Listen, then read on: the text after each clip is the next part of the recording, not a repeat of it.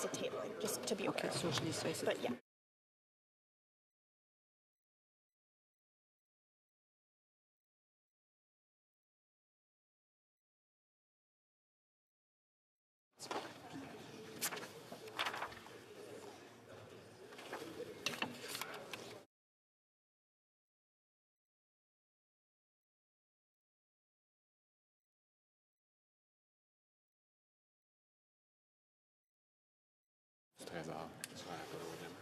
Okay. J'ai un appel au règlement. L'honorable. A point of order. The Honorable President of the Treasury Board. Good morning, Madam Speaker. My point of order. This morning, I'd like to have the leave, if possible, to table on behalf of 89 departments and agencies the report on fiscal year 2021-2022. C'est un appel au règlement.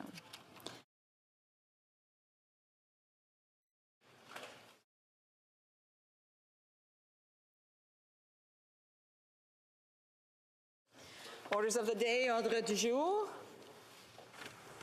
Could you document what Madame Fortier did? Ordre émanant du gouvernement, projet de loi émanant du gouvernement. Government orders, government bills comments. C-23, Historic Places of Canada Act, second reading, the Minister of Environment and Climate Change.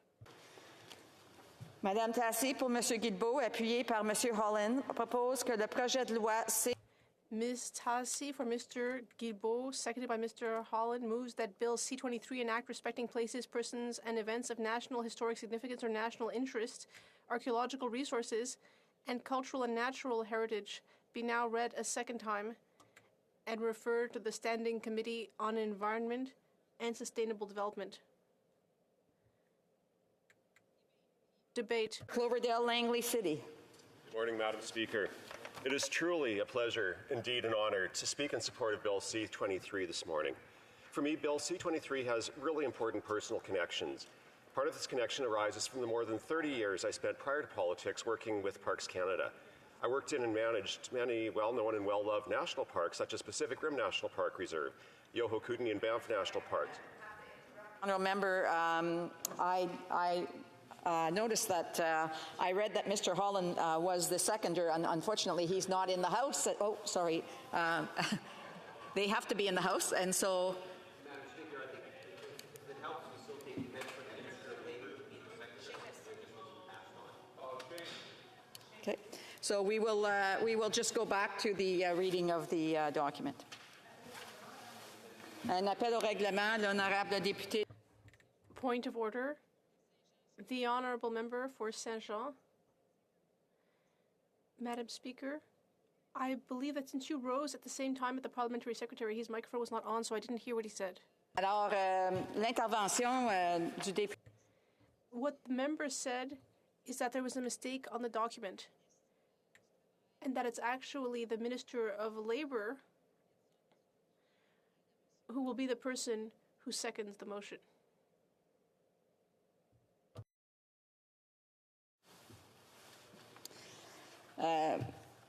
Correction, Madame. Correction. Ms. Tassi for Mr. Guilbeault.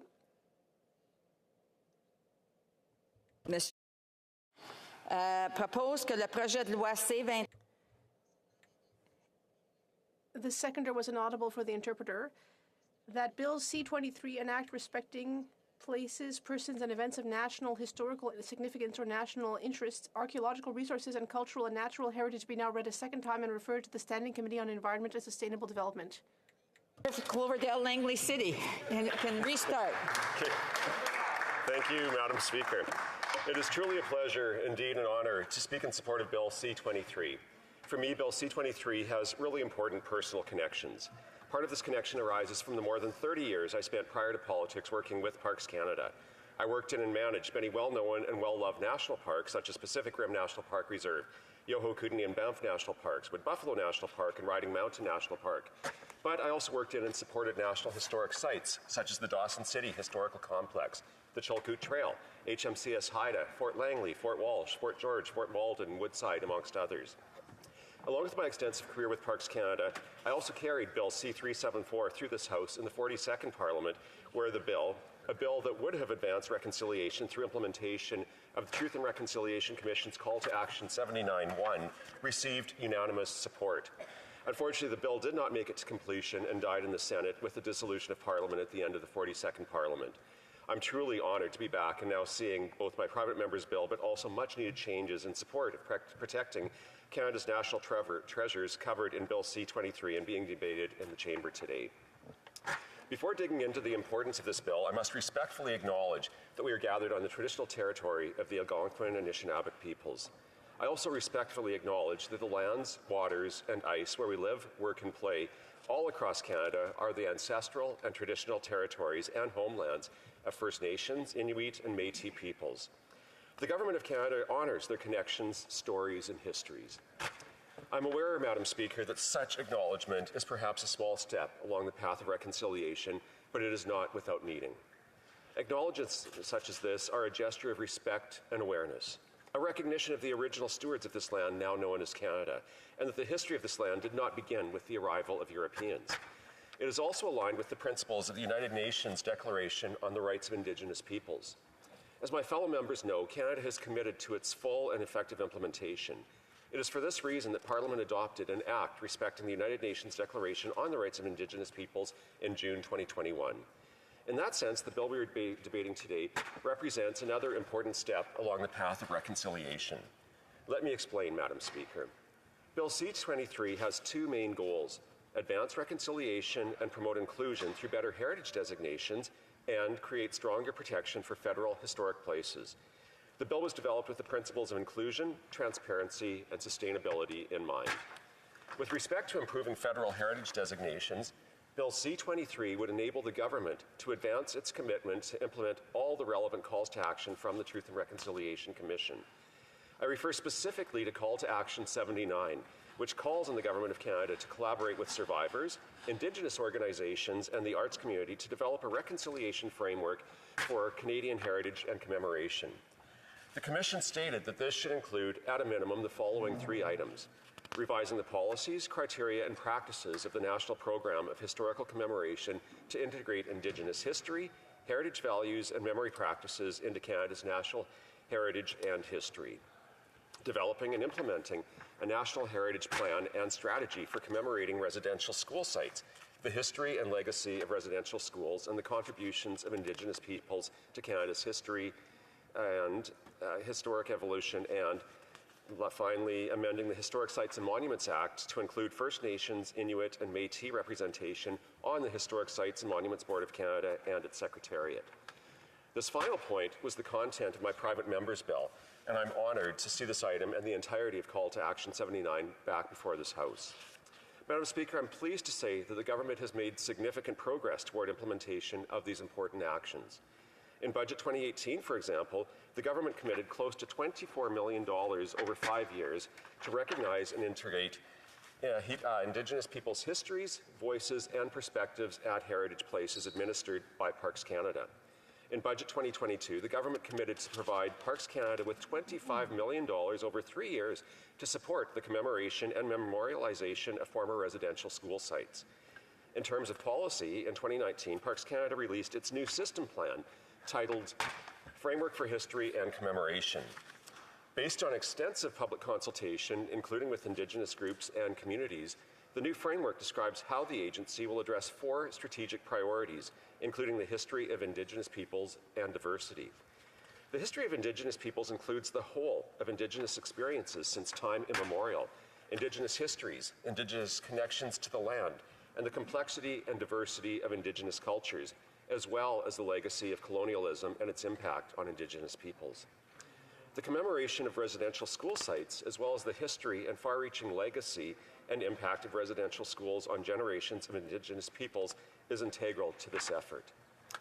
By way of context, Madam Speaker, I would remind members that the designation of persons, events, and places of national historic significance is based almost entirely on nominations from the public. Anyone and everyone can make a recommendation for designation.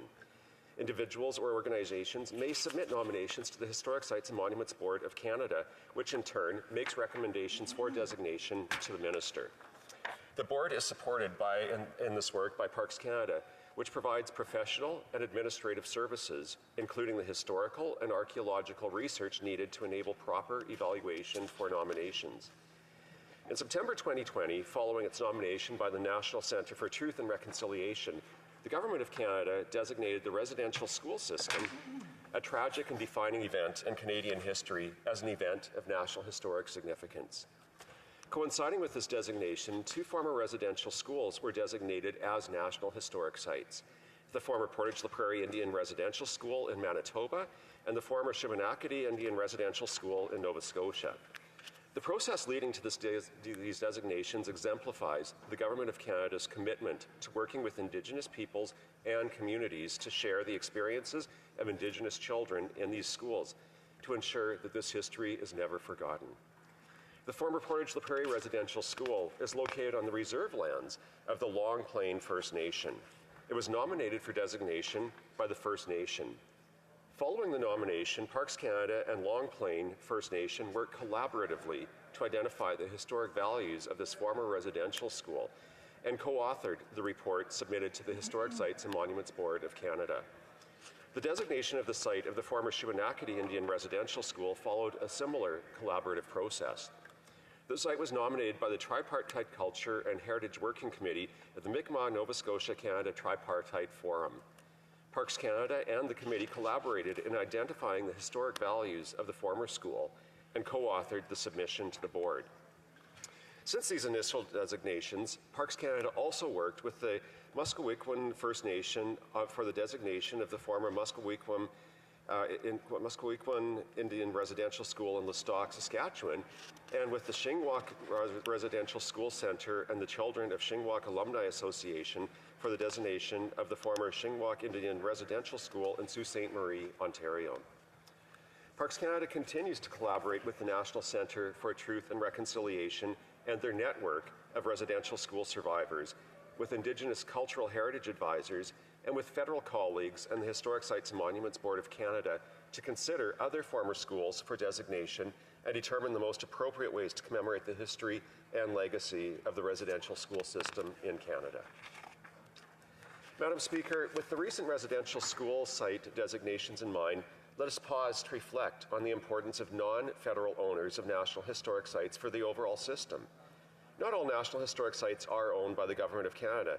In fact, the vast majority of National Historic Sites are owned by other governments, not-for-profit organizations, and individual private property owners. Under Bill C-23, all existing National Historic Site designations are retained, no matter who owns the site.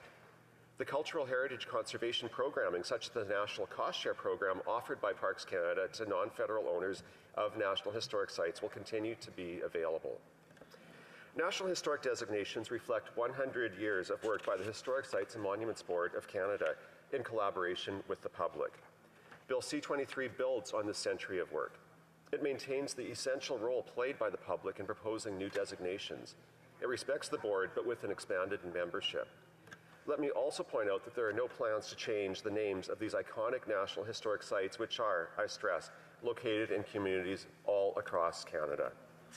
Madam Speaker, in addition to recommending new designations, the Historic Sites and Monuments Board of Canada also has a mandate to review designations that have been made in the past. This is necessary to ensure they reflect present-day knowledge and scholarship. We have seen a number of examples of National Historic persons whose legacies are now controversial because they are known to have held racist or anti-Semitic views, or to have proposed and carried out colonial policies and actions against Indigenous peoples.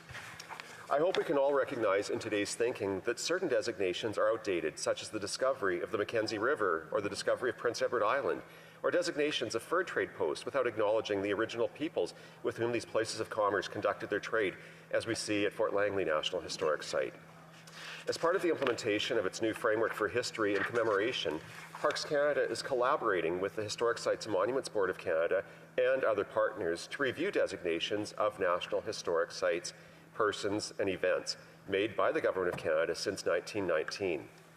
The review includes examining the content that appears on the bronze plaques associated with these designations and installed as part of the commemorative process. I'm certain all members will agree that Indigenous voices must be an integral part of this review, as well as in consideration of future nominations for designation. Bill C-23 would address this important consideration by expanding the current membership of the board to include representation for First Nations, Inuit, and Métis, as called for by the Truth and Reconciliation Commission. These representatives would be appointed by the Governor and Council following consultations with Indigenous groups. I would remind the House that this change is consistent with Private Members Bill C-374, my former private member's bill, which many will recall was passed unanimously by the House of Commons in 2018, but subsequently died in the Senate. In fact, Indigenous peoples continue to suffer the impacts of colonialism while slowly healing from the legacy of the residential school system. The time is now to proceed with this bill that will help to ensure nationally significant historic persons, places, and events will be truly representative of Canada's history and meaningful for all Canadians, including Indigenous peoples, youth, and members of diverse groups across the country. In 2019, the Environics Institute's Canadian Youth Reconciliation Barometer found that 89% of Indigenous youth and 87% of non-Indigenous youth thought it is important for all non-Indigenous Canadians to understand the true history of how Indigenous peoples have been treated by governments and society in this country. Madam Speaker, Bill C-23 will help make this vision a reality. We are committed to presenting our history in a manner that is both representative and meaningful.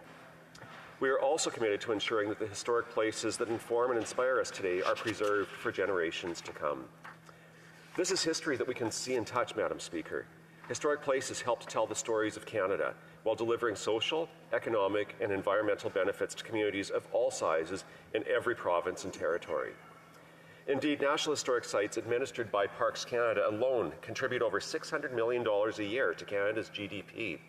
Directly and indirectly, they support more than 6,000 jobs across the country, including in rural, remote, and Indigenous communities.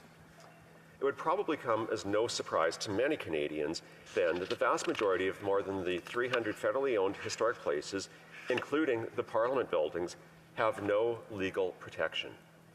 Canada is the only country in the G7 without comprehensive legislation for the protection of historic places. The federal government is also behind the provinces and territories in this area, all of which have heritage legislation in place to protect and conserve historic places under their respective jurisdictions. In the federal realm, as has been pointed out by sources ranging from the Auditor General to the Standing Committee on Environment and Sustainable Development, a committee that I was part of in the 42nd Parliament and studied this issue for the first time, there is no coherent framework for the protection of heritage assets entrusted to the care of the Government of Canada. Instead, they are protected or not protected through a range of legal and policy obligations adopted over the years. As a result, current federal heritage designations do not necessarily lead to protection nor conservation unless the site is also designated as a heritage railway station or a heritage lighthouse, both of which have specific protection under separate legislation arising from private members' bills. Heritage railway stations and heritage lighthouses are the only federal designations that automatically include legal protection. Rectifying this situation is both essential and urgent.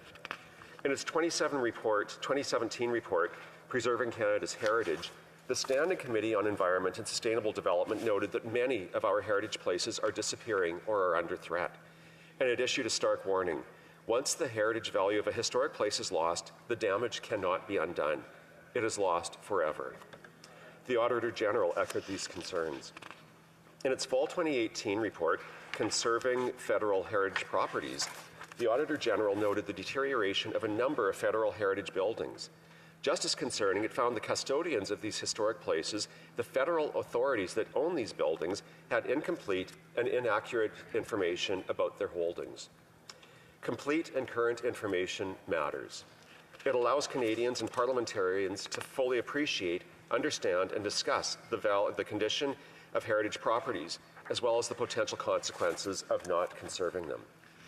While the organizations audited, including Parks Canada, have undertaken to address the issues identified by the Auditor General, it is clear a more comprehensive legislative approach to protect and conserve these irreplaceable places is needed. That is what Bill C-23 would provide, Madam Speaker, transparently and sustainably. In direct response to the recommendations of the Auditor General, it would introduce a legal obligation for Parks Canada to establish and maintain a public register listing all previous and new designations made by the Minister. To further enhance transparency, departments would be required to report the condition of historic places for which they are responsible.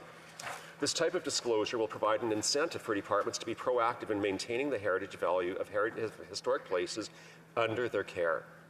There would be clear direction to departments on how to carry out modifications to historic places properly, in a financially responsible manner and while respecting greening and accessibility requirements. The bill would provide a common and mandatory benchmark of respected, flexible, and sustainable guidance on these matters. There would also be a requirement for departments to consult with Parks Canada specialists prior to making any changes to a historic place that could impact its heritage value. Madam Speaker, this will be Canada's first act dedicated to the designation and protection of federally owned heritage places. It will result in transparent decision-making, the sharing of accurate, meaningful information with Canadians and parliamentarians, and the sustainable protection of federally owned historic places. Bill C-23 will be inclusive. In addition to the new representatives for Indigenous peoples, Bill C-23 will provide clear authority and direction to revise and, when needed, to revoke designations that no longer reflect current understandings of the complexity of Canadian history. Madam Speaker, Bill C-23 is the product of extensive engagement and input from, among others, Indigenous partners and groups, federal departments, representatives of the provinces, territories, and municipalities, and other key stakeholders, including national heritage organizations. The bill represents concrete action for reconciliation and reflects the Government of Canada's commitment to identify, protect, and conserve historic places in Canada through collaboration and engagement with Indigenous partners, provincial, territorial, and municipal governments, and heritage stakeholders. If adopted, it would replace the current incomplete legislation and policies with a strong legislative framework to help guide the management of treasured places all across Canada and ensure they can be enjoyed for generations to come. I can personally speak to the operational and management challenges of overseeing contiguous national historic sites such as Fort Rod Hill and Fisgard Lighthouse, which were designated under different federal acts. Both sites occasionally experience vandalism. In the case of Fort Rod Hill, Parks Canada Law Enforcement Service could enforce the legislation, while adjacent Fort Fisgard Lighthouse, the local police of jurisdiction needed to be called. Imagine the challenges and frustrations of myself and my colleagues that we experienced waiting the arrival of local police to deal with pot diggers ruining ancient Indigenous resources. These local law enforcement agencies were often dealing with other municipal policing priorities, leaving me as a manager knowing that I was entrusted by Canadians to ensure the protection of these resources, but powerless and without the tools to offer these protections. These types of legal and administrative roadblocks will be addressed through C-23. I offer that Bill C-23 does not address the issues faced by national historic sites not owned by the federal government, but this legislation is an important step, a significant step forward in ensuring federally owned national historic sites are protected. This is an important first step to ensure Canada meets its international obligations to safeguard our heritage. Future work must consider whether the current national cost share program is the primary level of support for privately owned and federally designated sites, and if this is enough, but that is a debate for another day. Madam Speaker, together we can give our past a future and ensure the stewardship of historic places in Canada inclusively, transparently, and sustainably. I urge all members to join me today in supporting this bill. Thank you, Madam Speaker. Questions and comments? The honourable member for Sarnia-Lambton. Oh, I'm sorry, your mic is not on.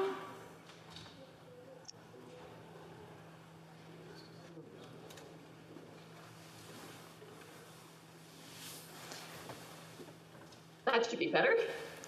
Speaker, can you hear me now? Yes. Very good. I'd like to thank the member opposite for his speech and for all of his work for our beautiful parklands. Bill C-23 has many things I agree with, but I am concerned about one part of it, and that is section... I have a point of order. There seems to be an issue with translation, I believe. L'honorable député de Joliette. The honourable member for Joliette, is that it? Yes, with all due respect for my esteemed colleague, the interpretation service is incapable of translating because of the quality of the audio. On peut réessayer. Can we try again? Honorable député peut... Could the honorable member try again? Is the sound Ça better now? fonctionne? Can you keep speaking for a second? Yes, I'll keep speaking. I'll continue on until you tell me to stop. OK, c'est bien. L'honorable député de Sarnia-Lambton. Thank you again. So I do appreciate C23 has many good parts, but Section 43.3 allows the unlawful search and seizure without a warrant of people's property that would be in parks, and that is contrary to the Charter, Section 8. And so I would ask the government member, would the government be willing to take that part out of the bill since it's in violation of people's charter rights? The honourable member Cloverdale Langley City. Thank the member for her question. I think that the important part of this legislation is getting it before the House and having debates, hearing questions and concerns such as the issue raised by this member, getting it to committee so that these types of questions can be studied and perhaps amendments made. We want to have good, solid legislation that will offer the protections that are needed to look after federally designated, federally owned national historic sites. And of course, we want the legislation to be compliant with the Charter, and that is what this process is about, to make sure that flags are identified and any conflicts are resolved. So I thank the member for that and would look forward to having that discussion at the committee stage. Questions et commentaires. L'honorable député de... The honourable member for Repentigny. Thank you very much, Madam Speaker. I'd like to thank my colleague for his speech, which went over the history that should never be lost sight of. There are a lot of levels. It's our view that one of those levels of government is too many, but that's not the point here. So there's the UNDRIP. He talked about that, and he said that that was stronger than what we had before, that experts would be consulted and so on. But the question for us, what we're concerned about is C23 strong enough so that a developer or a promoter couldn't find ways to get around it and cut down trees and demolish historic buildings and so on? The honourable member for Cloverdale. To my honourable colleague across the way for that very important question. And I think that there's a couple of pieces to the question that I'd like to discuss. One of them is that this will give protections once and for all to federally owned national historic sites.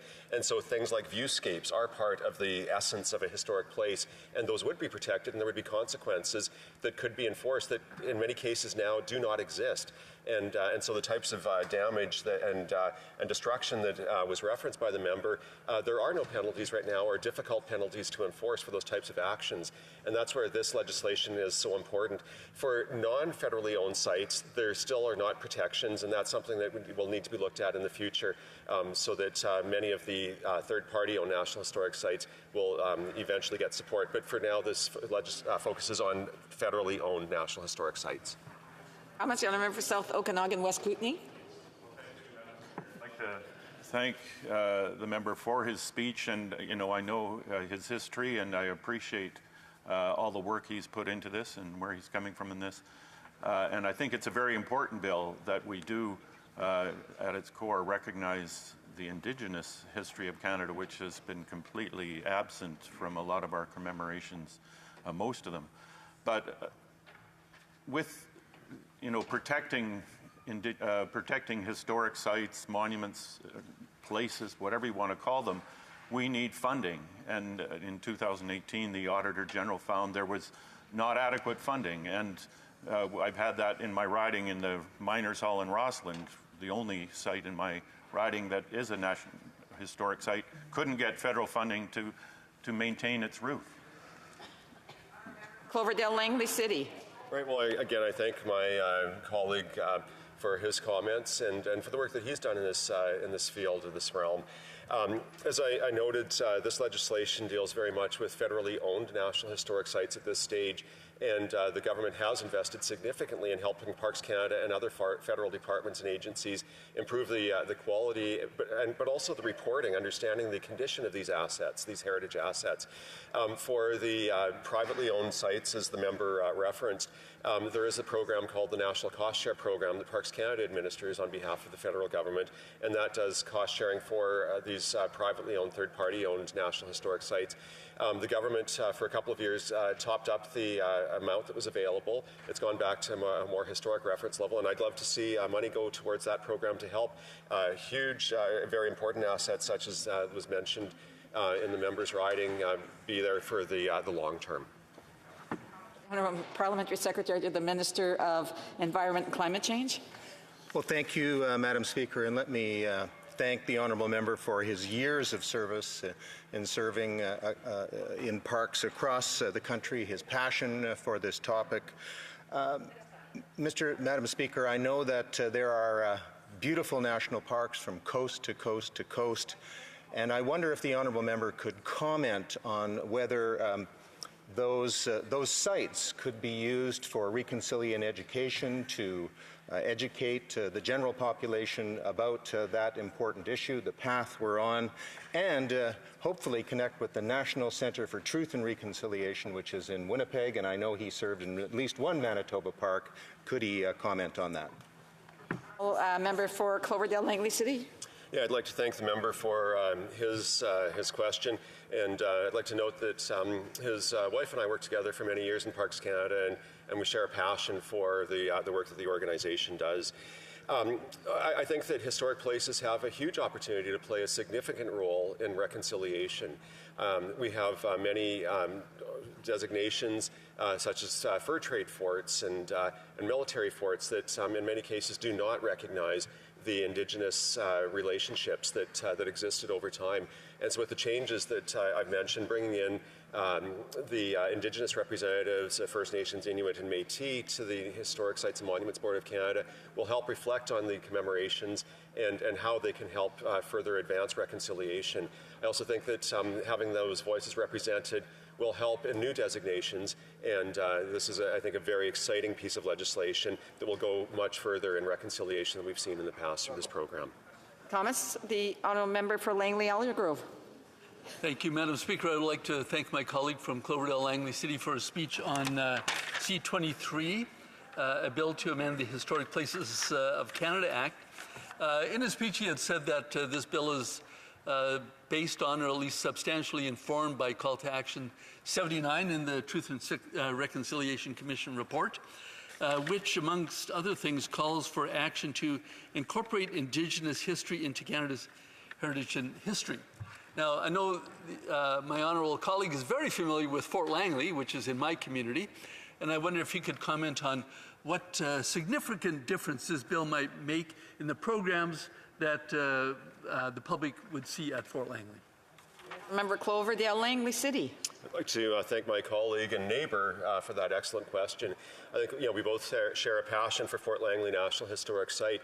Interestingly, the designation that was done at that property, that location, goes back to 1923, and it does not reference the Indigenous peoples with whom Fort Langley did business as a Hudson's Bay site. And I think that we know that the Kwantlen First Nation lives across the river and played an integral role.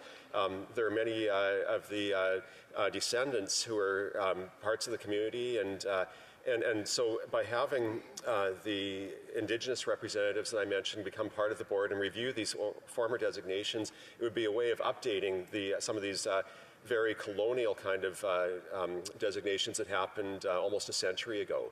And I think that would be a great way of respecting and honoring our Kwantlen neighbours, our Kwantlen friends, our Kwantlen family, and others who have had interactions over time, over many generations, with National Historic Sites across Canada. We have time for a brief question. Madam Speaker, I really appreciate my colleague's work on this and his long-standing work in this area. He talked about the National Cost Sharing Program for Historic Places. Now, it's my understanding that in 2023-24, 24, they've only budgeted the Liberal government $2 million to this program, and that Environment Committee back in 2017 recommended $10 million. I have McLean Mill in Port Alberni in my riding, and they're cash poor. They're relying on the city of Port Alberni's taxpayer base to fund that really important historic site. Through you, Madam Speaker, can my colleagues speak about increased funding to support sites like the McLean Mill? The honourable member for Cloverdale Langley City, a brief answer, please. Sure, thank you, Madam Speaker. McLean Mill is a fabulous National Historic Site. I've had the chance to visit it, and it, like many of the third-party owned sites, as was mentioned, are qualified for the cost share program. When we studied the program back in when I was on the Environment and Sustainable Development Committee, we did see that there is a greater need for federal support, and I will say that as part of my budget submission for this year, I'm going to be asking for increased funding to the National Cost Share program. But right now, it's about getting money into the federally owned sites to make sure that those, as a starting point, are well looked after and protected for the future generations to come. Resuming debate, the honourable member for Battle River Crowfoot.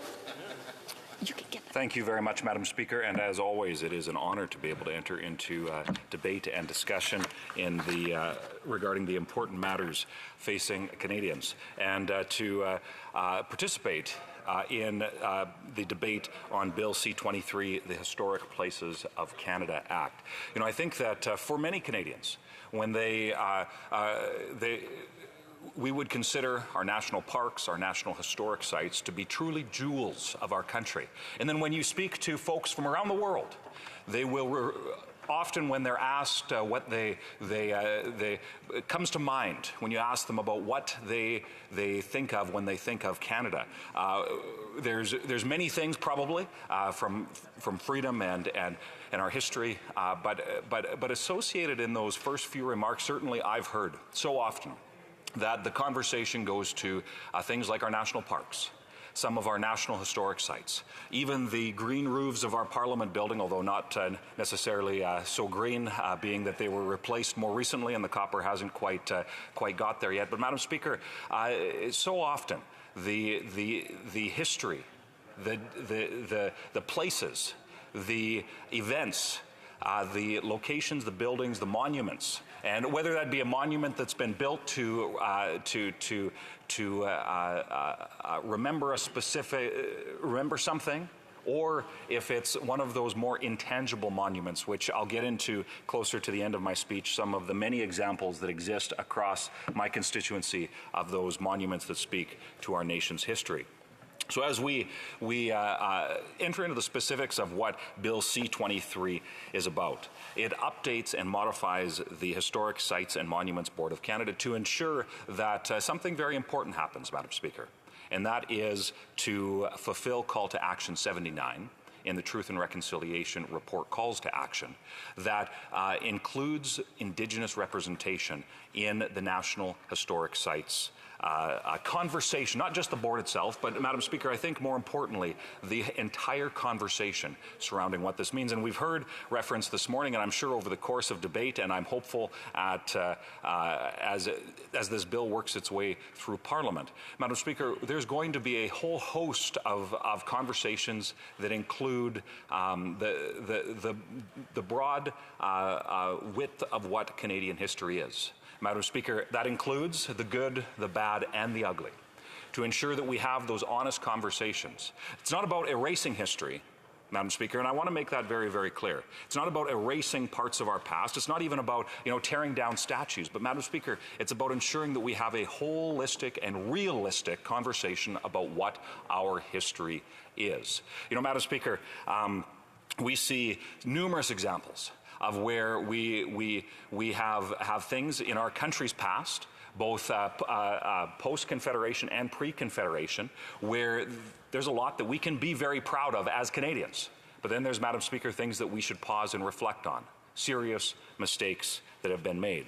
And my hope, as we talk about the conversation around national monuments, around historic places and the designations, and specifically when it comes to those owned by the federal government, as is set out in this bill, that conversation, we can have that realistic and holistic conversation about what that looks like. Now, Madam Speaker, when it gets into some of the specifics of what this bill is about, I would emphasize that we have to get it right. Because one of the concerns, certainly, that I've highlighted before in this place, and I expect will be expanded on in further debate, is that this bill does give expansive powers to the executive branch of government, specifically the minister. Now, Madam Speaker, I hope you'll forgive me for being a little bit hesitant to grant powers and wide-reaching and expansive powers to the minister, in this case, the Minister of the Environment, who has not necessarily demonstrated that he can be trusted to ensure that those powers will be respected over the course of his mandate. So, Madam Speaker, and the reason why I bring this up, it's very, very important, and I hope that the members opposite will note this importantly, because we live in a democracy. And, Madam Speaker, the reality of a democracy is that when a bill is passed, it not only applies to the current government, but it also applies to how future governments operate.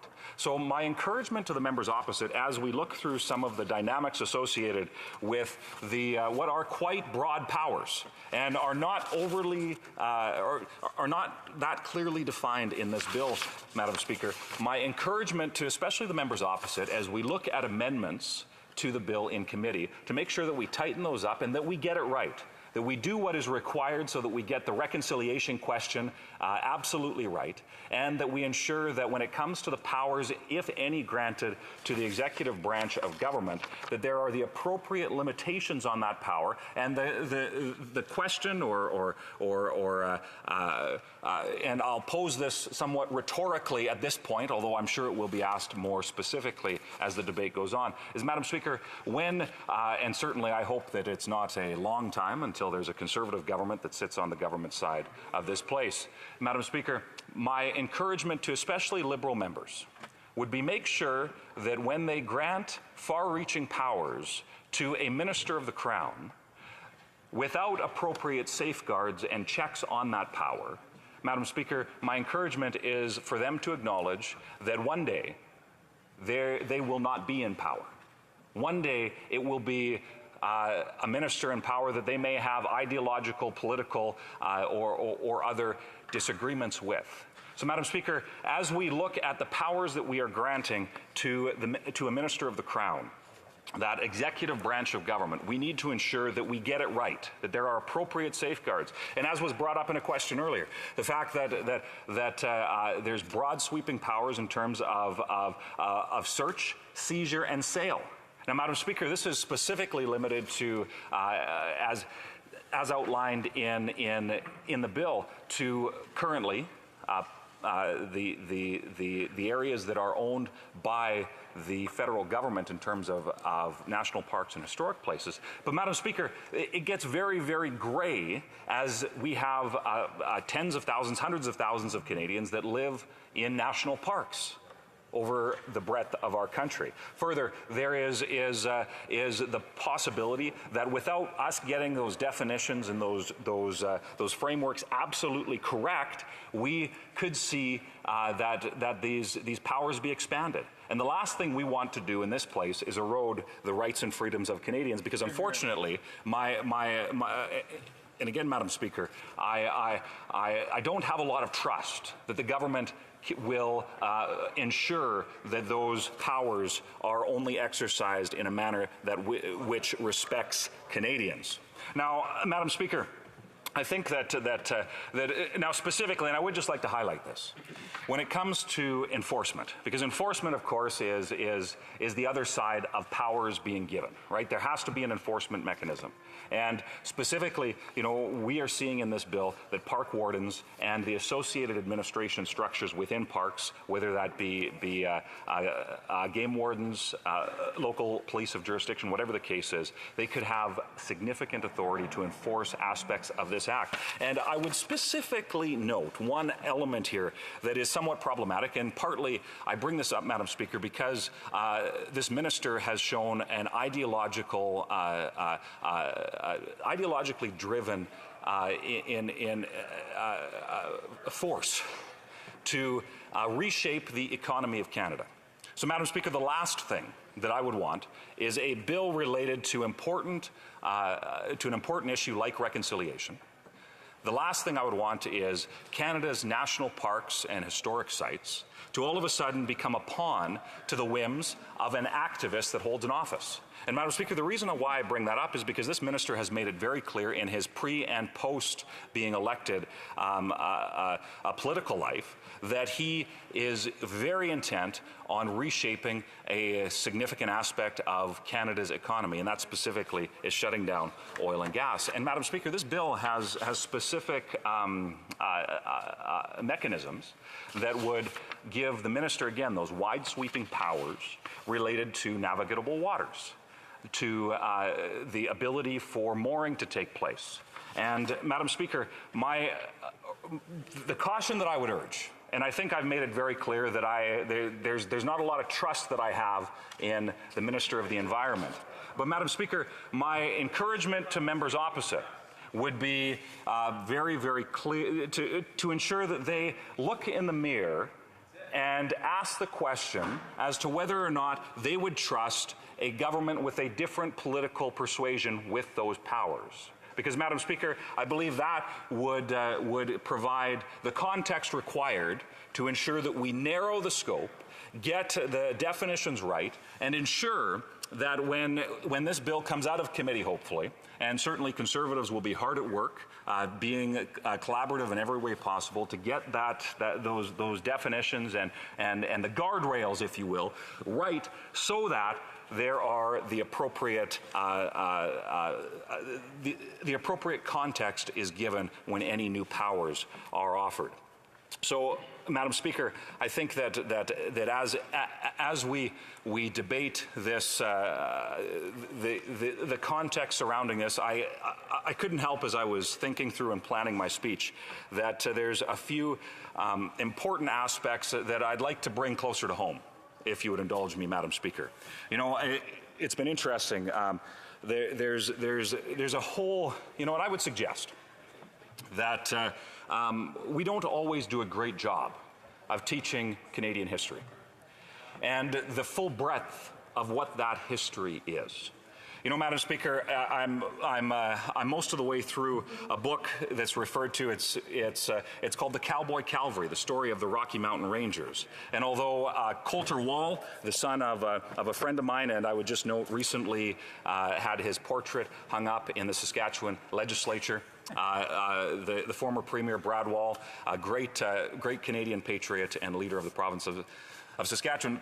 His son is a country and western singer, and he just published a song a couple of years ago about the Rocky Mountain Rangers. And Madam Speaker, it's as westerns have kind of reemerged as popular in Hollywood. You know, it's incredible. We look through much of our nation's history, and specifically that of the prairies. We have so much rich history. Now, not all of it is positive. But, Madam Speaker, there is so many stories. The stories and the lives of those. I think of John Ware, the black cowboy. You know, imagine the context for a black cowboy back 140 years ago in the prairies, when he would have been likely one of the only people of color in those communities. And Madam Speaker, the stories, and in some cases the legends, and I tell you, some incredible legends about the story of John Ware in that Western heritage. And I think about my own constituency, just north, in fact I can see it from my deck, the Neutral Hills. You know, significant Indigenous history. Now, this is not a federally owned historic site. This is not a national park. This is something that most folks probably in this place have never even heard of. But the Neutral Hills, it is, according to legend, it's a place where many tribes, when they were warring about different hunting grounds and whatnot, Indigenous tribes, they listened to the Great Spirit Manitou. And in the infinite wisdom that they heard, they acknowledged that there needed to be a place of peace. So about 6 or 8 miles north of where I live, there is what is referred to as the Neutral Hills, and a beautiful prairie landscape where you can still find teepee rings. You can still find burial sites. And if you look hard enough, you can find arrowheads and other pieces of our Indigenous history there. But Madam Speaker, that's the richness that exists. You know, there's cairns. If you drive across the prairies and take some back roads, you'll see cairns that mark some Indigenous and settlement past of our nation's history. And Madam Speaker, there's in many cases you can't even find on the internet any further details other than that brass plaque and concrete cairn that exists. You know, I think of the legend of Blood Indian Creek. You know, Madam Speaker, it was when the Saulteaux First Nations, when the band had come west from the Lake of the Woods in about 1840, and a raiding party of Blackfeet, where there was some wars and some battles and whatnot, they came to what is now a municipal regional park in Blood Indian Park, and some significant history. Again, some Indigenous history that many people within this place, and some of the wars that had a significant role in forming our nation's history, are significantly impacted. We think about some of the settlers that and explorers that we often hear about, and you know, for example, Anthony Henday. You know, we have so much of that rich history and many different elements of what that looks like and how formational that was specifically. And I'm speaking from the expertise of being a Westerner here, Madam Speaker, but I'm confident, and I know my colleague from the Liberal Party who spoke earlier referenced his expertise in the Lower Mainland, and I've actually visited the Fort Langley historical site and some of the incredible history that is remembered there. And I know other places of the country as well. But the story of Anthony Henday and how the expedition that took place, and there's highways now named after him, but few Canadians know the stories associated with his role in the Hudson Bay Company. The Palliser expedition, and Madam Speaker, I've mentioned before in this place, I live in what is called the north part of the Palliser Triangle, where there was an expedition to see as the buffalo population declined on the plains, that it was prepared for settlement, and the complicated history associated with that, and where we see the impacts of aspects of that history there today. You know, Madam Speaker, I would further acknowledge that you know, the Viking ribstones is what the sign on the side of the road, and most people would drive by this sign on the highway in my constituency, probably not taking too much time or paying too much attention. And it's interestingly become an important local place for the advancement of reconciliation. So, and the fact that it was the Royal Alberta Museum that worked very hard to bring the Iron Creek meteorite back. And and you'll have to excuse me, Madam Speaker, for my pronunciation, but it was a meteorite that was made of iron that was on top of a hill, had very, very significant historical and spiritual significance for local Indigenous peoples, called Manitou Asini. Now, forgive me, Madam Speaker, if I don't quite get that right. You know, I also represent the Drumheller Valley, and we have a National Historic Site there in the Atlas Coal Mine, but also some of the other Indigenous history. And I've spoken with those who have had just tremendous success at being able to highlight some of those things, many of which are not, you know, places on a map necessarily. They're not defined as something that would be as well known as a fort location or a national park, but Madam Speaker, significantly historic places, locations, and events that have shaped our nation's history. And even, you know, Madam Speaker, often if I was to canvass this place, many people, when I would refer to Drumheller, they would think of the Royal Tyrrell Museum, Joseph Burr Tyrrell, the museum in his namesake, and the discovery of many dinosaurs. But although Drumheller is often associated with ancient history, prehistoric history, it is also full of Indigenous history. And for example, Madam Speaker, the hoodoos, which again, many folks would probably, if they've driven on that highway through East Central Alberta, they would likely have stopped and seen the hoodoos, but this Indigenous significance associated with that. So Madam Speaker, as I come to the close of this, of this debate on Bill C-23, we have to get these things right. And the reason why I wanted to highlight some of the local, historically significant things that I'm proud to represent, and I'd also mention Dry Island Buffalo Jump Provincial Park, just as another example of some of that rich Indigenous history. But Madam Speaker, the conversation around history is so very important. And that is why I would implore every member of this House that we need to get it right. This legislation can have an impact not only on historic sites in this country.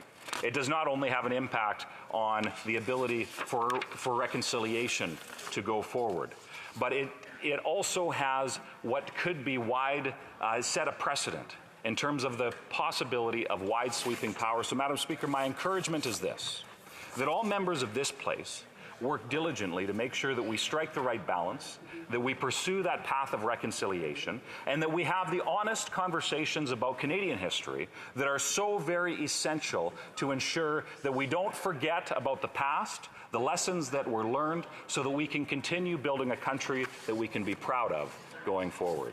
Thank you very much, Madam Speaker, and I look forward to questions. Questions and comments. L'honorable secrétaire parlementaire du ministre des... The Honourable Parliamentary Secretary to the Minister of Veterans. I want to thank my colleague for his speech, and I have to say it was well documented, it was well delivered, and I appreciated many of the things that were in his speech. And he stayed away from that partisan side that he can show once in a while, except he did make a reference to personal attacks to the minister, but we'll put that aside. I want him to maybe explain to me, when we make legislation, are we not making legislation that's the best for Canadians, and it's not really evaluating if the next government that takes power will do something with it or not.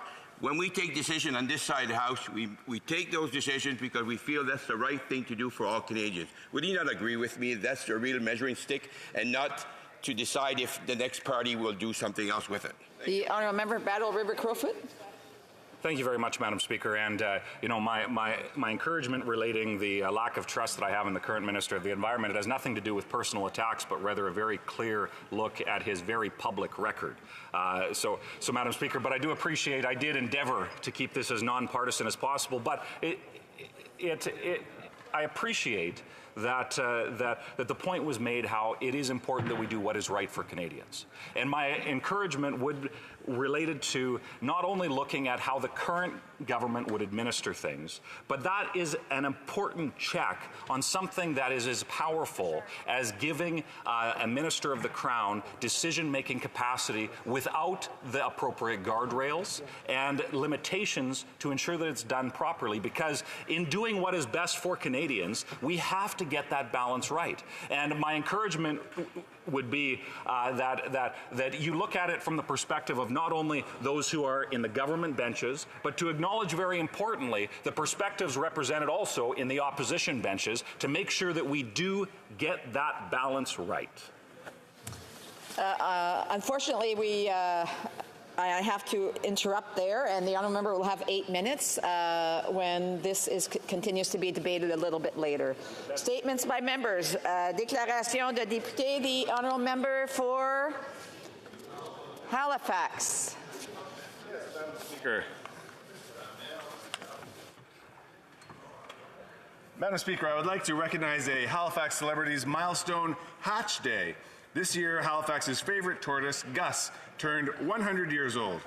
In 1942, Gus was bought for $5 from a Florida pet store and brought to the Museum of Natural History in Halifax, where he has called home for the past 80 years. Gus can often be seen bringing delight to the museum's many visitors while wandering the galleries or outside in the museum's backyard. He enjoys munching on blueberries, bananas, and lettuce. Now in 2022, Gus is believed to be the oldest gopher tortoise on record, reaching this centennial milestone when other gopher tortoises typically live to just 40 to 80 years old. Madam Speaker, I believe the love and affection he's received from generations of Haligonians and the outstanding team at the Museum of Natural History has something to do with his slow and steady longevity. Happy 100th birthday, Gus, and have a shell of a time. Yay. The honourable member for Central Okanagan, Similkameen Nicola. Madam Speaker, on this day I would like to sincerely thank the members of the Merritt RCMP detachment. The last 12 months have been very challenging for the community of Merritt. Flooding led to evacuations, and evacuations sadly attract crime such as looting and vandalism. This all significantly adds to the workload of every officer in this community, not to mention officers and their own families also being impacted on a personal level. More recently, over the past few weeks, there's also been several other serious and alarming events. Over this time frame, there have been crimes of serious concerns that have included multiple shooting incidents, a kidnapping, a wanted suspect at large, and late last week, a stolen vehicle that resulted in a police chase with an armed suspect. Throughout all of this, the dedicated members of this small detachment have gone above and beyond to keep their community of Merritt safe. I ask all honorable members to please join me in thanking them for their dedication and service to their community, and to all the RCMP who are doing the same thing each and every day for Canadians. The honourable member of Canada Carleton. Madam Speaker, I rise to commend the incredible initiative of my Canada Carleton Youth Council, an inspiring group of 20 high school students who work to make a positive difference in our community. To commemorate the ongoing 16 days of activism against gender-based violence, these students are stepping up and taking action. Together, the Youth Council members are raising donations of toys, hygiene products, kitchen items, and more, all of which will be donated to families fleeing domestic violence through our riding's local community support centre. These items will make a real difference in the lives of the families who are starting over. Thank you to the Canada Carleton Youth Council for taking action, and a special thanks to Jacqueline, Dinah, Kozar, and Amelia for leading this initiative amongst their peers. Thank you, Madam Speaker. The honourable member for North Island, Powell River. Madam Speaker, I want to start by thanking all those helping with the warming centres across my riding. It is cold and snowy, and people need help. Housing is a human right, and Canada needs to start acting like it. On November the 25th, a vital conversation on housing security was hosted by the Campbell River Community Foundation. I want to thank the co-sponsors, Campbell River and District Homeless Coalition, a coalition that brings stakeholders together to address homelessness.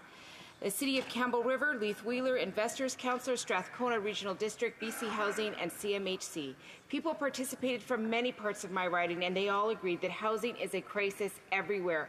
From Cortez to Port Hardy to Gold River to Campbell River to Powell River, every corner of our region is struggling. A clear challenge I heard is communities that are small find the application process leaves them out, although their needs are so high.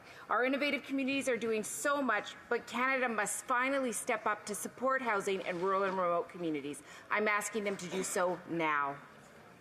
Honourable member for Halifax West. Madam Speaker, I rise today to express my deepest condolences to Stuart Pottery and his family following the passing of his loving wife, Michelle. Michelle was diagnosed with cancer last year and fought courageously each and every day with a smile. Her strength and perseverance, despite the difficult battle, inspired all those who knew her. This summer, I presented the Potteries with my Platinum Jubilee Community Hero Award in recognition of their decades of service to the much-loved Centennial Arena in Fairview.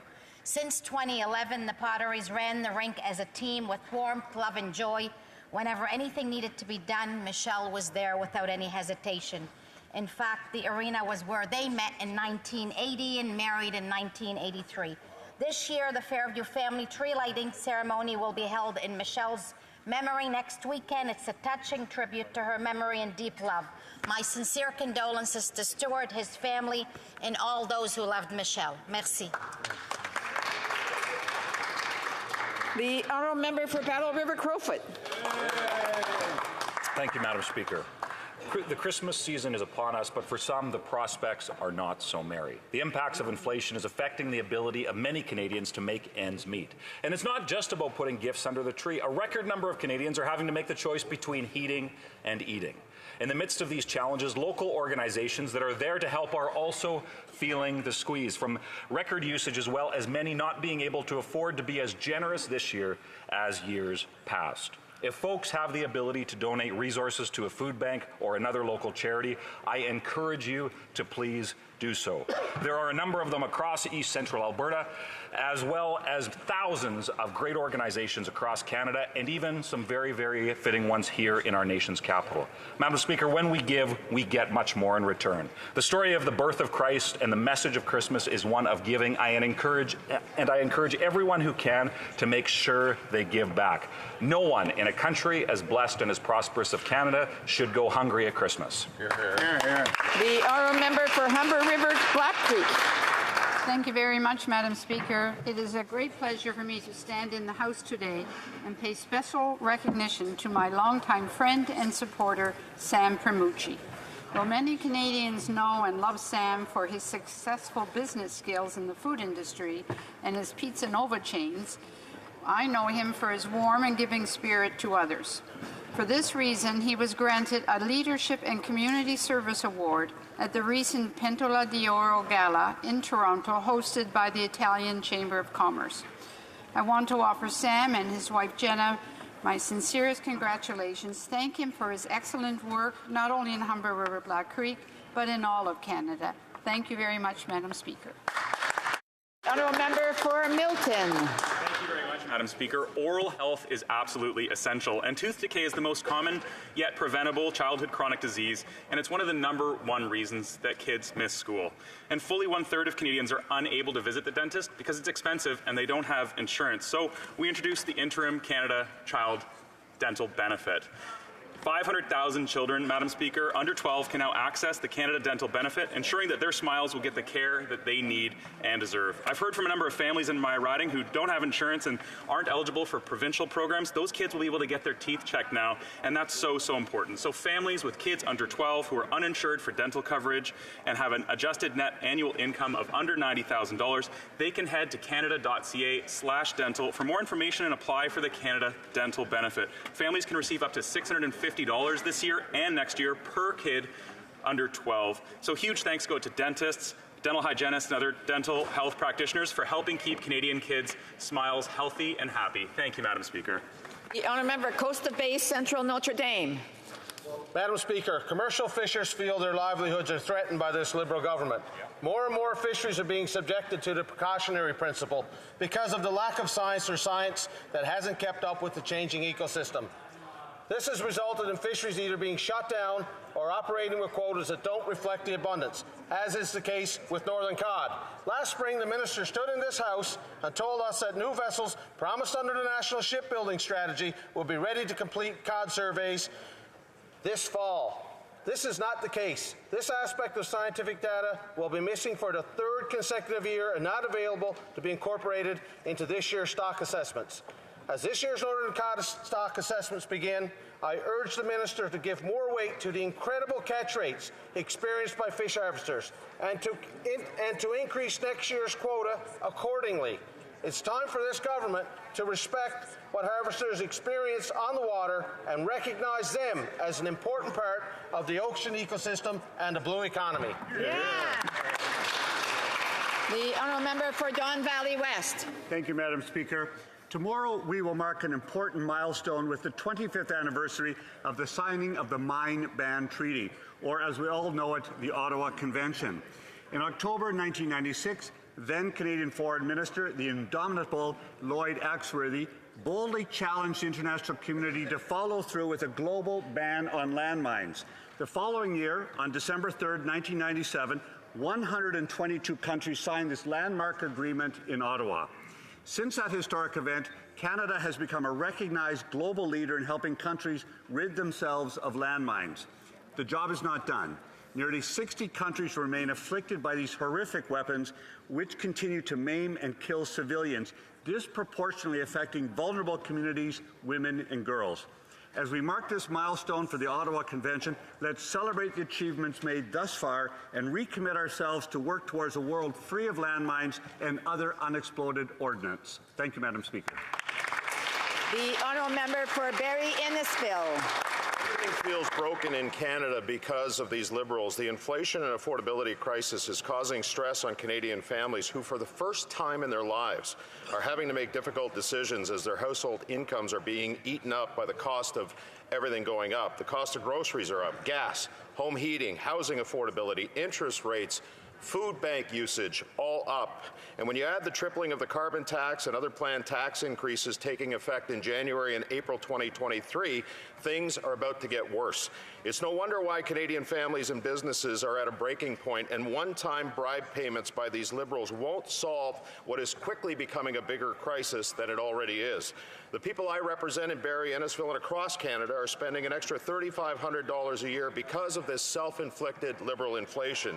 How did we, Canada, as a G7 country, get to a point where seniors, young people, families, and businesses have been lied to and let down, with many losing their hopes, their dreams, their confidence, and their dignity? The Honourable Member for Mégantic-l'Érable. Madam Speaker, for my eyes only, that's the story of a Prime Minister who is refusing to act while a foreign country tries to influence Canada elections. Here's an overview of the TV-worthy show. First episode. A newspaper reveals serious allegations about the funding of a clandestine network of 11 candidates in the 2019 elections by China's communist regime. The Prime Minister denies everything. Second episode. We learn that spies have been infiltrated into members' offices, but the Prime Minister said that he is not familiar with the illegal funding. Third episode. The RCMP confirms that it is investigating multiple examples of foreign interference in Canada's democratic process, but the Prime Minister claims that nothing happened. Fourth episode, bombshell at a parliamentary committee. The National Security Agency confirms that it prepared not one but several briefing sessions for the Prime Minister. The Prime Minister insists that the information is for his eyes only, that Canadians don't need to know. To be continued at next question period. Will the Prime Minister finally tell Canadians the truth? L'honorable député de Longueuil-Charlemagne. The Honourable Member for Longueuil-Charlemagne. Madam Speaker, gender-based violence is one of the most widespread examples of human rights violations of our time. When we pay attention, we quickly realize that this type of violence is everywhere around us, on TV and music, and even sometimes during interactions with friends. When someone experiences violence because of their gender, like sexual assault, that's what we call gender-based violence. We are all responsible for helping to end this type of violence. That's why during this 16-day campaign, I would invite all Canadians to take gender-based violence seriously, learn to recognize it, and to recognize that we need healthy and respectful relationships. Everyone deserves to live safe from violence. Thank you. The honourable member for Port Moody, Coquitlam. Madam Speaker, Saturday, December 3rd is the International Day of Persons with Disabilities, a day to mobilize support for their dignity, rights, and well-being, and to promote an understanding of disability issues. And mobilize we must on Bill C-22. In the 30 years since this day was proclaimed, the disability community has had to do much heavy lifting for their basic human rights. Successive Liberal and Conservative governments have not done enough to remove discriminatory barriers while allowing Canadians with disabilities to fall into poverty. Canada aspires to be a world leader in the eradication of poverty, and the Canada Disability Benefit is our chance to make that a reality for persons with disabilities. This is an historic opportunity for the opposition parties to hold this government to account by amending and enacting Canada's first federal law to legislate people out of poverty, Bill C-22. L'honorable député de... The Honourable Member for Abitibi-Bay-James, Nunavik-EU. Madam Speaker, the Tour de l'Abitibi has now existed for more than 50 years, and it has been officially ushered into the Cycling Canada Hall of Fame. It's the only competition in the UCI Junior Nations Cup circuit to be in the Americas, and it's the only one of the 8 events to be outside Europe. It's recognized throughout the world, and there's a parallel competition for young Quebec cyclists. The Tour de l'Abitibi brings together 150 cyclists from about 20 teams from throughout the world, with 7 stages over 7 days, nearly 700 kilometers. It's unforgettable. Its president, Mélanie Rocher, was a former colleague at the Abitibi-Témiscamingue Health and Social Services Center. She stated that the Tour de l'Abitibi shapes cyclists, volunteers, and regional pride. I'd like to thank the organizers and volunteers, and I hope that the Tour de l'Abitibi lasts another 50 years. Thank you. Carlton Trail, Eagle Creek. In December of 2016, this Liberal government made amendments to the Controlled Drugs and Substances Act. 6 years later, it is clear there is a devastating addiction crisis in our country, and it is getting worse. Safe supply has not worked. The Liberals' failed policies are worsening the situation. They need to bring forward a comprehensive, recovery-oriented plan to tackle Canada's addiction crisis and give people control of their lives again. We need to change to a recovery-oriented approach. This means prevention, intervention, treatment, and recovery. In Alberta, by getting people into recovery, overdose deaths in their province have decreased by half. We need to meet people where they're at, but not leave them there. Conservatives believe that given the opportunity and appropriate supports, Canadians suffering from addiction have the ability to recover. Yeah. The honourable member for Windsor-Tecumseh. Madam Speaker, I rise today to mark the 30th anniversary of the International Day of Persons with Disabilities. Our government is proud to support this year's theme, Transformative Solutions for Inclusive Development, the role of innovation in fueling an accessible and equitable world. Since 2015, we have taken bold action to advance the rights of persons with disabilities. We recently launched Canada's first ever Disability Inclusion Action Plan to remove barriers that persons with disabilities face and to build a more inclusive Canada. And with Bill C-22, the Canada Disability Benefit, we have the potential to lift hundreds of thousands of working-age persons with disabilities out of poverty. In the spirit of nothing without us, we will continue working with the disability community on the design and delivery of these programs. Madam Speaker, I encourage every member of the House to spend December 3rd in celebration of the International Day of Persons with Disabilities. Thank you very much. Good job. Questions orales, oral questions. The Honourable Official Opposition Deputy Leader. Madam Speaker, the Governor of the Bank of Canada has confirmed if the Liberals' deficit was lower, inflation would have been lower today. The enormous deficit is going to cost each and every Canadian an extra $3,500. Less money for food, less money for gas, less money to heat their homes. When will the Liberals understand that their failed policies and enormous deficits are causing continuous pain on Canadians? L'Honorable Ministre. Madam Speaker, I've said it before and I'll say it again. We have the lowest deficit and the lowest debt among all countries in the G7. But of course, these are challenging times. We see that global inflation and the global economic instability is affecting Canadians, and that's why we've put forward a solid and responsible plan to help them. This morning, as I do every morning, and as members of this government do all of the time, I check the numbers, and the new labour force survey came out, Madam Speaker. Over 50,000 full-time jobs were created in November alone in this country, and wages have continued. The Honourable Official Opposition Deputy Leader. Madam Speaker, the Liberals will blame everyone else for their own inflationary problem. Even future possible Liberal leadership candidate Mark Carney said that the problem was domestically created. This member is proud that her government's spending sent 1.5 million Canadians into a food bank in a single month, that 1 in 5 Canadians have to skip lunch. How many more families have to go into food banks? How many more families have to skip meals before they finally get a grip, get their spending under control, and axe their carbon tax? Yeah. L'Honorable Secrétaire parlementaire du ministre du Tourisme et ministre associé des Finances. Thank you, Madam Speaker, and I would like to correct the record. It is obvious to all Canadians that the world is going through a period of huge instability due to the war commenced by Russia, due to a global pandemic that we have just come out of. But, Madam Speaker, we are there for Canadians in order to continue to support them. We just don't understand why the Conservatives aren't. They voted against lowering taxes on middle-class Canadians on 2 separate occasions, Madam Speaker.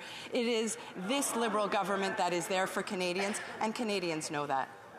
Honourable official, the official opposition deputy leader. Madam Speaker, again, it's clear from the members' answers that they don't understand the pain that they're causing on Canadians. Even the Governor of the Bank of Canada said that the inflation in Canada today is a homegrown problem. That means it's a Liberal-created issue. This government spent $110 billion before the pandemic started. They spent $500 billion during the pandemic, 40% of which had nothing to do with COVID measures.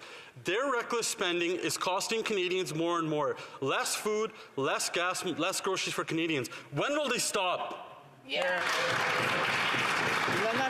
secrétaire parlementaire du Premier ministre et de la présidente du Conseil du Trésor.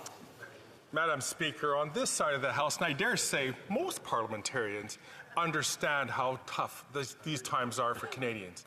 And that's the reason why most parliamentarians have supported, and especially these great government programs such as the Canada Child Benefit, such as the Canada Dental Benefit, such as the Canada's Workers Benefit, are there to help Canadians in these tough times. Unfortunately, Madam Speaker, the official opposition has chosen to vote at every opportunity against these important programs which come to the aid of Canadians. The honourable member for Mégantic-L'Érable. The government has made a lot of announcements, but we're getting more and more calls from constituents who are struggling to make ends meet. And the majority of them are middle-class workers and those working hard to join it. They don't qualify for government announcements because they make too much money, but inflation, the rising cost of living, and skyrocketing interest rates don't spare them one bit. When will the Liberals finally understand the best way to help everyone is to stop raising taxes? The Honourable Parliamentary Secretary. Madam Speaker, for years now, our government has been concerned about Canadians' situation and workers and families, and that's why we introduced the Canada Child Benefit. That's why we have the Workers' Benefit, which will truly help people who are working hard and all they need is a little help. But one thing is for sure, Madam Speaker, in Canada we now have a program to help people with childcare, and the Conservatives voted against it. We cut the costs in half. The honourable member. Madam Speaker, inflation in Canada is around 7%. The average credit card balance is at a high of around $2,000, and credit card interest is at around 21%. Add to that the cost of heating, gas, food, and rent, and the middle class is at the breaking point. What's the Liberal solution? Raise taxes on paychecks and triple the carbon tax. On behalf of the middle class and those who can no longer afford to join it, will the Liberals stop raising taxes? The Honourable Parliamentary Secretary to the Minister of Tourism. Madam Speaker, I'm always a bit gobsmacked that members from Quebec stand up, and they must know that the price on pollution doesn't apply in Quebec. But we have a responsible and sound plan to help Canadians who are struggling to make ends meet, unlike the Conservatives who have no plan whatsoever. Their plan is to abandon the fight against climate change and to go after our seniors' pensions. The honourable member for Saint-Jean. Madam Speaker, StatsCan shows that French is in decline in the workplace in Quebec. 1 in 5 Quebecers can't work in French. And 35% of federally regulated workplaces work primarily in English. The federal government is protecting English in the workplace by allowing federally regulated companies to continue to skirt the Charter of the French languages. the Charter of the French language. How does the minister explain this situation? The Honourable Minister of Official Languages. Thank you very much, Madam Speaker. Quebec and the federal government have a shared goal, and that is to protect and promote French all across Canada, including Quebec. And that's why we're moving ahead with an ambitious bill that will make a difference, that will allow workers in federally regulated private companies to work in French and be served in French as customers. And we want that bill to be enacted as quickly as possible. The Honourable Member. Madam Speaker, StatsCan also reveals that it's in the areas of finance and insurance that French is in the most significant decline. In other words, in banks, and those are federally regulated. That's the main place where French is in decline. But what the federal government is not protecting French, they're protecting the banks and the right to work in English. Do they want to protect the banks or French? The Honourable Minister of Official Languages. Madam Speaker, first of all, we recognize that French is in decline in Canada, and the census gave us data to indicate that. We're the first government ever to recognize the decline of French, and that's why we've moved ahead with ambitious legislation which will make a difference. We want for federally regulated private companies, for workers and customers to have the choice to work and be served in French. We hope that the opposition will work with us to enact this legislation because it will make a real difference in the lives of all Canadians. Thank you. I think I'm hearing more voices than just the minister, so I would ask people to respect the fact that I did not give them the floor, and they should wait on both sides. When someone else has the floor, people should remain silent in the House. The situation in our ERs is a disaster. People cannot get treatment or care when they need it. In my riding, the hospitals at Port Hardy and Port McNeill ERs have been forced to close regularly. Yesterday, a person even collapsed at the Port Hardy ER. They had gone for help and they found it closed. For years, the Liberals have underfunded healthcare, and Canadians are now not able to even access it. When will this government act on the healthcare staffing crisis in rural communities and increase the Canada healthcare transfers? The Honourable Parliamentary Secretary to the Minister of Health. Thank you, Madam Speaker, and I appreciate the question and the concern from my colleague opposite. This is a really urgent time, and urgent actions are required to address the current healthcare, human resources, workforce crisis. That's why we've taken significant actions by establishing a coalition for action for health workers to inform immediate and long-term solutions to address significant health workforce challenges. We've also introduced measures to facilitate the entry of foreign national physicians as permanent residents, and we've also announced a chief nursing officer to provide strategic advice from a nursing perspective to Health Canada on priority policy and program areas. Thank you, Madam Speaker.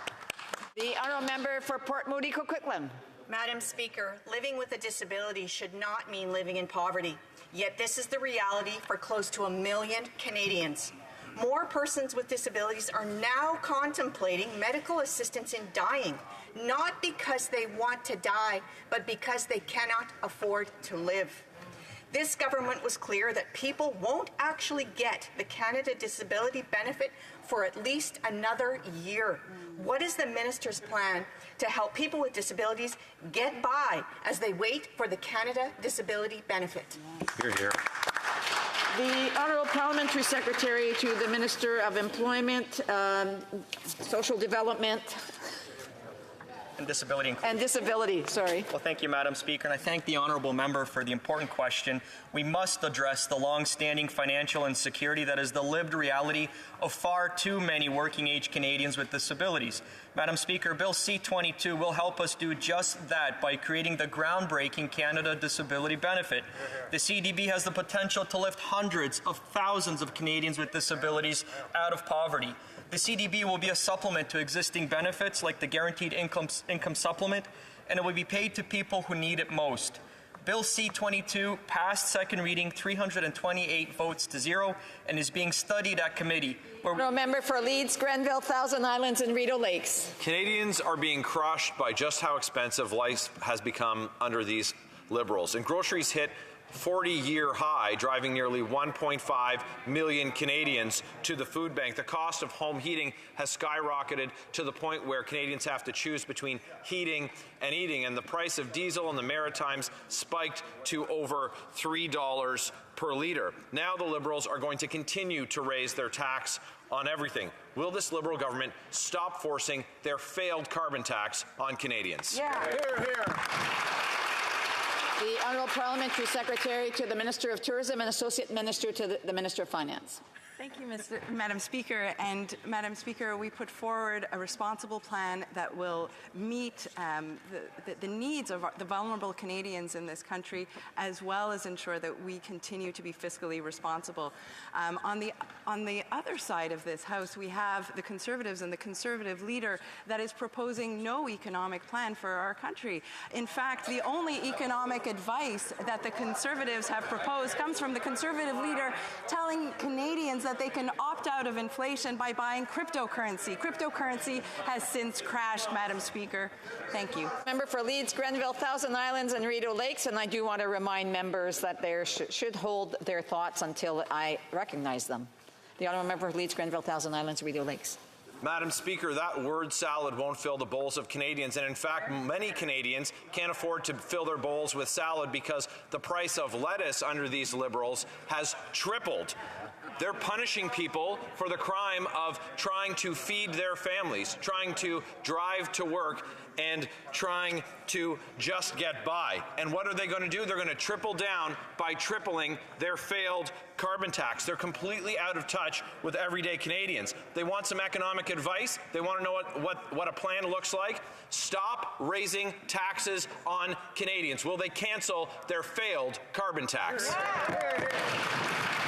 The Honourable Parliamentary Secretary to the Minister of Environment and Climate Change. Thank you, Madam Speaker. And as the Honourable Member knows, as the price on pollution increases, so does the climate action rebate, Mr. Speaker. It makes families better off, 8 out of 10 families, according to the Parliamentary Budget Officer. But you know what doesn't make families better off, Mr. Speaker? Investing in cryptocurrency. And I don't know if the Honourable Member has been reading headlines lately, but many Canadians have lost their shirts, and the Honourable Leader of the Opposition still has not apologized in this House. The Honourable Member for Kelowna Lake Country. Cancelled my Disney Madam Plus. Speaker, after 7 years of this government's high debt, high tax, high spend agenda, the result is 40-year high Liberal-made inflation. The result is people barely affording basic necessities. The result is organizations like the Salvation Army saying that they have 30% increases in families with children in need coming for their services. Will the Liberal government stop forcing their failed carbon tax on Canadians? The Honourable Government House Leader. Thank you, Madam Speaker. I spent a lot of time in opposition when Stephen Harper's government, quite frankly, never raised the spectre or issue of those that were the most vulnerable. This is the government that set targets on poverty. I'm sure that the honourable members would want to hear the answer, and I would just, whether they're in agreement with it or not, but I think that they owe the respect to at least hear the answer so that another question can be posed. The Honourable Government House Leader can start from the top. Thank you very much, Madam Speaker. And we know that times are difficult across the world. It doesn't matter to Canadians who are trying to pay the bills that we have one of the lowest rates of inflation anywhere in the world, lower than the G7 average, lower than the EU, lower than the US, lower than the UK. It doesn't matter, and they're absolutely right. But what does matter is what we do in the face of those global headwinds. Do we expand anxiety and fear, as the opposition is trying to do, or do we put real, tangible solutions that actually help people with the problems they're facing? And I would submit, Madam Speaker, we need to do the second, not the first. Honourable Member Kelowna Lake Country. Well, Madam Speaker, even the Governor of the Bank of Canada said that inflation was homegrown because of these Liberals. Right. A resident of mine let me know that he sent some Christmas baking to a relative in Penticton, which is only 45 minutes from Kelowna. It cost him $75. Wow.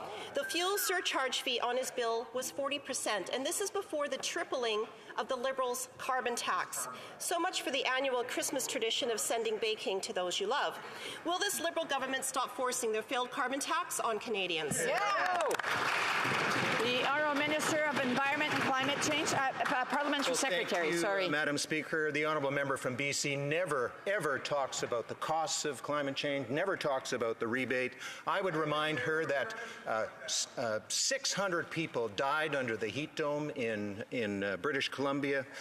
They were, of course, subject to the atmospheric river, which cost the BC economy $9 billion. We've sent $5 billion to help that good province rebuild, Madam Speaker, and the honourable member should get serious about climate change. It's costing our citizens plenty. Right. The honourable member for Lethbridge. Well, despite being absolutely useless, this government insists on tripling the carbon tax. When taxes go up, the money in bank accounts of Canadians actually goes down. Basic math, logic. Welcome, folks.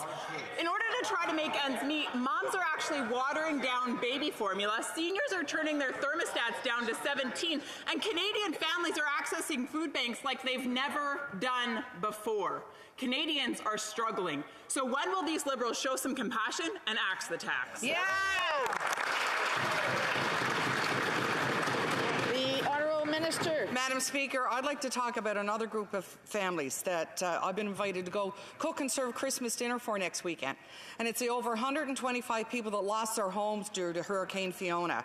They have no homes. They're living with family, friends, and temporary housing as we rebuild. And it's our government that's helping them now. It's our government has a plan to fight climate change. If you go visit my riding, they are the first to stand up and say, please, will you address the impacts of climate change? We have to act, and we have to act now. Hear, hear. Way to go. Honourable member for Lethbridge. Here's the problem with that, is that since these Liberals took power and imposed the carbon tax, emissions have actually gone up, not down. So I don't know how those constituents are being helped by this, aside from paying a whole lot of money to get a whole lot of nothing. Yeah. So here's the thing, is that a tax is not the answer. Canadians are the answer. They are the innovators. They are the problem solvers. Yes. They are the solution makers. They are the ones that will get us out of this Liberal-made mess. Canadians are the ones that we believe in. So finally, when will you scrap your failed Liberal experiment and give Canadians back control of their lives?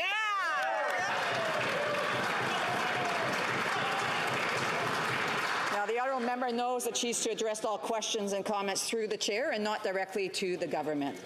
The honourable parliamentary secretary to the Minister of Environment and Climate Change. Madam Speaker, I hate to break it to the honourable member, but emissions are going down and we're on track to meet our carbon emission targets, Madam Speaker. But let's talk about the Conservative record for just a little bit. For 10 long years, they did absolutely nothing about climate change, Madam Speaker. They blew up the Kyoto Accord and blew up our emissions target. They cut, Madam Speaker, $350 million from the climate change budget. They're not serious about climate change, Mr. Speaker, Madam Speaker. Yeah, I just want to remind members again, so this has happened during questions and answers, and I would ask members to please hold their thoughts when somebody else has the floor. The honourable member for Repentigny. With 5 days to go before COP15, we'd like some good news for biodiversity, Madam Speaker, but the only good news is for fossil fuels. On Tuesday, Alberta's gas industry boasted record production in November, 509 million cubic meters a day, a 300% increase in profits. The same day, on Tuesday, on the biodiversity front, the federal government reported that 20% of wildlife species in Canada are at risk of extinction. Should the gas industry be tripling profits while 20% of species are threatened? The Honourable Parliamentary Secretary to the Minister of the Environment and Climate Change. And we're working very hard with industry to get those emissions down. As the honourable member will know, we're capping emissions from the oil and gas sector. We're eliminating fossil fuel subsidies. And Madam Speaker, we are inviting the world to COP15 in Montreal next week. And Madam Speaker, we also have very aggressive targets for biodiversity preservation because we know species are going extinct at a very rapid rate globally and here in Canada. That's why we've committed to 25% of our land and waters to be preserved by 2025 and by 2030, 30% of our wildlife. The honourable member for Repentigny. A report on wildlife species finds that 2,253 species are at risk, including the right whale. But what is the government doing for the right whale 5 days before COP15 on biodiversity? They're giving the green light to oil drilling in the whale's habitat off the coast of Newfoundland without any environmental assessment. At the same time, the government's inviting the whole world to COP15 on biodiversity, and this report showing that biodiversity is in free fall. Why is the federal government actively threatening biodiversity for the sake of finding more oil and gas? The Honourable Parliamentary Secretary. The Honourable Minister, rather. And I share the member's concern for North Atlantic right whales. This is an... I'd like to remind members, I shouldn't have to, but when someone else has the floor, please remain silent. The Honourable Minister. Well, thank you, Madam Speaker. I share the concern about North Atlantic right whale, which is an endangered species. Our government is taking decisive and necessary steps to protect them. We've implemented Canada's dynamic closure system to protect whales when they're sighted. We remove ghost gear to reduce entanglements. We are innovating on whale-safe gear to further protect these whales. We're aware of their situation, and I am working hard to make sure that we are protecting them. The honourable member for Sturgeon River Parkland. Well, Madam Speaker, the 2022 hunting season is drawing to a close, and hunters are celebrating a successful harvest of deer, moose, and other game. But here in Ottawa, the Liberals have set their sight on a very different target. With no warning and no consultation, the Liberals have announced their plan to ban hunting rifles and shotguns. The hunters have become the hunted. Why does this Liberal government always punish law-abiding hunters and sport shooters while giving bail and house arrest for violent repeat offenders? The Honourable Minister of Public Safety. Madam Speaker, in fact, my colleague from the Conservative Party is wrong. We are not targeting hunters. In fact, I met members of the hunting community this morning to assure them that what we are going after are the AR-15 style firearms, which have been used in far too many mass casualties across the country. More than that, we have a plan to tackle illegal smuggling at the border by investing $130... Order. I certainly heard that, and I would ask the honourable member for Lethbridge after the questions and comments to apologize for her statement. And she knows that that is not acceptable in this House, and I hope that she takes it seriously. The Honourable Minister of Public Safety. Thank you, Madam Speaker, and I'm going to set aside that remark that I hope that my colleague will apologize for. It has no place in this chamber. We're trying to have a responsible debate about how to keep Canadians safe, Madam Speaker. And again, we'll continue to go after AR-15 style guns, which have no place in our communities. We'll continue to invest in stopping illegal smuggling of guns at our borders. Those are initiatives which the Conservatives have voted against, and they should reverse their position. Thank you. Again, I was hearing more voices than the minister, and I would ask members, again, whether they appreciate the answer or not, that they're here to listen to the answer and they can follow up with a subsequent question. The honourable member Sturgeon River Parkland. Well, Madam Speaker, I won't take any lessons on firearms from a minister who visited a gun range and was too afraid to even touch one. These Liberals can't tell the difference between a machine gun and a BB gun. While the Liberals plan to waste billions of dollars going after 100-year-old hunting rifles, smugglers continue to ship handguns by the thousands over our borders that are being used on our streets. Why are these Liberals so off target on tackling the real sources of violent crime? The Honourable Minister of Public Safety. Madam Speaker, it is very regrettable that today Conservatives are resorting to personal attacks on me, onto members of our side and the government who represent hunters.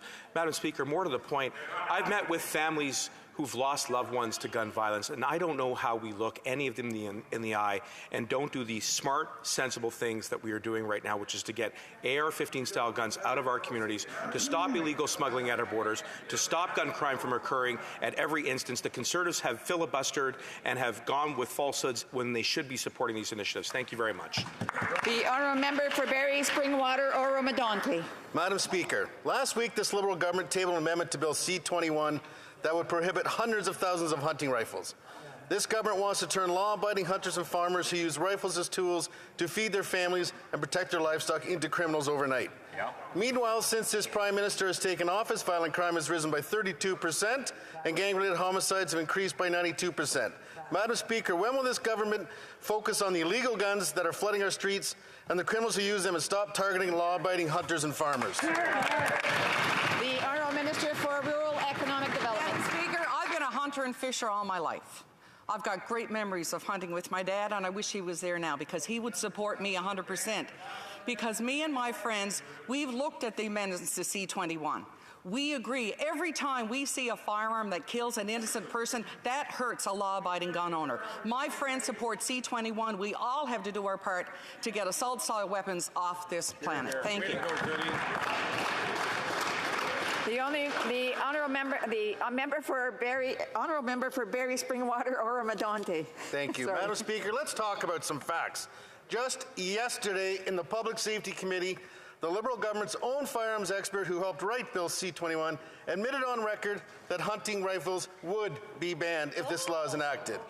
Will the Liberals admit they have made a mistake, admit these amendments are affecting law-abiding hunters and farmers, and cancel Bill C-21? The Honourable Minister of Public Safety. Madam Speaker, in fact, the expert that my colleague is referring to refuted many of the misnomers and inaccuracies that the Conservatives continue to perpetrate. More to the point, we have a plan, Madam Speaker, to eradicate gun violence once and for all. That includes investments at our borders to support CBSA the Conservatives voted against. That includes addressing gun crime at its root causes. We invested $250 million. The Conservatives voted against. It also includes common sense laws like Bill C-21 so that we can get those guns that have no place in our communities off our streets once and for all. Thank you. The Honourable Member for Timmins James Bay. Madam Speaker, we need to keep our communities safe from handgun violence, and this government promised to do that. But at the 11th hour, the government slipped an amendment into C-21 that is not about dealing with handguns. Instead, the government is now targeting, quote, rifles and shotguns with detachable clips. This is a huge overreach that will impact rural, northern, and Indigenous people, and this government needs to fix this. So will the Attorney General ensure that this legislation on handguns is not going to target legitimate hunters and rural people?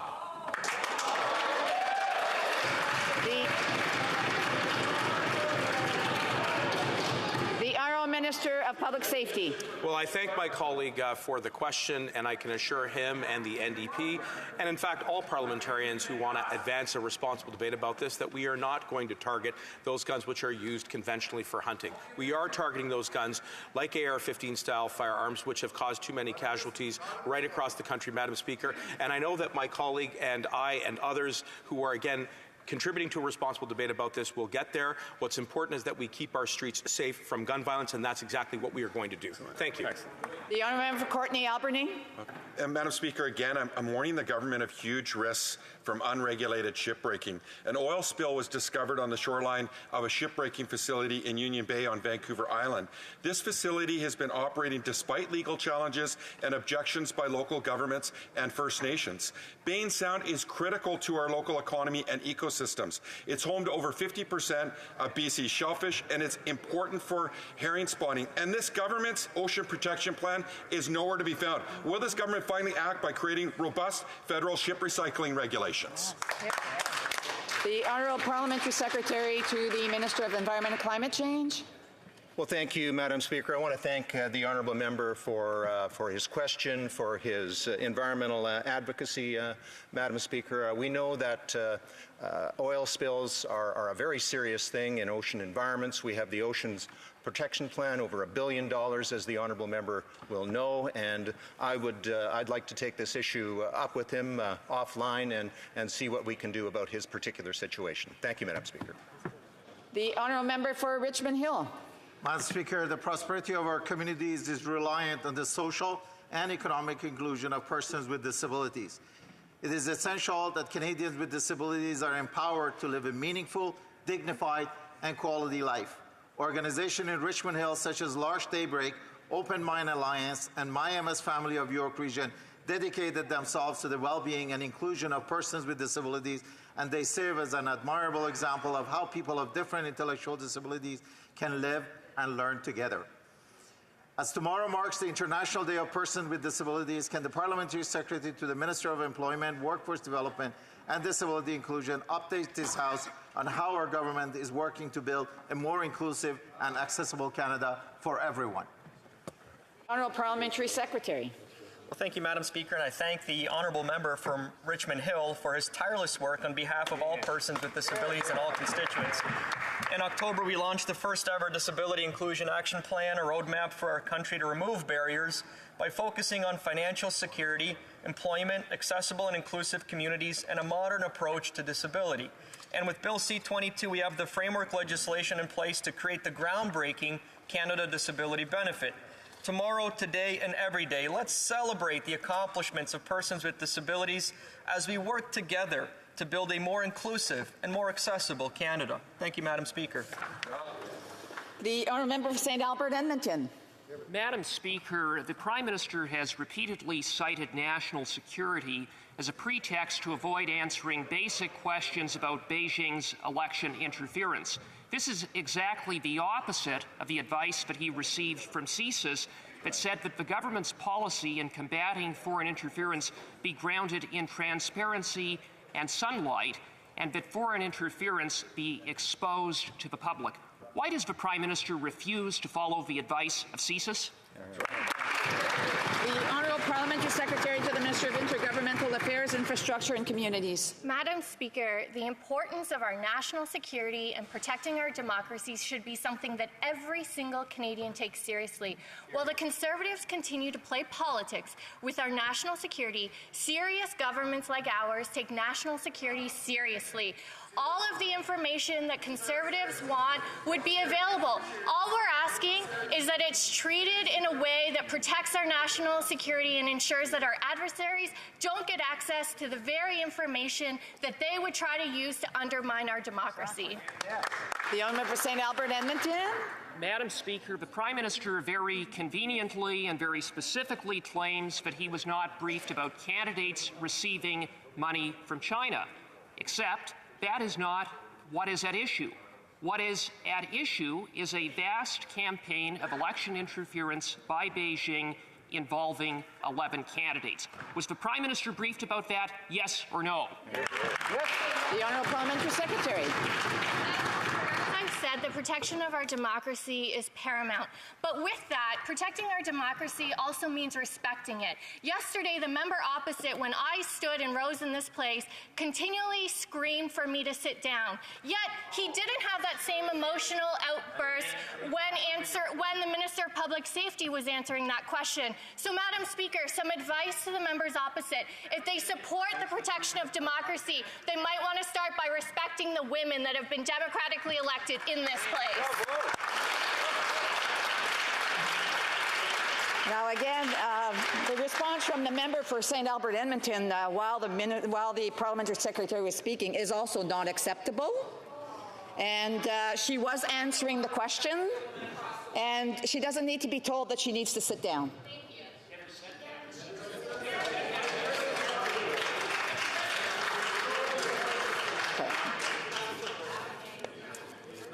Okay, I will correct that one on that last point, but that it was unacceptable what was happening there.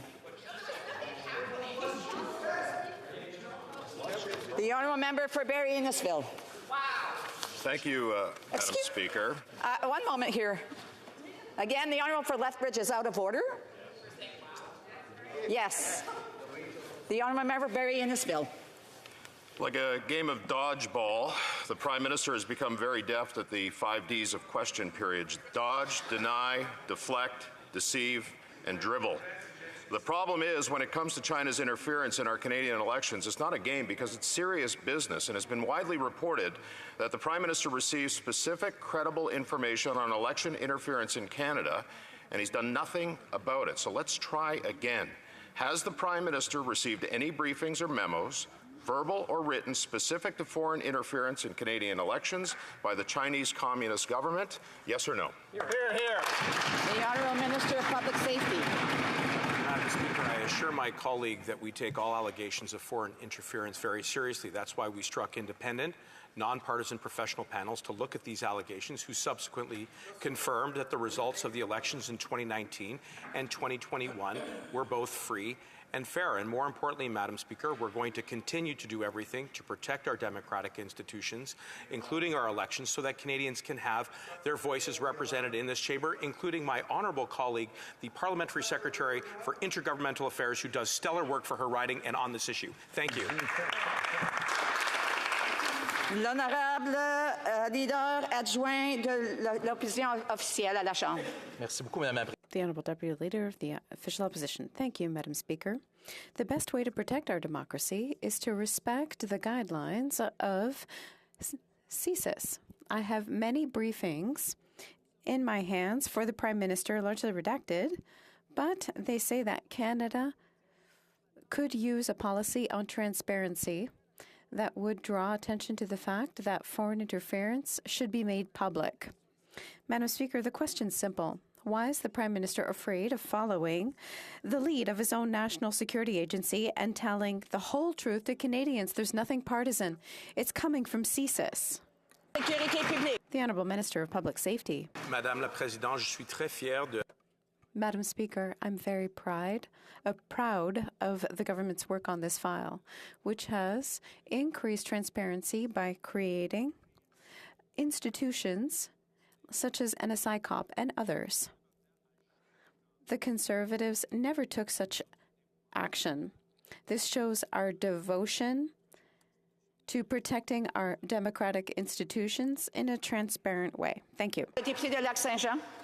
Madame la Présidente, nouveau record au chemin.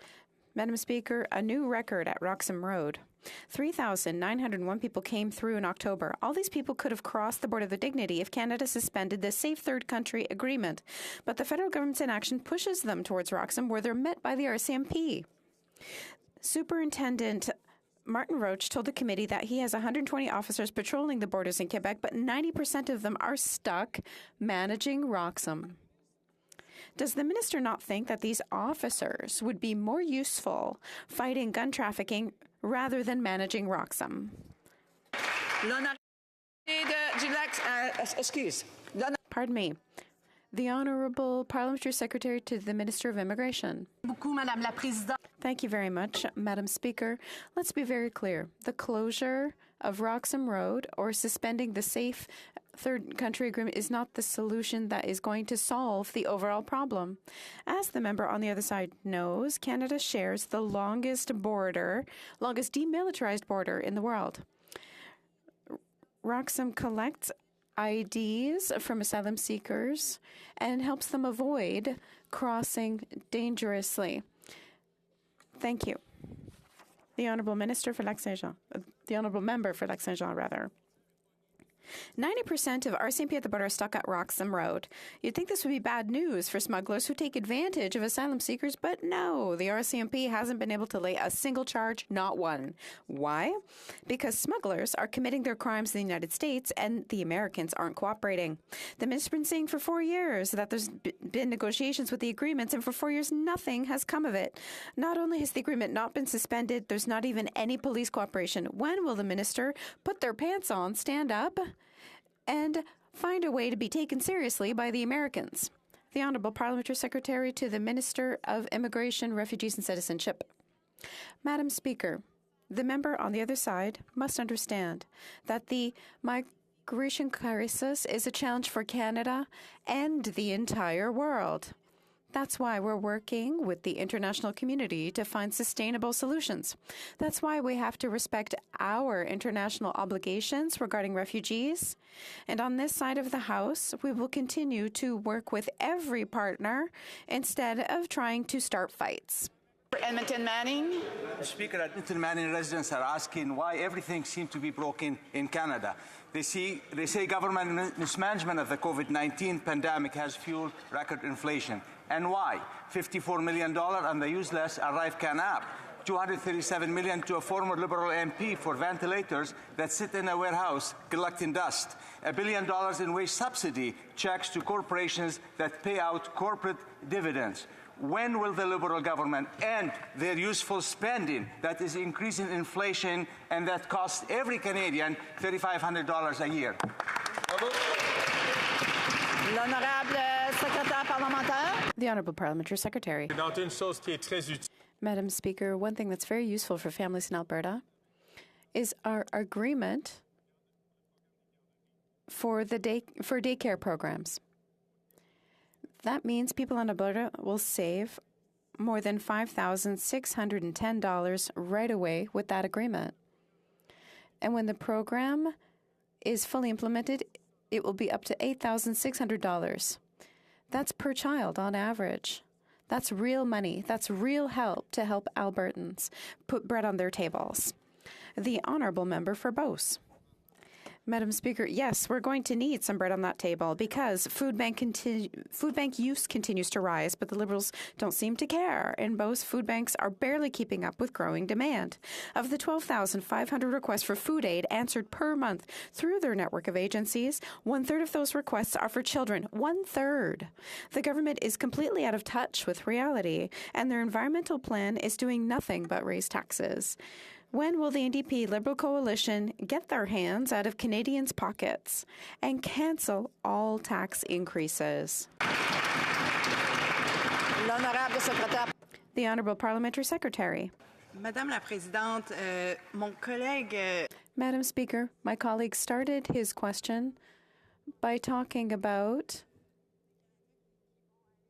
the higher number of Canadians going to food banks, and then bizarrely, he concluded with the carbon tax.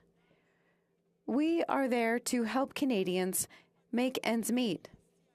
We invested $400 million more to help, which means that those $450 million,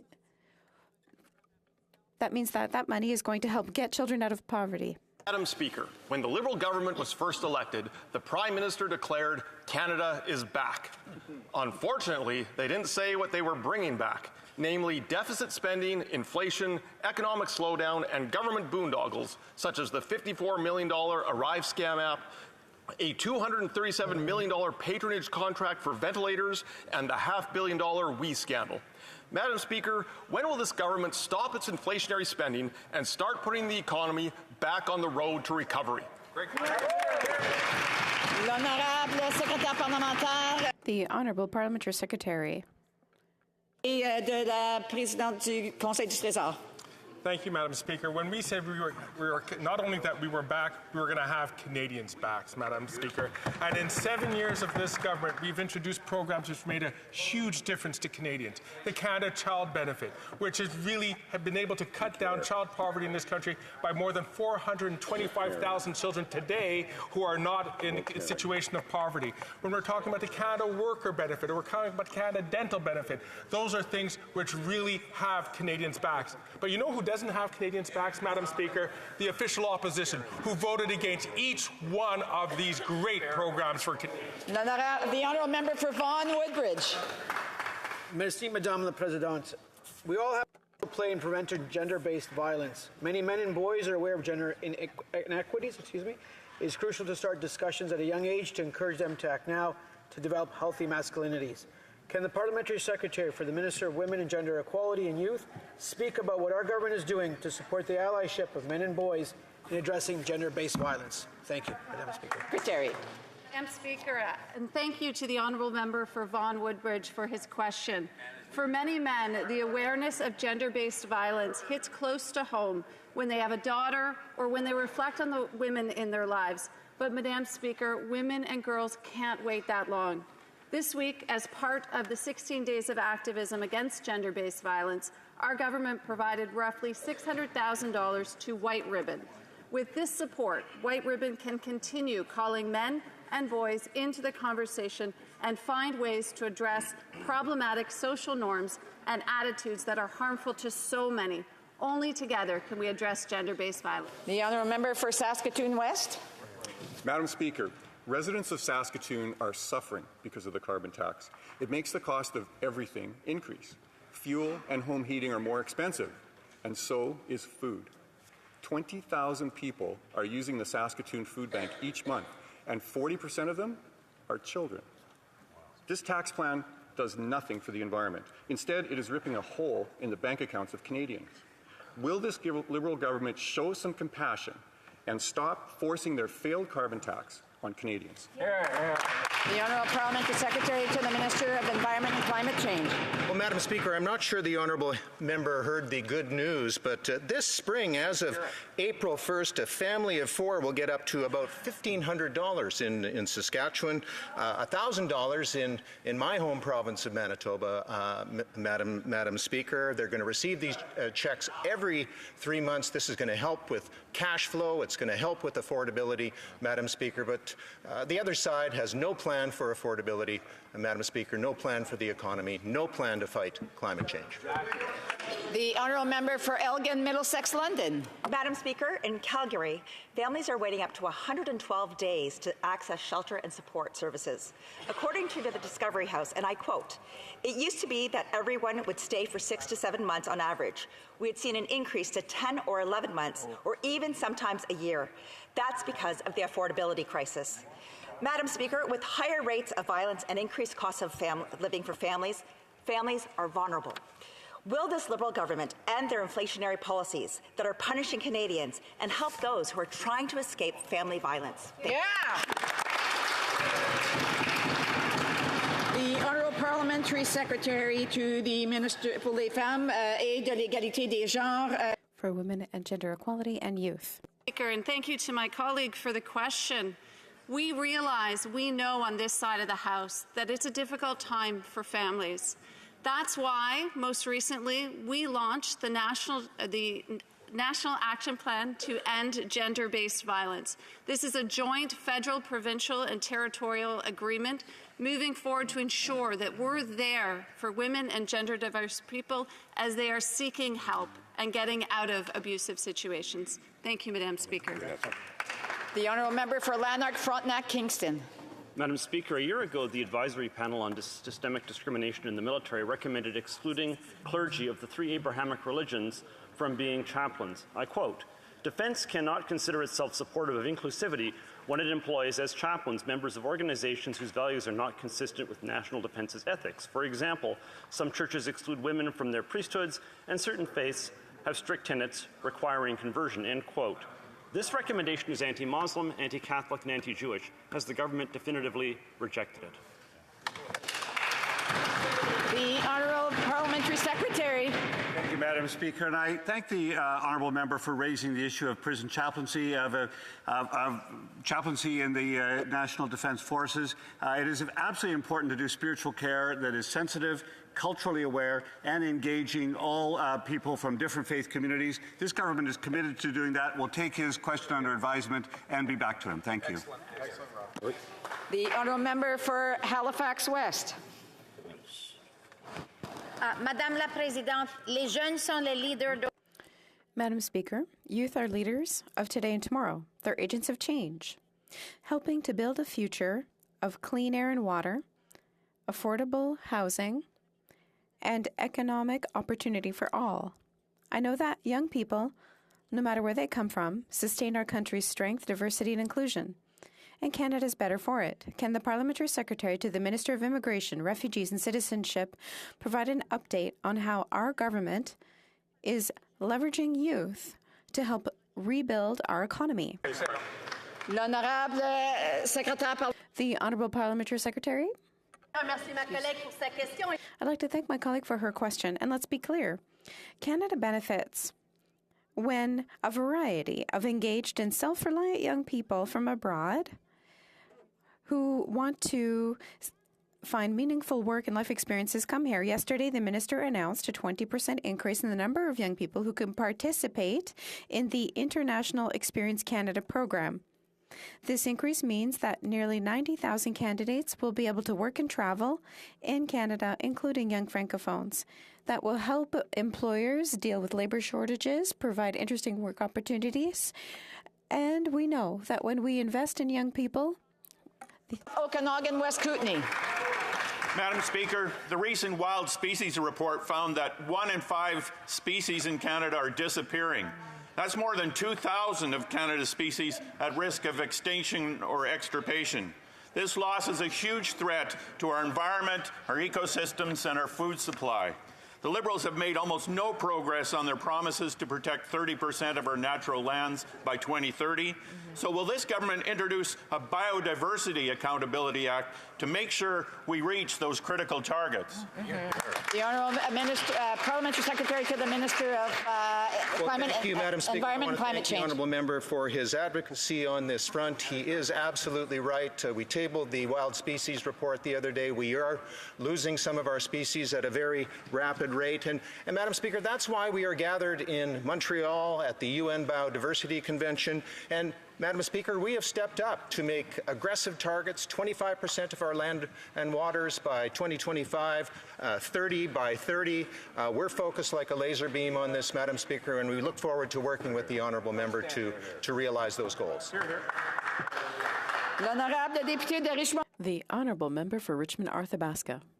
Madam Speaker, I have an entrepreneur in my riding, Danielle Dubois, of Zenith Nutrition, who produces healthy energy bars made exclusively with local and Canadian ingredients.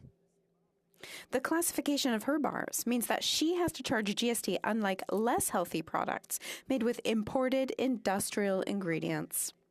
Imagine, she's being penalized because she's supporting Canadian farmers with healthy ingredients. Can the minister tell us if they intend to review this 30-year-old law so that our healthy local foods are not taxed and disadvantaged? The Honourable Parliamentary Secretary. Thank you, Madam Speaker. Please allow me to start by thanking the member for Richmond-Arthabaska for his work, for his hard work, and to congratulate the entrepreneur for promoting local Canadian products. Our government has always supported small businesses. In our last budget, we reduced taxes for small businesses again, down to 9%. It's among the lowest rates throughout the world. As for the question raised in this specific issue, it will be my pleasure to speak directly with my colleague. But I also invite the manufacturer to participate in... And that brings us to the end of question period. Before I go to the point of order, I want to deal with an issue that I raised during question period, and that is that I did indicate that I would be asking the Honourable Member for Lethbridge for an apology to the Minister of Public Safety for her comment in the House. The Honourable Member for Lethbridge. Madam Speaker, earlier today I called the Minister of Public Safety a liar. I shouldn't have done that. Instead, I should have said he misled this House. I apologize. I don't believe that that is an acceptable apology at this point. The Honourable Member is trying to justify what she has said, and I would just ask the Honourable Member if she wants to try that one more time, given the unparliamentary language that was in the House. I apologize. Madam, the Honourable Member for Elgin Middlesex London has a point of order. Thank you very much. And I know that today's debate, of course, we get very uptight on certain issues, but I find it very rich when we have a member talking about the rights of women, who then turns to me and tells me to zip it. So I would like to ask for an apology from the member for Ajax. If they were actually going to talk about treating people with dignity and respect, that it goes for Conservative women as well. Thank you. On that same point of order, the Honourable House Leader. Thank you very much, Madam Speaker. I'm pleased and proud to represent the riding of Ajax. I don't think that that's who she was referring to. But I do say that this is an opportunity perhaps to reflect on the... Madam Speaker. One point of order. If the Honourable Member wants to go back on the other point of order, I will go back. I'm not going to interrupt the Honourable Member during his point of order. The Honourable Government House Leader. Madam Speaker, I think there's an opportunity. We've had an opportunity at House Leaders meeting to talk about the manner in which we address each other. We've had good discussions where we've agreed to stop yelling and to follow the standing orders. Well, that was my understanding, I hope. I think that I'm hearing the other side saying no, that they do think it's acceptable. The Honourable House Leader to speak to his point of order and to ignore anything that's coming from the other side at this point, because it shouldn't be about debate. So then if there's other points of order, I'll address those. The Honourable House Leader. This point, I thought, and hearing the members yelling no, I have to go back to the House Leaders meeting and have a conversation about what I thought we had agreed to. What I thought we had agreed to, Madam Speaker, is that when a member is speaking, the practice of screaming or yelling at them when they're attempting to speak is not becoming of this place. It is against the standing orders. It needs to stop. And so I will take it back to the House Leaders, and I hope that we will have a productive discussion in that regard. And people are yelling even as I'm speaking here, Madam Speaker, so clearly we have more work to do. So, point of order, the Honourable Member for Elgin, Middlesex, London. Madam Speaker, I was absolutely wrong. Although the member from Ajax did apologize for something, he had no idea what he was supposed to be apologizing for. This was regarding the member from Pickering Uxbridge, who stood and talked about the way women were treated in this House. Yet to her own female colleague did the exact same thing. So I do find it very rich, and would ask the member from Uxbridge recognize that all women in this Parliament, regardless of political party, all matter. All women matter, just not from the Liberal Party. Thank you very much, Madam Speaker. Does the Honourable Member for Uxbridge want to comment? I'll recognize her. Madam Speaker, nothing could be further from the truth. That's not what happened. The members opposite were screaming as they're screaming at me now, when I simply raised the point that yesterday when I stood in this place, the member from St. Albert, Edmonton, was screaming for me to sit down, and they were trying to deny that didn't happen. Madam Speaker, there are lots of witnesses on this side, and she has to account for her denial of a member on their side telling another woman to sit down. I just want to remind all members that there are things that are being said on both sides, and I would just ask members to please respect the rules of the House and to respect each other, whether you are asking the question or waiting for an answer or delivering the answer. And so I think that all in all, there has been some words that have been said on both sides, and I would ask members to please refrain from that. Another point of order, the honourable member for Elgin, Middlesex, London. I am sorry, but I was watching that member. It was eye-to-eye contact. I would like an apology from that member, because she knows. That member knows it was directed at me. That member looked directly at me and said it to me, and this House was quiet at the time. It was not during that. So I'd like to share that with you. I wish that she would reconsider her actions, and So again, I would have to review Hansard to see exactly what was said. As far as for looks in the House, it's something that I can't, Hansard will not show. And so I would just, again, ask members to be respectful of each other in the House here. I also want to add that I owe an apology to the honourable member for St. Albert, Edmonton, for part of the answer, the comments that I made to him about him today, and so he did not ask the honourable member to sit down, but he did call her by name. And but I just want to again reinforce the fact that we need to be respectful of each other here in the House. C'est-tu un point d'ordre? Okay, parfait. Good. Tabling of documents. Though I think I just. Tabling of documents. The honourable parliamentary secretary to the Minister of Health and the Minister of Sports. Merci, Madame la Présidente. J'ai le plaisir de déposer. Thank you, Madam Speaker. I have the pleasure to table in both official languages the report on COVID-19 rapid test procurement and distribution. Parliamentary Secretary to the Government House Leader. Yes, thank you, Madam Speaker. Pursuant to Standing Order 36.8a, I have the honour to table in both official languages the government's responses to 6 petitions. These returns will be tabled in an electronic format, Madam Speaker. Tabling of documents. Dépôt de projet de loi émanant du gouvernement. Déclaration de ministre. Rapport de délégation interparlementaire. Presenting reports from committees. The honourable member for Cloverdale Langley City. Madam Speaker, I have the honour to present in both official languages the 6th report of the Standing Committee on Natural Resources entitled Supplementary Estimates B 2022 to 2023. Thank you, Madam Speaker. Presenting reports from committees. Introduction of private members' bills. First readings of Senate public bills. Motion. Présentation des pétitions. The honourable member for Calgary Forest Lawn. Thank you, Madam Speaker. I proudly stand today to present a petition on behalf of the amazing people of Calgary Forest Lawn, particularly of those that live in our Mayland Heights community, that are calling on the government to stand with them, along with myself, that the alternate departure heading trial route not be made permanent. Air traffic using YYC or Calgary's Airport alternative departure heading trial vary significantly from the required heading.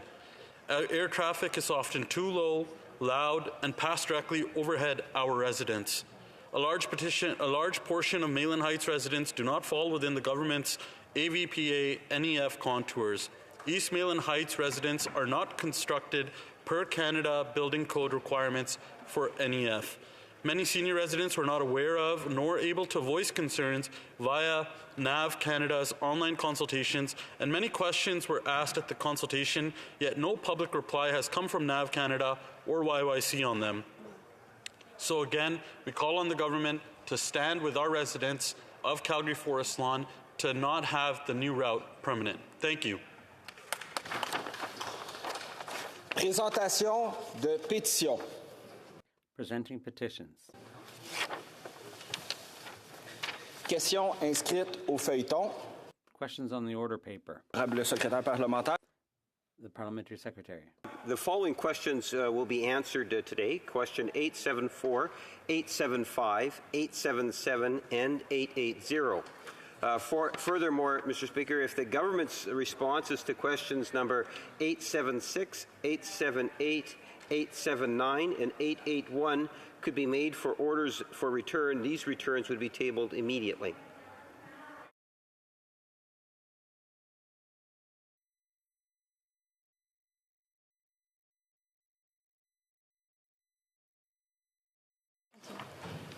Plaît-il à la Chambre que... Is it the pleasure of the House for the questions to be made orders for return and be tabled immediately? Mr. Speaker? Oui. Agreed? Mr. Speaker, I would finally then ask that all remaining questions be allowed to stand at this time, please. D'accord. Agreed. Agreed and so ordered. Ordre du jour. Orders of the day. Government orders, government bills, commons. Second reading of Bill C-23, the Historic Places of Canada Act. Reprise. Resuming debate. The Honourable. Oui, pardon, on était rendu. Oh, right. We were at questions and comments. Excusez-moi. Donc, l'honorable. So the Honourable. Pardon? Ouais, ben, l'honorable. Okay, the Honourable Member. I listened with interest to my colleague's intervention on C-23 today. I've been to his area, to Camrose, having grown up in the prairies and with family there, and heard his passion for the area, Neutral Hills, which I actually have never visited. He spoke about the Indigenous, the First Nations, teepee rings and arrowheads and other cultural objects that are there. He also had expressed concerns about law enforcement within C-23 and the enforcement capabilities that are covered here. And so I'd ask him if he could understand that if the Neutral Hills or areas like that were a National Historic Site, would we not want to have appropriate designation for the protections of the objects that would be within there? And so I would put to the member, would he be willing to support the much-needed measures that are in C-23 for law enforcement to help protect the treasures that are found within federally owned National Historic Site, protections that currently do not exist? Je remercie le député de Cloverdale. I'd like to thank the member for Cloverdale Langley and in answer the Honourable Member for Battle River Crawford. Much, Mr. Speaker, and I spoke at length in my speech, including many of the references to some of the historic sites and monuments across my constituency. But I think the key here is we need to make sure that we get it right, because, for example, the Neutral Hills is a great example where there is agriculture that is ongoing in that place that actually has significant connection to the land. In fact, some ranches that were established shortly after the disappearance of the buffalo from the plains, as well as there is responsible resource development. So the mechanisms regarding enforcement and the ability for extraordinary powers being vested in the hands of the Minister of Environment, we have to be able to do it right, because the last thing that I think that member, and certainly the last thing that I would want, is for the heavy hand of government to displace, whether it's economically or to prohibit the collaborative work that needs to be done to ensure both the preservation of historic sites, whether that be different levels of government. I didn't have a chance to get into the specifics about the collaboration needed between different levels of government here, Mr. Speaker. But we have to make sure that we get it right. I'm concerned about wide-sweeping powers being vested in the hands of the Minister of the Crown without there being appropriate guardrails in place. And I hope that that is something, and the construction of those guardrails would be something that that member would support. Questions et commentaires, l'honorable député. Questions and comments? The honourable member for Saint Jean. I'd like to thank the member for Battle River Crawford for his speech. He talked about giving the minister powers, and I'd just like to make sure that he doesn't necessarily want to do away with that aspect of the bill, but that he just wants that power to be limited. And I'd like him to give us an example of how that could be done at committee. How could we limit the minister's powers? The honourable member for Battle River Crowfoot. Mr. Speaker, and I think that one of the very clear examples, certainly as I have looked through this bill, that would be an appropriate a path forward for amendments is to ensure that there is clear guardrails set forward so that when it comes to enforcement, that there is appropriate enforcement, but that's also guided by the dynamics that exist within, whether that's a particular region, with working with other levels of government, and to ensure that we don't have the ability for activism that may have a negative impact on the local communities, of which often rely on the lands and monuments and institutions associated with national historic sites. That's why we have to get it right. Questions and comments? The honourable member for Courtenay Alberni. My colleague for a speech. And Mr. Speaker, seeking truth is an essential component in ensuring justice for Indigenous communities who've suffered because of the Indian residential school. And I'd like to hear from my colleague his thoughts on ways that maybe he believes that knowledge of elders and knowledge of knowledge keepers, to conserve Indigenous history across the country can be used, and also maybe he can speak about the roles and the important roles of elder survivors and their families and how that can be incorporated into the Historic Sites and Monuments Board to ensure that the genocide at Indian residential schools is never forgotten. The honourable member for Battle River Crowfoot. Very much, Mr. Speaker, and I didn't have a chance because, of course, there's so much that could be discussed on this topic, but when I worked for former Saskatchewan Premier Brad Wall and the Saskatchewan Party government there, one of the things that I had the opportunity to do was to work with the Minister of Parks, Culture and Sport to see designated the cemetery that was associated with the former site of the Regina Indian Industrial School. And if there was more time, Mr. Speaker, and I've spoke about it before in this place, but the very powerful process, certainly impactful for me, and I know in the preservation of the history of that particular site, and I know there's many others across the Canada, to ensure that we have those real conversations, that we use, in that case, the provincial historic sites register to ensure that that history is preserved, that those stories are kept alive, so that we can have those conversations today and that they can be remembered into the future. Questions et commentaires, l'honorable. Questions and comments? The honourable member for Langley Aldergrove. In his speech on National Historic Sites and Monuments Act, my colleague from Battle River Crowfoot made mention of the importance of teaching and celebrating our Canadian history, not burying it, not canceling the less than savory characters in our history. And I think of John A. Macdonald, a very flawed individual, but a man who had a great vision for Canada coast to coast. And I wonder if my colleague could comment on the importance of teaching Canadian history from a balanced perspective. L'honorable député de Battle River. The honourable member for Battle River Crowfoot. Speaker, and absolutely, we need to have a realistic and holistic conversation about our nation's history. I'd referenced a number of historical places and monuments across my constituency in a few events, including the story I referenced briefly, the story of the Rocky Mountain Rangers in the book The Cowboy Cavalry that I'm currently reading. And Mr. Speaker, we have an example here of where the history of Canada is complex. There is the good, the bad, and the ugly, as they say. But, Mr. Speaker, we have to have real conversations about our past. We cannot erase part of it because that does no justice for us to be able to learn from those past mistakes. It does no justice to the Indigenous peoples that have suffered abuses under our system, no justice for those, for example, Ukrainians who faced internment during world wars. Mr. Speaker, we have to have a real and honest conversation about Canadian history, and that does not have anything to do with tearing down statues, covering up plaques, because, Mr. Speaker,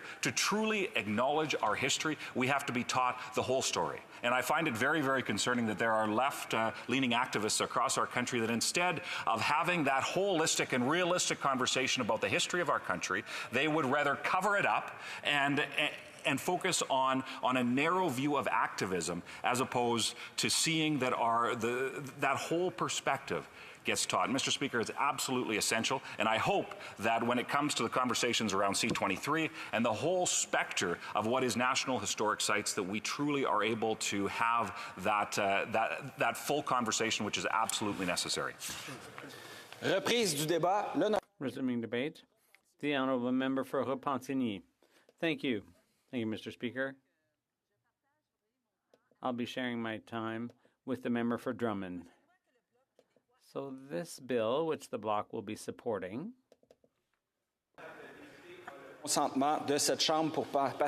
I'd like to point out to the member that she needs the unanimous consent of the House to share her time with the member for Drummond. Okay, there's consent.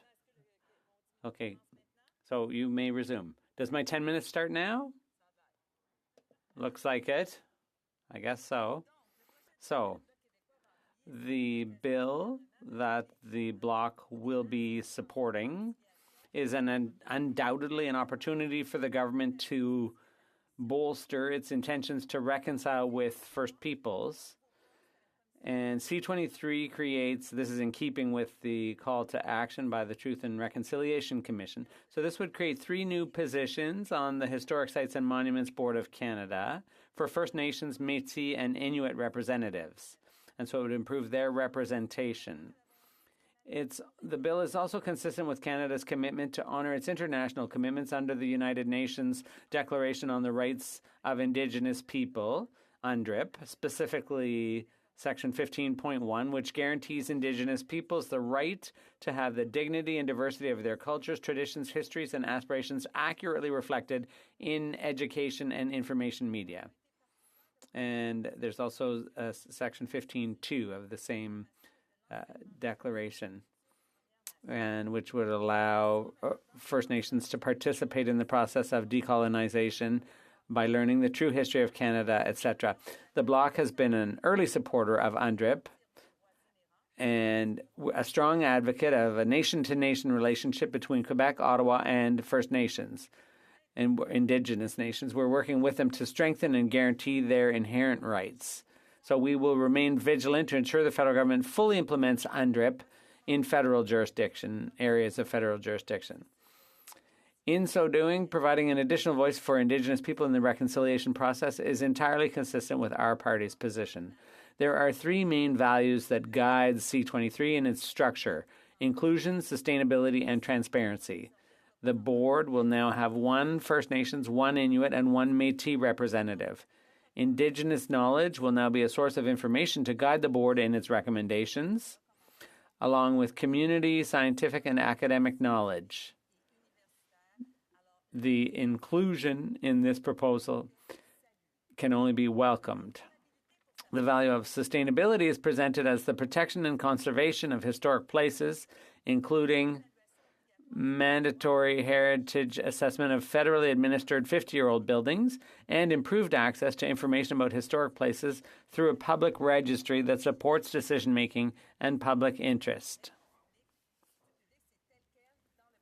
That's what the bill provides. There are famous people of historic significance, famous historic events, but there are also famous historic sites and classified buildings. C-23 amends a number of acts, including the Parks Canada Agency Act, including sections 4L and M of the fourth paragraph of the preamble to the Act. They're replaced to maintain ecological integrity as a prerequisite to the use of national parks, and also to maintain commemorative integrity and heritage value as a prerequisite to the use of historic places. So the use of a historic place. Let's talk, I'll give you a concrete example of the future site of the expansion to the Ottawa Civic Hospital. There have been a whole bunch of contradictions when it comes to protecting heritage, historic, and historically valuable and ecological sites. And these are sites that are undoubtedly very close, near and dear to the hearts of thousands of Ottawans, and certainly the Indigenous communities in the area. So, is there a real mechanism to protect places and sites that are called heritage or historically significant? Ottawa needs a hospital, that's clear, and there are criteria for selecting the best site, taking into account various factors, and the NCC is asked to propose federal sites in the catalogue of sites under its management. Point of order, yes, there's a point of order from the Honourable Member for Saint-Jean. In keeping with the theme of respect, I believe I'm hearing noises coming from the government lobby, someone speaking on the phone. It's a bit distracting, and so it's a bit hard, even from this close, to follow my colleague's speech. So I just wanted to raise this so that we can continue in peace. I'd like to thank the Honourable Member for Saint-Jean for the important point of order. I think the message is being relayed currently. If Honourable Members could give me an indication when the disruptive noise has stopped. Has that distraction stopped? Yes, okay.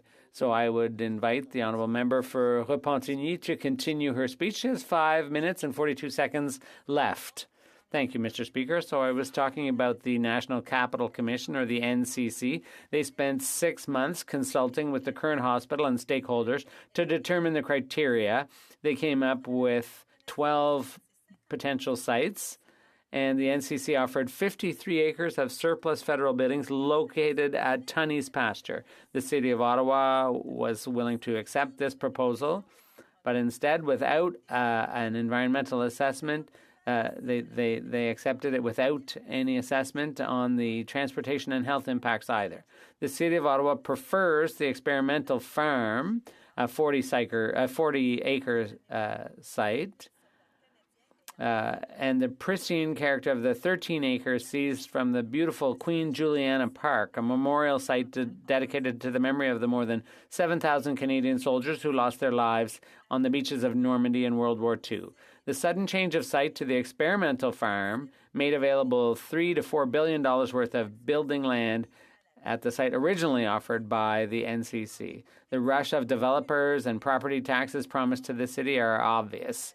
More than 10,000 people have petitioned the City of Ottawa to roll back these permits to build the hospital and get answers, but they've been unsuccessful. No hospital should cut down a forest. Urban green spaces are essential to human health and well-being, but the NCC rejected the Central Experimental Farm East as a site for a new hospital in its 240-page report. But according to the document, and I quote, there are multiple heritage considerations, including intrusion into the current boundaries of the Central Experimental Farm National Historic Site and close proximity to the Rideau Canal UNESCO World Heritage Site and several federal heritage buildings. The hospital will apparently require 28 acres of land for over 3,500 parking spaces. At least 500 trees on the Sir John Carling site will be cut down. And I quote again from the report, hundreds of trees will have to be felled. Yes, we counted, but we stopped at 500. That's what the NCC wrote to two former Ottawa mayors.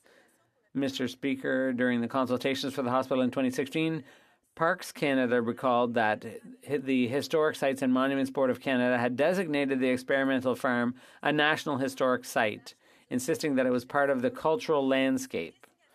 And I quote again, this heritage designation is global and universal. It applies not only to the heritage buildings, but also to the more utilitarian buildings that support them, the ornamental and other landscaped grounds, and the outdoor research fields. The NCC goes on to look into its crystal ball all the way out to 2067 in a report published in 2017, and I quote from that, in 2067, national institutions represent Canada to the world and contribute significantly to the capital's identity, pride, and signature. The Central Experimental Farm, established in 1886, is a unique working farm in the heart of an urban area. The experimental farm is open to the public year-round, as is the adjacent 26-hectare Arboretum.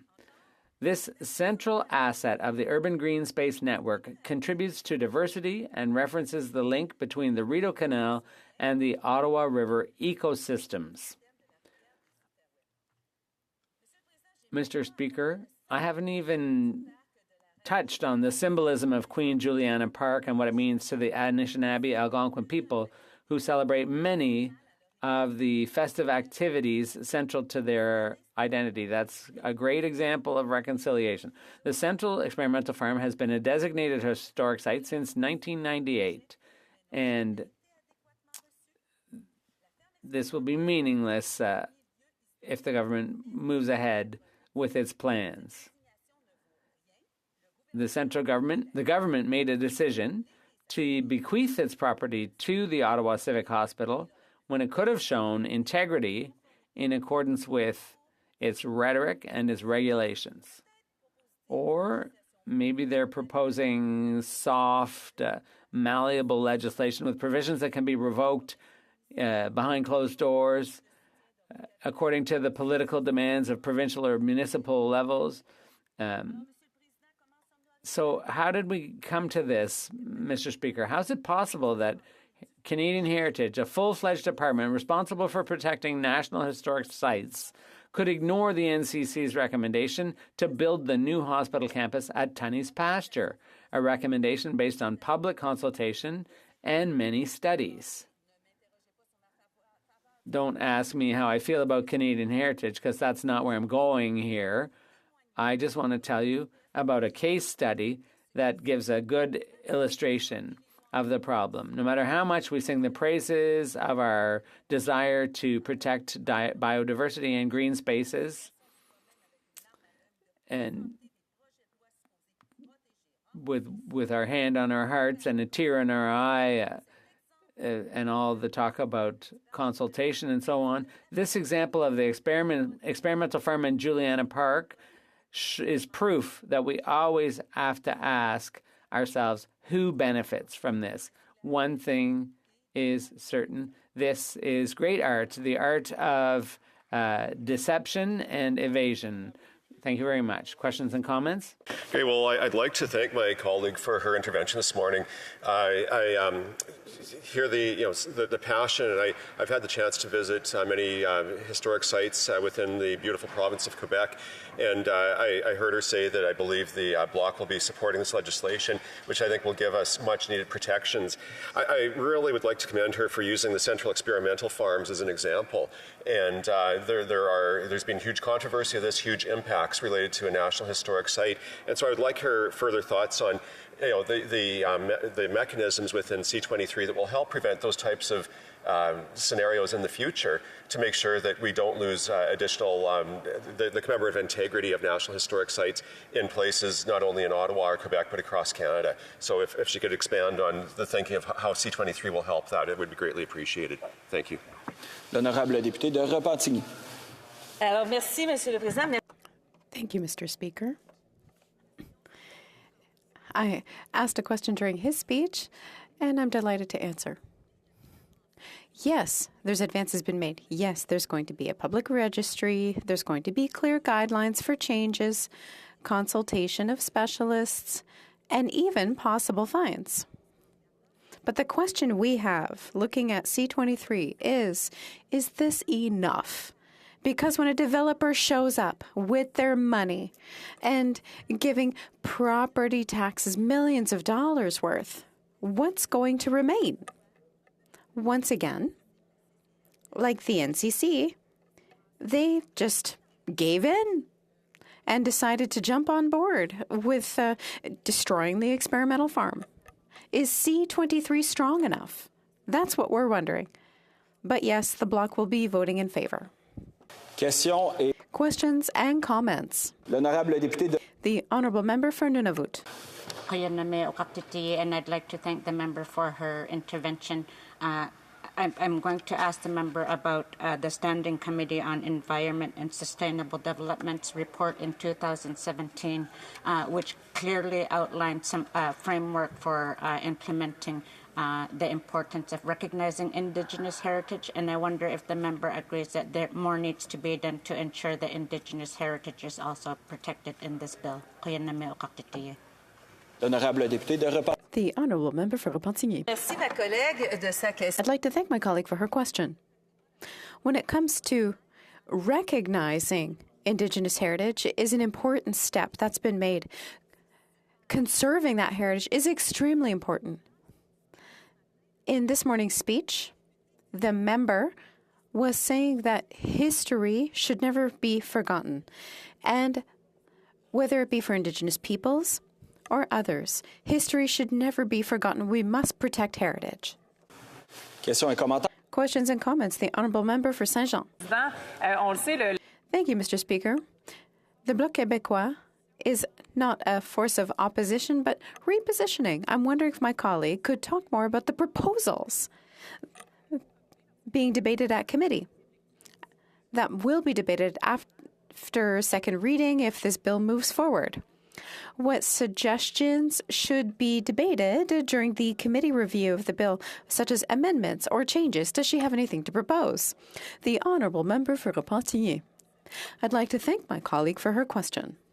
Yes, there's suggestions we could make. The bill is going to arrive at the committee where I sit. What we would like is to keep the most integrity of the original state of any site, that no one can just show up and give in to a developer. I think this would be an opportunity. At committee, we saw that Parks Canada has been interested in establishing urban parks. Why not look at this? We want to make sure that developers can't nibble on the edges of historical sites. There's influencers who show up, things change, and then the edges just get nibbled bit by bit. So we want to tighten this up to make it as strong as possible, whether it be in the oceans or on land. Resuming debate, the Honourable Member for Drummond. Monsieur le Président, vous dire à quel point c'est un honneur. Thank you, Mr. Speaker. It is an honor to follow up on my colleague for Repentigny every time she speaks. She makes us humble. She makes us realize just how much more work we have to do to be at her level. So I congratulate her for her speech, and I thank you. I thank her for sharing her time with my humble self. It's a privilege for me to give my first speech before you. I'm also pleased to talk about Bill C-23, which deals with a subject that I am greatly interested in. Heritage, protection of heritage, preservation, but above all, and we'll come back to this, recognition of heritage. C-23 is an act respecting places, persons, and events of national historic significance or national interest, archaeological resources, and cultural and natural heritage. That encompasses a great deal of things. There's a real concern around the world that we're starting to see, that we're starting to hear on the issue of preserving cultural heritage. I had an opportunity earlier this fall, in September, to participate in Mondia Cult, which was a UNESCO meeting on heritage. Some of my colleagues had an opportunity to go.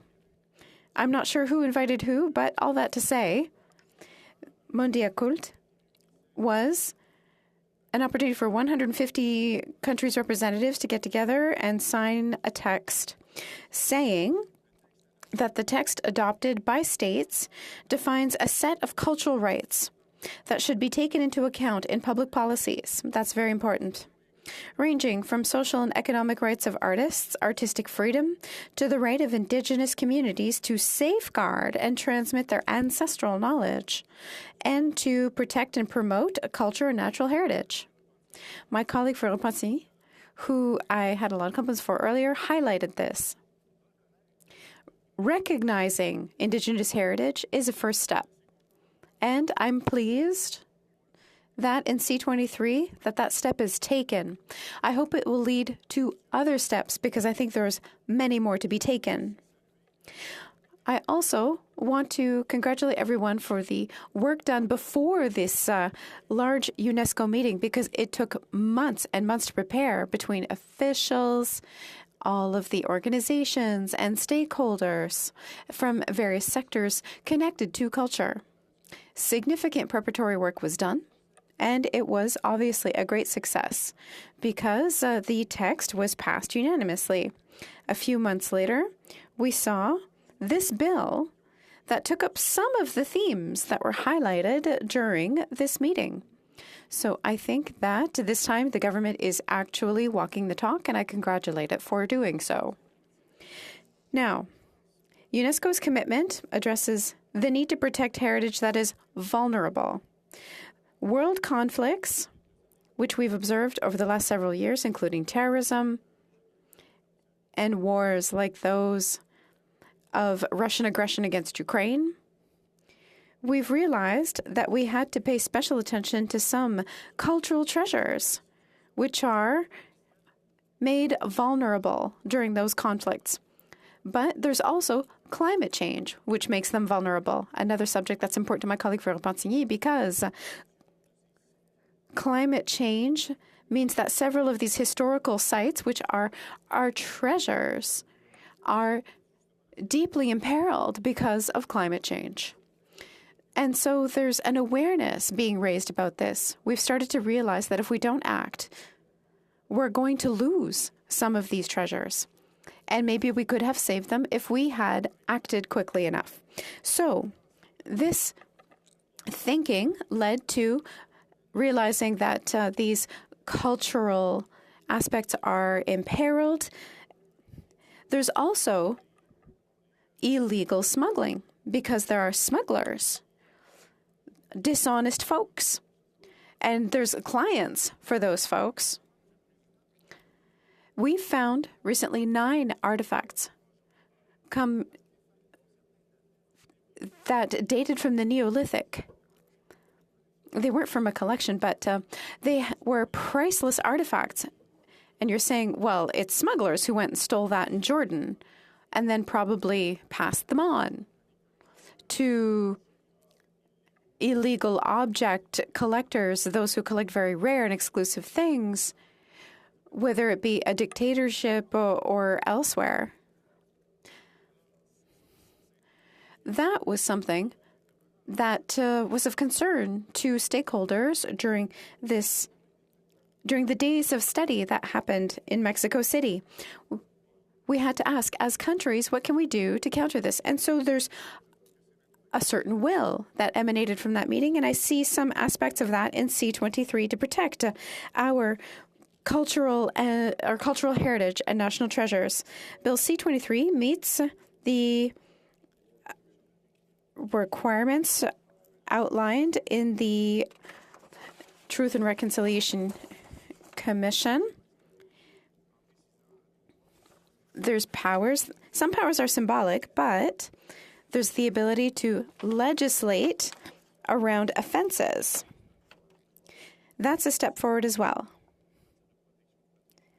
When it comes to protecting heritage, hold on, Mr. Speaker, I'm sure that this is going to be stunning.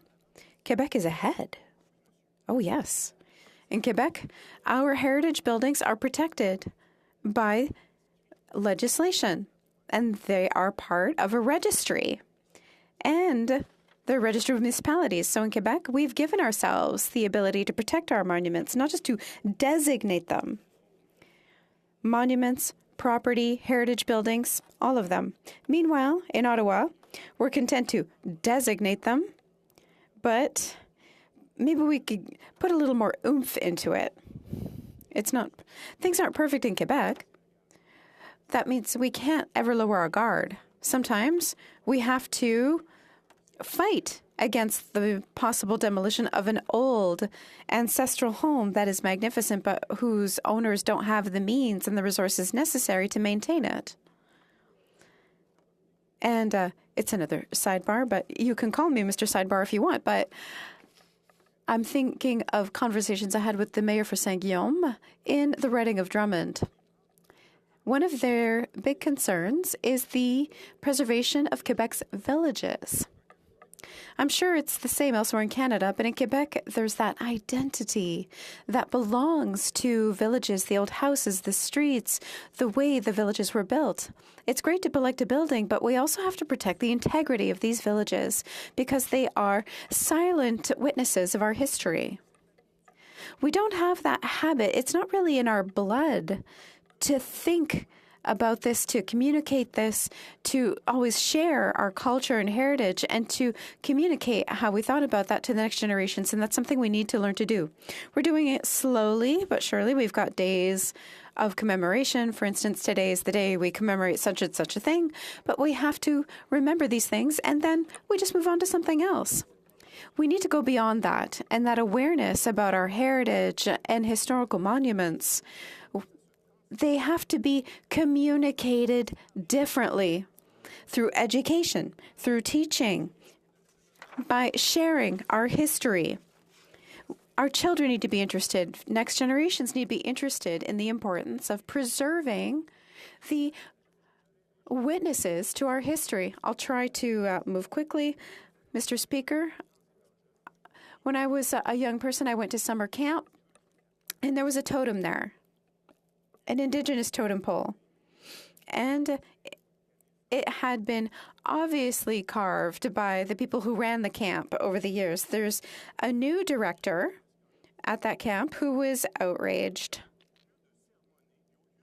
Instead of punishing people who had defaced the totem pole over the years or trying to protect the site, he brought in an elder from an Indigenous nation, I believe from the Huron Nation, who came to explain to the young summer campers what the witnesses are to Indigenous history and how they shared their history through totems, which is a tradition that comes more from Western Canada's Indigenous peoples. But I informed myself a few years later. I went and talked to that summer camp director and said that every single year he would invite an elder from an Indigenous nation to come and talk to the people.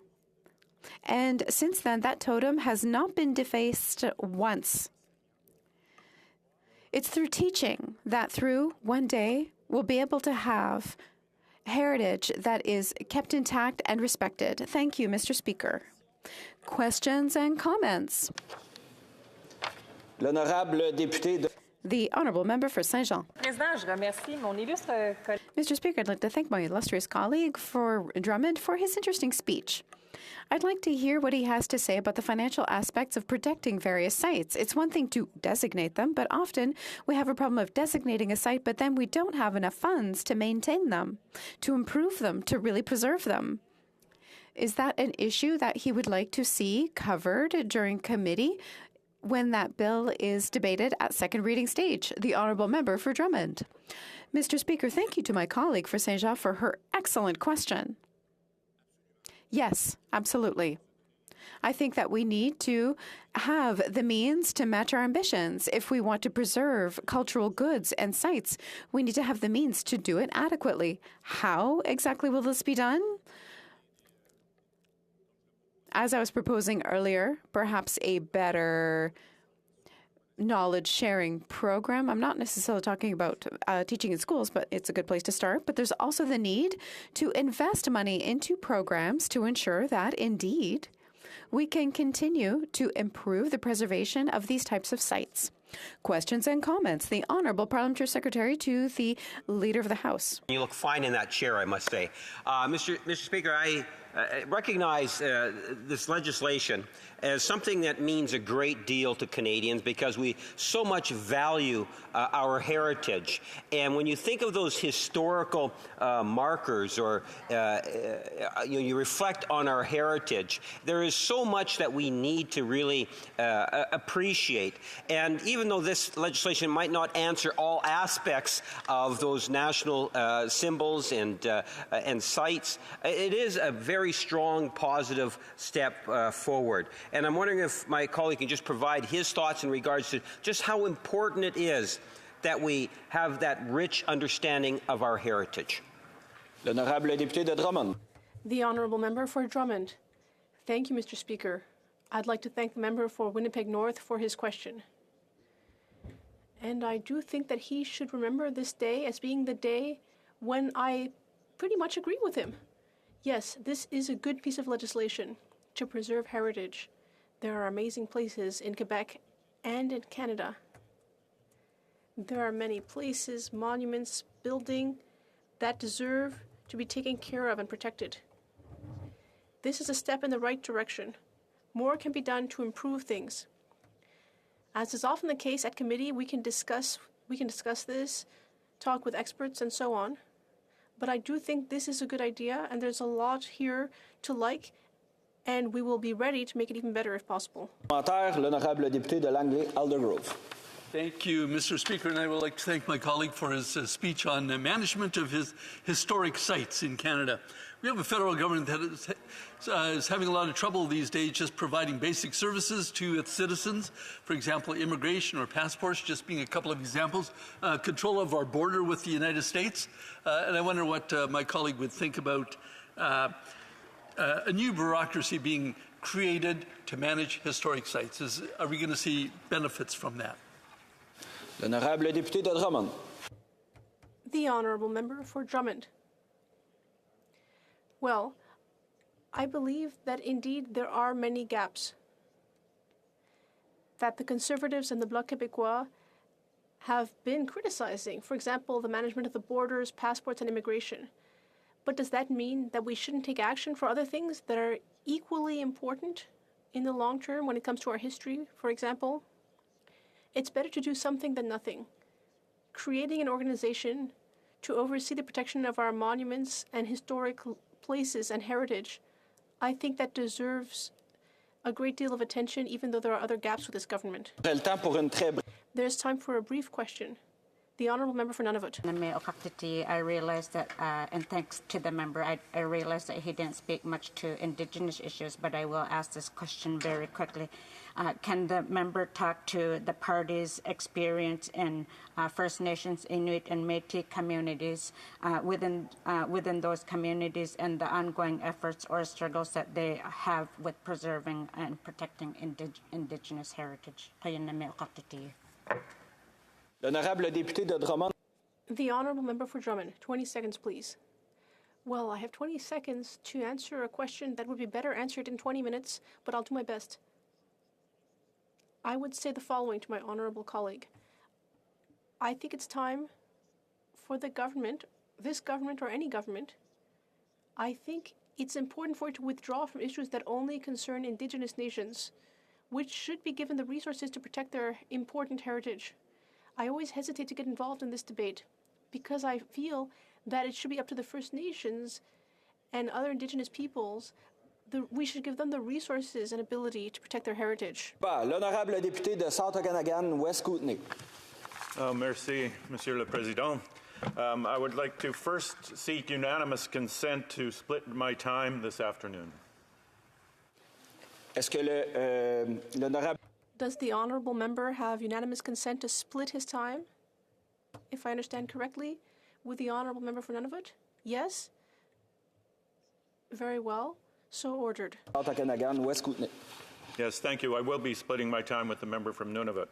And I'm happy to rise today to speak to Bill C-23, the Historic Places of Canada Act, which modernizes the Historic Sites and Monuments Act. In short, this new act updates the protection and conservation framework for historic places and gives Indigenous people a role in determining those places. Mr. Speaker, Canadians value our heritage places and the role they play in our collective history and culture. But for the most part of Canadian history, the history of Indigenous peoples has almost been entirely absent from our historic sites and monuments. And this bill makes a first step to include Indigenous peoples in the designation and development of those sites. And while the member from Nunavut will expand more fully on this issue, I'd like to bring up two examples of important Indigenous sites from my riding that illustrate this. There are two provincial parks in the South Okanagan that are popular camping spots, but also happen to be important cultural sites for the Seal people. And unlike most non-Indigenous historic sites, these sites don't have a building to mark them, but have been important gathering places for millennia. One is Suyus Park. It's a beautiful narrow peninsula that almost cuts Suyus Lake in two. The Insiltian name means a shallow place where you could cross the lake on foot or by horse. And the name Suyus was altered by the first settler justice of the peace there, Judge Haynes, to Osuyus, and that has become the name of the local town and of the lake.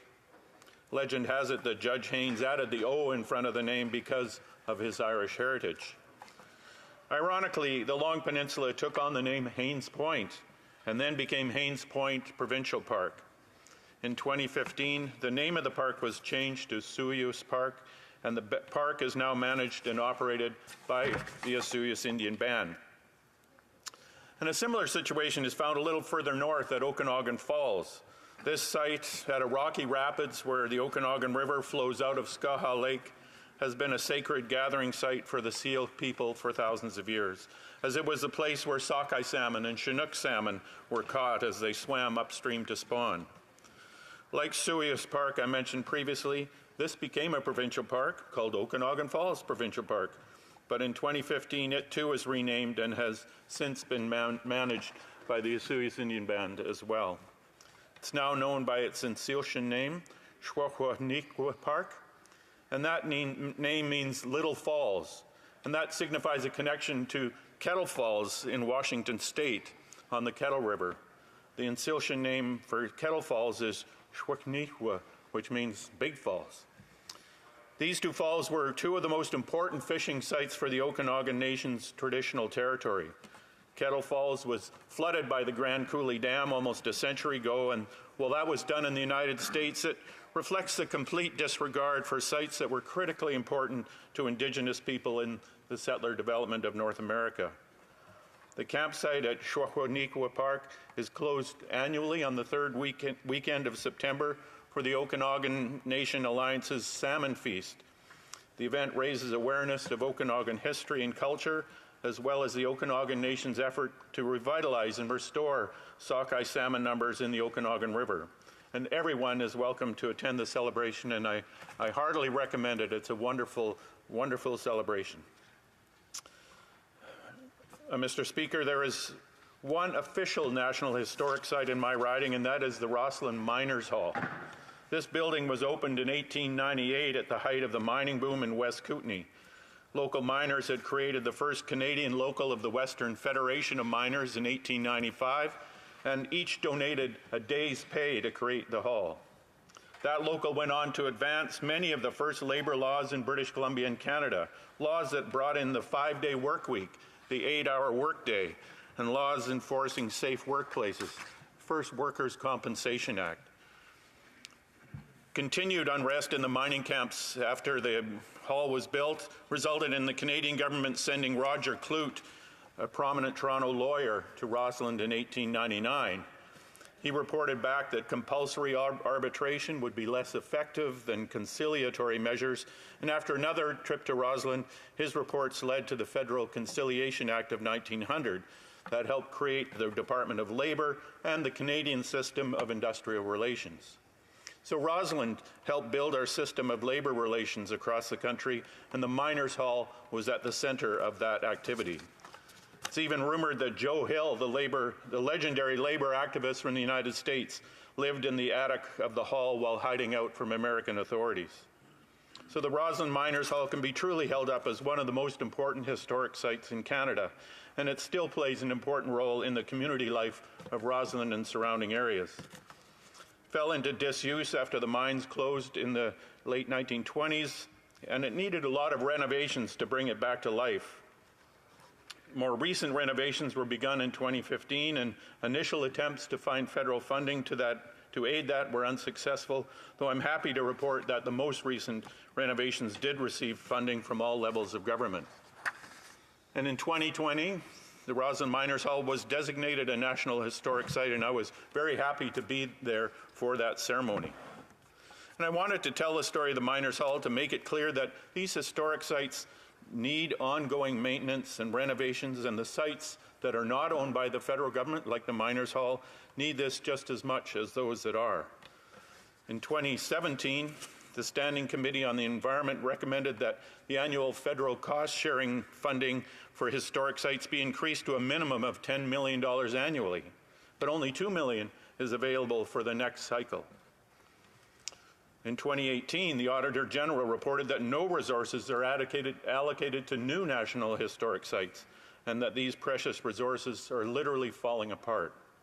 We need to do better to maintain the heritage that Canadians cherish. I'd like to finish with one more example of a historic place in Canada that has yet no federal designation or protection, and that is the SS Sicamous in Penticton. The SS Sicamous is a historic paddle-wheeler steamship that plied Okanagan Lake in the early 1900s, providing a vital link up and down the valley before roads were built. It's permanently docked at Penticton, along with the stern saloon of the SS Okanagan, an earlier vessel that actually brought my grandparents down the lake when they emigrated from England to Canada in 1910. This marine history park has also added the Naramata, an old steam tug, and another historic CN diesel tug that pushed train barges on Okanagan Lake early in my lifetime. These historic ships are a big part of the historic heritage of our country. They deserve national designation. And like the situation with the Roslyn Miners Hall, maintenance and renovation of these ships is very expensive. There's a large and very talented and enthusiastic group of volunteers that work on them every day, but they need the funding for materials to help in their work. Mr. Speaker, this bill is long overdue, and the NDP will be supporting it.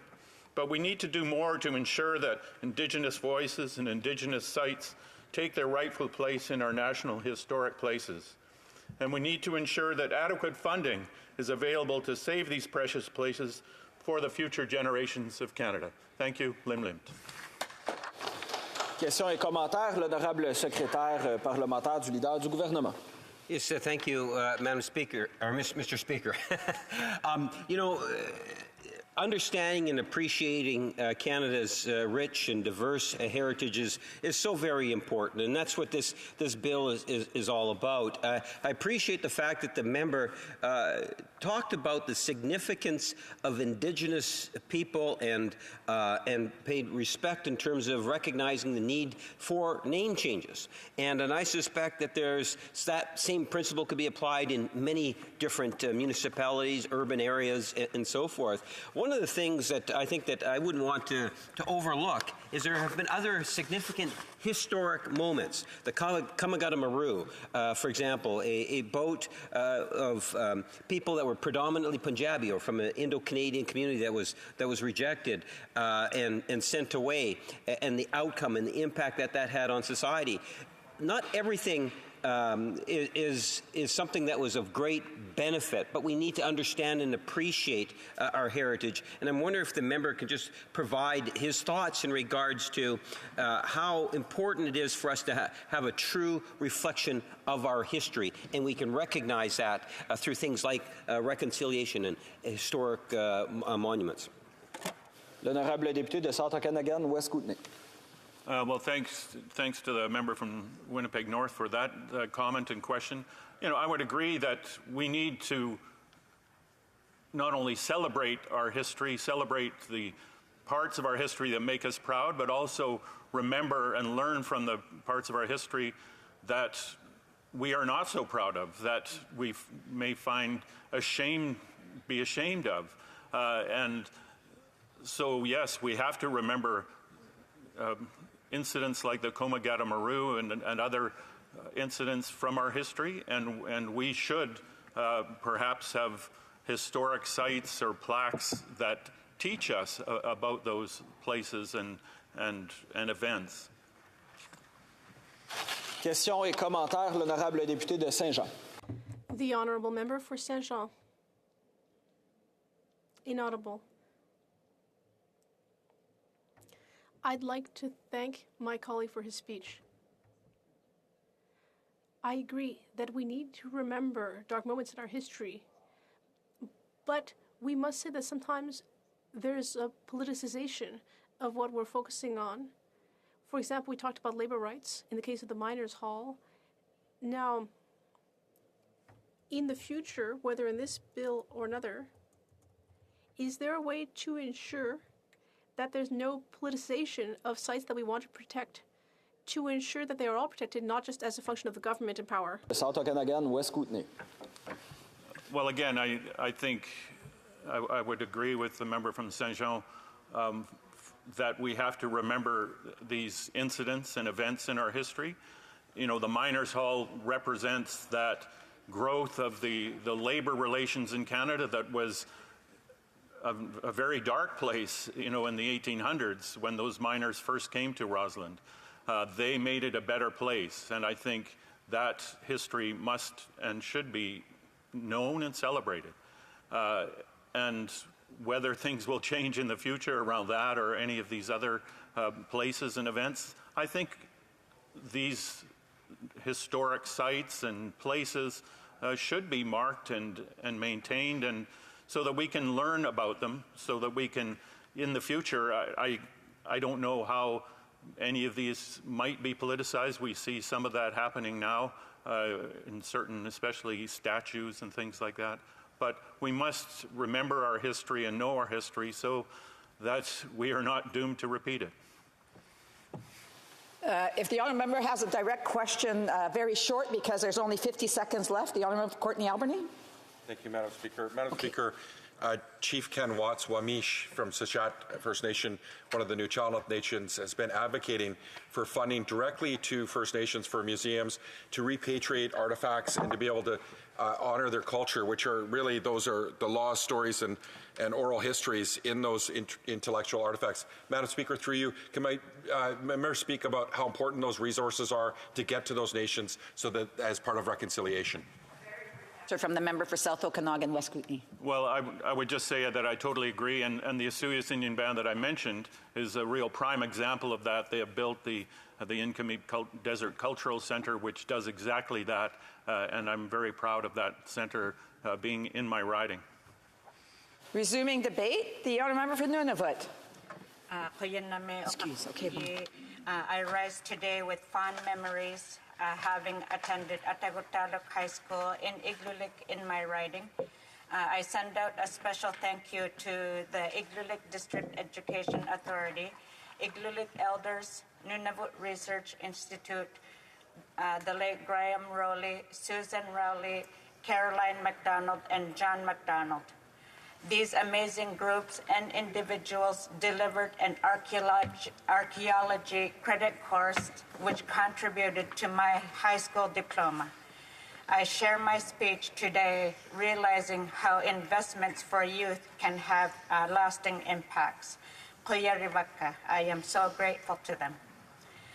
Bill C-23, an act respecting places, persons, and events of national historic significance or national interest, archaeological resources, and cultural and natural heritage, is of particular importance to Indigenous peoples in Canada. I am glad to see in Bill C-23 that roles are provided for Indigenous peoples in determining historic places. It is great to see that this bill responds to the Truth and Reconciliation Commission's calls to action number 79. Specifically, this bill adds 3 members to the Historic Sites and Monuments Board from First Nations, Métis, and Inuit groups. In addition, it compels Parks Canada to incorporate Indigenous knowledge into the designation and commemoration of historic sites. Unfortunately, what this bill does is not enough. The Truth and Reconciliation Commission calls to action set a framework, and this framework should have been used in ensuring a better legislation. TRC Call to Action 79 specifically reads, "We call upon the federal government in collaboration with survivors, Indigenous organizations, and the arts community to develop a reconciliation framework for Canadian heritage and commemoration. It would include, but not be limited to, 1. Amending the Historic Sites and Monuments Act to include First Nations, Inuit, and Métis representation on the Historic Sites and Monuments Board of Canada and its Secretariat. 2. Revising the policies, criteria, and practices of the National Program of Historical Commemoration to integrate Indigenous history, heritage, values, and memory practices into Canada's national heritage and history. And 3, developing and implementing a national heritage plan and strategy for commemorating residential school sites, the history and legacy of residential schools, and the contributions of Aboriginal peoples to Canada's history." In 2017, the National Centre for Truth and Reconciliation raised concerns about the state of conservation of the 17 remaining residential schools and said it was urgent for the government to respond to Call to Action 79. It is unclear to me what has happened since 2017 and whether this bill addresses those concerns. The Standing Committee on Environment and Sustainable Development 2017, entitled Preserving Canada's Heritage, the Foundation for Tomorrow, provided clear recommendations, which I will speak into more detail later. During its study, the Standing Committee on Environment learned that Canada is the only GN7 country that has not passed legislation to protect historic places and archaeological resources under its jurisdiction. Unfortunately, alongside the many other recommendations not being implemented by this government and previous governments, this is not a new recommendation. In 2003, the Office of the Auditor General of Canada also recommended that the federal government strengthen the legal framework built for heritage in Canada. The committee that I mentioned earlier examined the issue of preserving Indigenous heritage places. Unsurprisingly, the committee found that Indigenous peoples define their heritage in a more holistic manner than the Western model. As a result, solutions currently used to protect heritage places must be adopted in order to preserve Indigenous heritage places.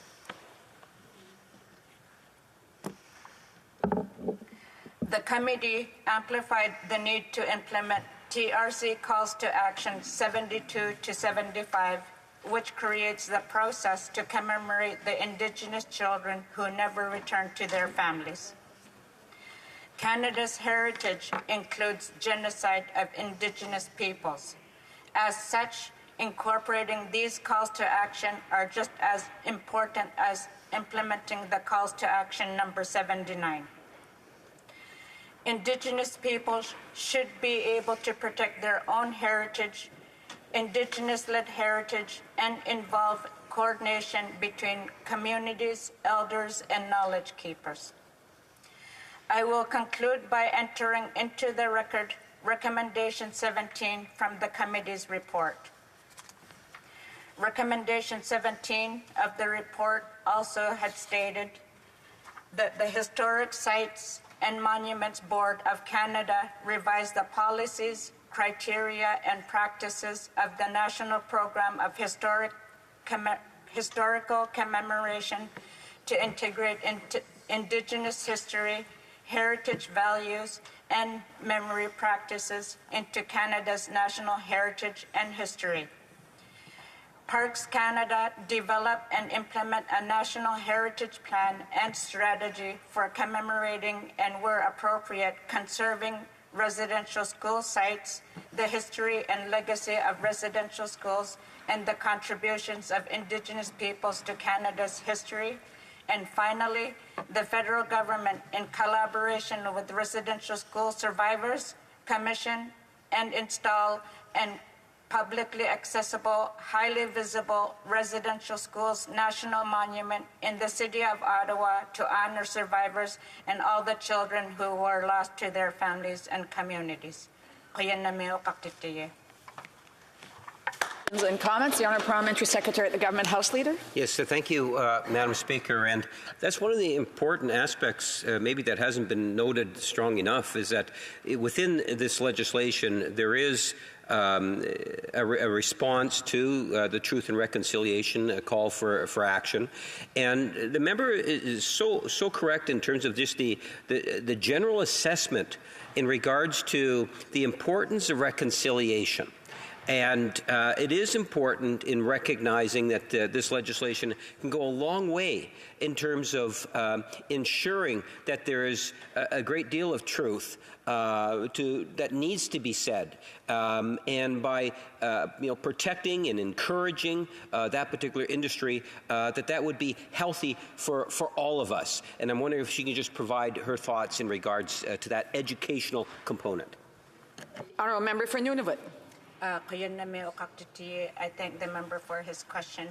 I do recognize that TRC call to action 79 is being implemented, but there are also 72 to 75 that are not being implemented.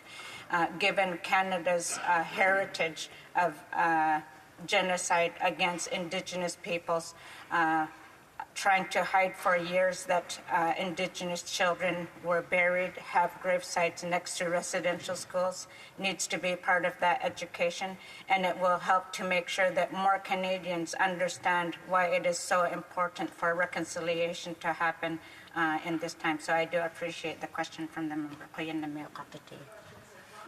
et commentaires, l'honorable député de Saint-Jean. The honourable member for Saint-Jean. Thank you, Madam Speaker. I'd like to thank my colleague, the member for Nunavut, for her speech. Excuse me if I misunderstood something. My question is about something that was mentioned about some heritage, some intangible heritage. It seems that my colleague wanted to include that in this bill, but this bill has more to do with physical assets, physical sites under the management of Parks Canada. So if I understood correctly, does she want us to expand the scope of this bill so that it also covers a kind of heritage that's not physical? Or is that something that should be for a different piece of legislation? I'd like to hear her opinion on that, if I understood what she was talking about. And I thank the member for her question.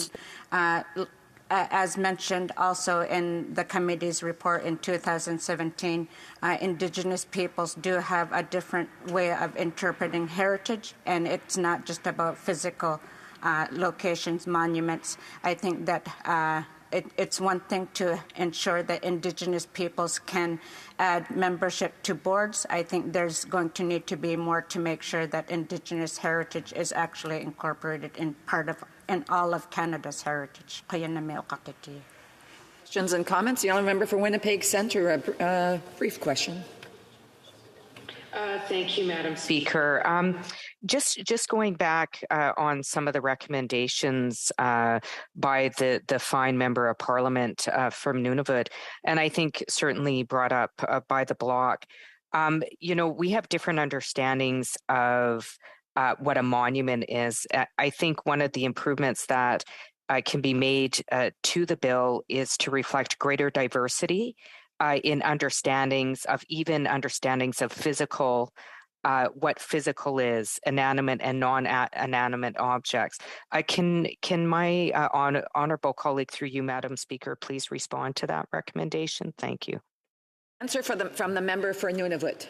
That is a huge question. I can only remember being taught by Professor John Burroughs, who is an amazing legal scholar, and I hope that people in this parliament can look up John Burroughs and the great work that he does to talk about Indigenous laws and how animate and inanimate laws are also, monuments and stuff of the like are also incorporated into this kind of legislation.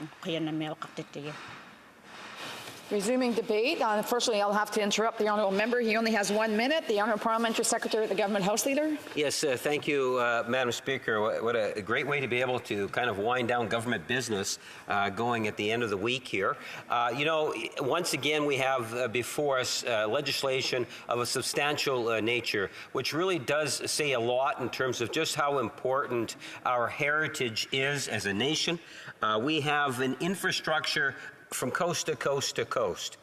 And it is important that we recognize our history, Madam Speaker. And for many of these different, whether it's parks, monuments, whatever it might be, Madam Speaker, it speaks a great deal, not only for current generations, but future generations. I see you're about to stand up, Madam Speaker. I will wait for the next time it's called to be able to conclude. The honourable member will have 19 minutes to continue with his speech the next time this matter is before the House. It being 1:30, the House will now proceed to the consideration of private members' business as listed on today's order paper.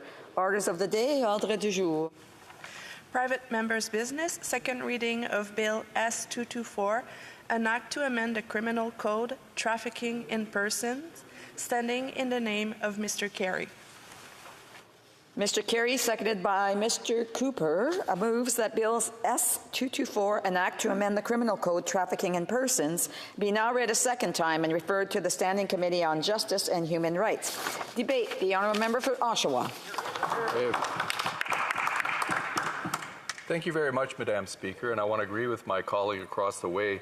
It is indeed a great way to end the week with this bill. Today I rise to speak to Bill S-224, a nonpartisan bill which passed unanimously in the Senate on October the 6th, 2022. I want to thank Senator Salma Tulajan for her collaborative effort and success in getting this bill through the Senate. I want to thank the member from St. Albert for speaking today, his support, and for seconding this bill, as well as the member from Peace River Westlock for his unending commitment to ending human trafficking. God bless him. I want to thank an amazing community of supporters, victims, mums and dads, survivors and workers, including Linda Harlos, Jocelyn Siciliano, Jasmine Defina, Vanessa Falcon, Kim Miller-Sands, Lillian Fisher, Donald Ebokwe, the Durham Regional Police Human Trafficking Unit, and Ms. Hollywood, who's here today. These individuals and many more like them have been infected by a seemingly contagious affliction, Madam Speaker, a desire to do good, to make a difference in the lives of those most vulnerable victims in our community. These people, Madam Speaker, are heroes, and they are saving lives every single day with the work that they do. Madam Speaker, this indeed is a rare opportunity and a rare occasion when a member of Parliament has the opportunity to bring both houses together for a common cause. It is truly an honor. The bill itself is a seemingly small bill, less than 1 page. It represents a small change that will make a big difference in the lives of so many vulnerable people. People denied justice. People denied their human dignity. Madam Speaker, this modern-day slavery initiative was brought to my attention by Darla, a survivor, a friend, and one of my constituents. As a father, her story motivated me to look for real solutions to this problem. At its heart, Bill S-224 aims to align the Canadian Criminal Code's definition of trafficking in persons with that of the 2000 Palermo Protocol. Importantly, This would remove the unfair burden placed on exploited individuals who, under current Canadian law, must prove, Madam Speaker, that there was an element of fear in their abuse in order to obtain a conviction in court. Now, I want members to pause and to think about this for a moment. A crime is committed. There's no debate whether or not the acts have occurred. Yet, under current Canadian law, the victim is required to prove fear in order for a conviction to occur. I want to repeat that. The victim is required to prove fear in order for a conviction to occur. Madam Speaker, so to emphasize the absurdity of this situation, let's apply this requirement to another crime. Imagine someone I know comes up to me and stabs me in the back. Okay? In politics, that term is used rather loosely, but indeed, this crime does occur in reality. How would I prove fear in that situation? Madam Speaker, would the offender be convicted if there was absolute proof of the crime, but fear could not be proven? I say, why do we treat this particular crime of human trafficking so differently? Indeed, members, as I look around the House, we can agree that something needs to change. This is not justice. Colleagues, human trafficking is a scourge, mostly on vulnerable young people and their families across our entire country. In my area and in yours. I'm hopeful that you, as my colleagues, regardless of your political stripe, will approach this effort on a non-partisan basis and help me to secure this long overdue change to Canada's criminal code. Madam Speaker, human trafficking does not discriminate, rich or poor, no matter your background, and my goal is simple. It's to ensure that our country and our local communities are safer for our most vulnerable young people. And who could be against that? These victims, Madam Speaker, often think their abusers are their friends, and their abuser cares for them, loves them. Those of us not involved in human trafficking can see that this is not the case. We see the coercion, we see the manipulation, we see the lies. Madam Speaker, colleagues, we owe these victims a chance for truth, a chance for justice. Often, when these cases are brought to court, the Crown's case depends on the victim's testimony. It may be the only evidence against the trafficker.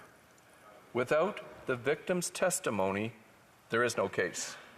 In Canada, sometimes it takes even years for these cases to come to court. There, the victims can be victimized again and again. And Madam Speaker, I'd like to remind colleagues here, we all remember that sad case from Alberta when a federal judge actually asked the victim in a sexual assault trial, why couldn't you just keep your knees together? Colleagues, I ask you, is this the justice system that Canadians want? Again, Madam Speaker, I contest whether or not the crime of human trafficking has occurred should only be defined by the perpetrator's actions rather than the victim's experience. And I want to repeat that. Whether or not the crime of human trafficking has occurred should only be defined by the perpetrator's actions rather than the victim's experience. Victims should not be re-victimized by this system. Madam Speaker, we owe it to victims to make this small change that will make such a huge difference. By amending the criminal code to reflect the international definition of trafficking in persons as outlined in the Palermo Protocol, we will enable the Crown to efficiently convict traffickers. Now, colleagues, I want to talk a little bit about the timelines here, okay? The Palermo Protocol was adopted in November of 2000. Again, November of 2000, 22 years ago, at the 55th session of the General Assembly of the United Nations, it had 117 signatories, and guess what? It included Canada. Human trafficking is defined as the act of recruiting, transporting, harboring, and receiving a person by means of coercion, abuse of power, or deception for the purpose of exploitation. So there's nothing controversial about this. More than 22 years, colleagues, have passed, yet this small but important change is still not reflected in Canada's criminal code. Colleagues, let's not continue to make this another example of Canada's promises that never see concrete action. This bill, Madam Speaker, is about protecting vulnerable Canadians from predators who exploit their victims for personal gain. And colleagues, I say sadly, that gain is becoming much greater, and it's becoming much more lucrative. Madam Speaker, to give some statistics, human trafficking generates more than $32 billion annually and abuses over 40 million victims each year. The number of victims worldwide is greater than the entire population of Canada. And believe me, Madam Speaker, these numbers are underreported. Unfortunately, human trafficking is seen as a low-risk criminal activity here in Canada with a very high reward. According to StatsCan, colleagues, less than 8% of perpetrators charged with human trafficking have ever been prosecuted. Think about that and consider this, that very few perpetrators are even charged with this crime. So the number of those ultimately held to account for this modern-day slavery is dismally low, and I would say embarrassingly so. We, as a country, can do better, and we as a country need to do better. I stand today for Darla from Oshawa and countless other human trafficking survivors. I stand here today for their families, like Linda, an Oshawa mom of a human trafficking survivor. I stand here today for our youth and the most vulnerable Canadians, and invite all members here to stand with me. I'm hoping every member in this House supports this initiative. Colleagues, I stand here for those who are being exploited tonight, right now, in plain sight. Some right outside my office doors in downtown Oshawa. And Madam Speaker, this doesn't end at my doorstep. Each member of this House of Commons can be sure that this is happening outside of each of their doorsteps as well. Madam Speaker, my colleague from Peace River Westlock has a statistic and a quote that puts things into perspective. And I remember the first time I heard this, I actually couldn't believe it. But he likes to say the crime of human trafficking is happening today within 10 blocks or 10 minutes from your home. I'll say that again. The crime of human trafficking is happening today within 10 blocks or 10 minutes of your home. Human trafficking is on the rise, and it relies on abuse, it relies on coercion, and it relies on manipulation. As I've said, victims of human trafficking are often convinced that their traffickers are their friends, their boyfriends. Traffickers have made promises of clothes, money, work, drugs, education, and even protection. Madam Speaker, many victims truly and naively believe that their trafficker has their best interests at heart. We know that's not true. Traffickers prey on the most vulnerable for a reason, as they can resort to violence and threats to make them do what they're told. Madam Speaker, they seek out young people dealing with substance abuse, traumas, addictions, abuse, homelessness, women and girls, Indigenous children, new immigrants, persons living with disabilities, LGBTQ2+, and migrant workers are among the most at-risk groups. Colleagues, I ask, how can we continue to put so much responsibility on these victims who have endured such unimaginable atrocities? It is a time for us to take action and lift the yoke of responsibility and pain and give victims a chance of escaping their abuser. As Senator Tulijan has said, most survivors do not identify as victims as a result of manipulation and gaslighting. They can believe their trafficker cares for them. We owe them the necessary help and care. Instead, they must prove that they fear for their life on the stand, often only a few meters from their trafficker. Victims are usually the only evidence against traffickers. Without their testimony, the Crown has no case. Testimony shows that the fear-based model is the biggest issue when dealing with convictions, and that the experience is more traumatizing than being forced to work in the sex trade. They must relive their nightmare during that preliminary hearing and then at full trial. During cross-examination, it is common for defense lawyers to twist their words and call them a liar.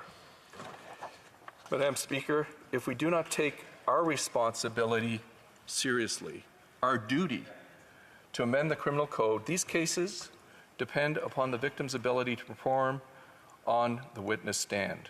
Remember, this is the same victim who we just described as being vulnerable to gaslighting and manipulation. Some of these victims do not have the strength to fight our current system. They do not have the strength to stand up against slick lawyers and a system stacked against them. Madam Speaker, this is not justice, and it usually results in charges being dropped. We need to give victims every tool possible to allow the return of their dignity, their humanity. The goal of S224 is to implement a simple amendment to the criminal code, a very small modification that will make a huge difference in the ability of the Crown to prosecute human traffickers. Madam Speaker, no more settling for a dismal 8% prosecution rate. The time to do better is now, today, while this historic opportunity presents itself. To Darla, the mums and dads, and everyone involved to ending human trafficking, this small change can happen. The time to end 22 years of inaction is over. The opportunity will not be lost. Thank you, Madam Speaker. Comments, questions et commentaires. The Honourable Parliamentary Secretary of the Government House Leader. Yes, thank you, Madam Speaker. And, you know, back in 2019, and I'll reference this in my comments, there was a commitment in terms of Canada's national strategy to combat human trafficking. And one of the things that I think that we really need to highlight during this debate is the importance of education and public awareness. For me, I really believe that the fight that needs to occur not only is in our legislatures, whether they're provincial or national here in Ottawa, but also in our community streets. The member himself makes reference to how close in proximity people are that are being exploited to where we live. And I really do believe that the issue of public awareness and education is critical in terms of being able to continue to fight this particular issue. And I'd be interested in his comments on that. For Oshawa. Thank you very much, Madam Speaker. And I want to thank my colleague for his comments because he is absolutely right. Education, we have to put resources into that. But what I'm asking my colleagues here today, and I'm asking them personally, it's been 22 years. We signed the Palermo Protocol 22 years ago. This is a non-controversial bill. It's one page. And I gave an example of how absurd it was, Madam Speaker, that they have to prove fear. How do you do that? How do you do that? How do you prove fear with somebody who's trafficking you? It's a sad situation, and we can remedy that. And I'm asking every single one of my colleagues here to please take a look at it, listen to your heart, and let's make this small change because it'll make a big difference. 8% prosecution rate, Madam Speaker, that's embarrassing. We need to do better. Thank you. Questions et commentaires. L'honorable député de Saint-Jean. Merci, Madame la Présidente. Thank you, Madam Speaker. I'd like to thank the member for Oshawa for his well-constructed speech, obviously heartfelt. He raised an issue regarding human trafficking, which is that victims often don't consider themselves victims. by removing the obligation to prove fear from the victim, that could increase the number of convictions for this crime. As he mentioned, however, if the victim doesn't feel like they're a victim, perhaps they would not be inclined to participate in the process. Like the Secretary, Parliamentary Secretary said, perhaps we need better awareness so that victims recognize that they are victims and participate in the justice process. The Honourable Member for Oshawa. And again, I can't argue with what my colleague has just said because she is correct. When you think about the psychological manipulation that these human traffickers force on their victims, there really is a unique situation here. These guys seem to be experts, and unfortunately, the way that our system is set up, there's only so many tools in the toolbox. And again, that example I used about getting stabbed in the back, I thought it would get a bit of a chuckle here. I saw some smiles. But if you don't even see somebody stabbing you in the back, how are you ever going to prove fear? So in that situation, if the crime has been committed and there's proof, the person goes to jail. There's no requirement to prove fear. And the intimidation when in court, if you talk to some of these victims, they're ready to go into court and then they see their trafficker in front of them and they can't go through with it. We need to do better. Allow for one quick question. The Honourable Member for Winnipeg Centre, a quick question. Thanks, Madam Speaker. You know, my honourable colleague spoke about how sex trafficking impacts everyone. I agree with him. Here's the thing. We know through research, it predominantly impacts Indigenous women and girls and Two-Spirit people. Something that former Prime Minister Harper, when we tried to get a national inquiry, said was not on his radar. Was not on his radar. I want my honourable colleague to acknowledge that there is a genocide that is happening that is targeting Indigenous women and girls and Two-Spirit in this country, Madam Speaker. Thank you. A brief answer from the Honourable Member for Oshawa. Madam Speaker, my colleague is correct at the targeting of Indigenous women and children. And when we're looking at the issue of human rights, and this issue, I must say myself, when I first came here, I really didn't realize how much of a big problem it was. I certainly didn't think it was happening in my community. And I've learned. And once you start seeing it, you can't unsee it. And I do hope that member will be supportive because this is a change that will make a difference for everyone that's trafficked. Resuming debate, the Honourable Parliamentary Secretary, the Government House Leader. Yes, thank you, Madam Speaker. It's a pleasure to be able to rise and speak on this very important issue of human trafficking. Madam Speaker, it is an issue in which I think, as I pointed out in the question that I had asked the member, I would like to highlight what it is that I believe governments of all different levels, and even when I speak of different levels, Madam Speaker, this is a worldwide problem. And it is a serious issue, and I do believe that there are organizations, international organizations, that are out there to try to raise the awareness of the issue. That's why I thought it was very encouraging when the government back in 2019, that's pre-pandemic, Madam Speaker, came out with the Canada's national strategy.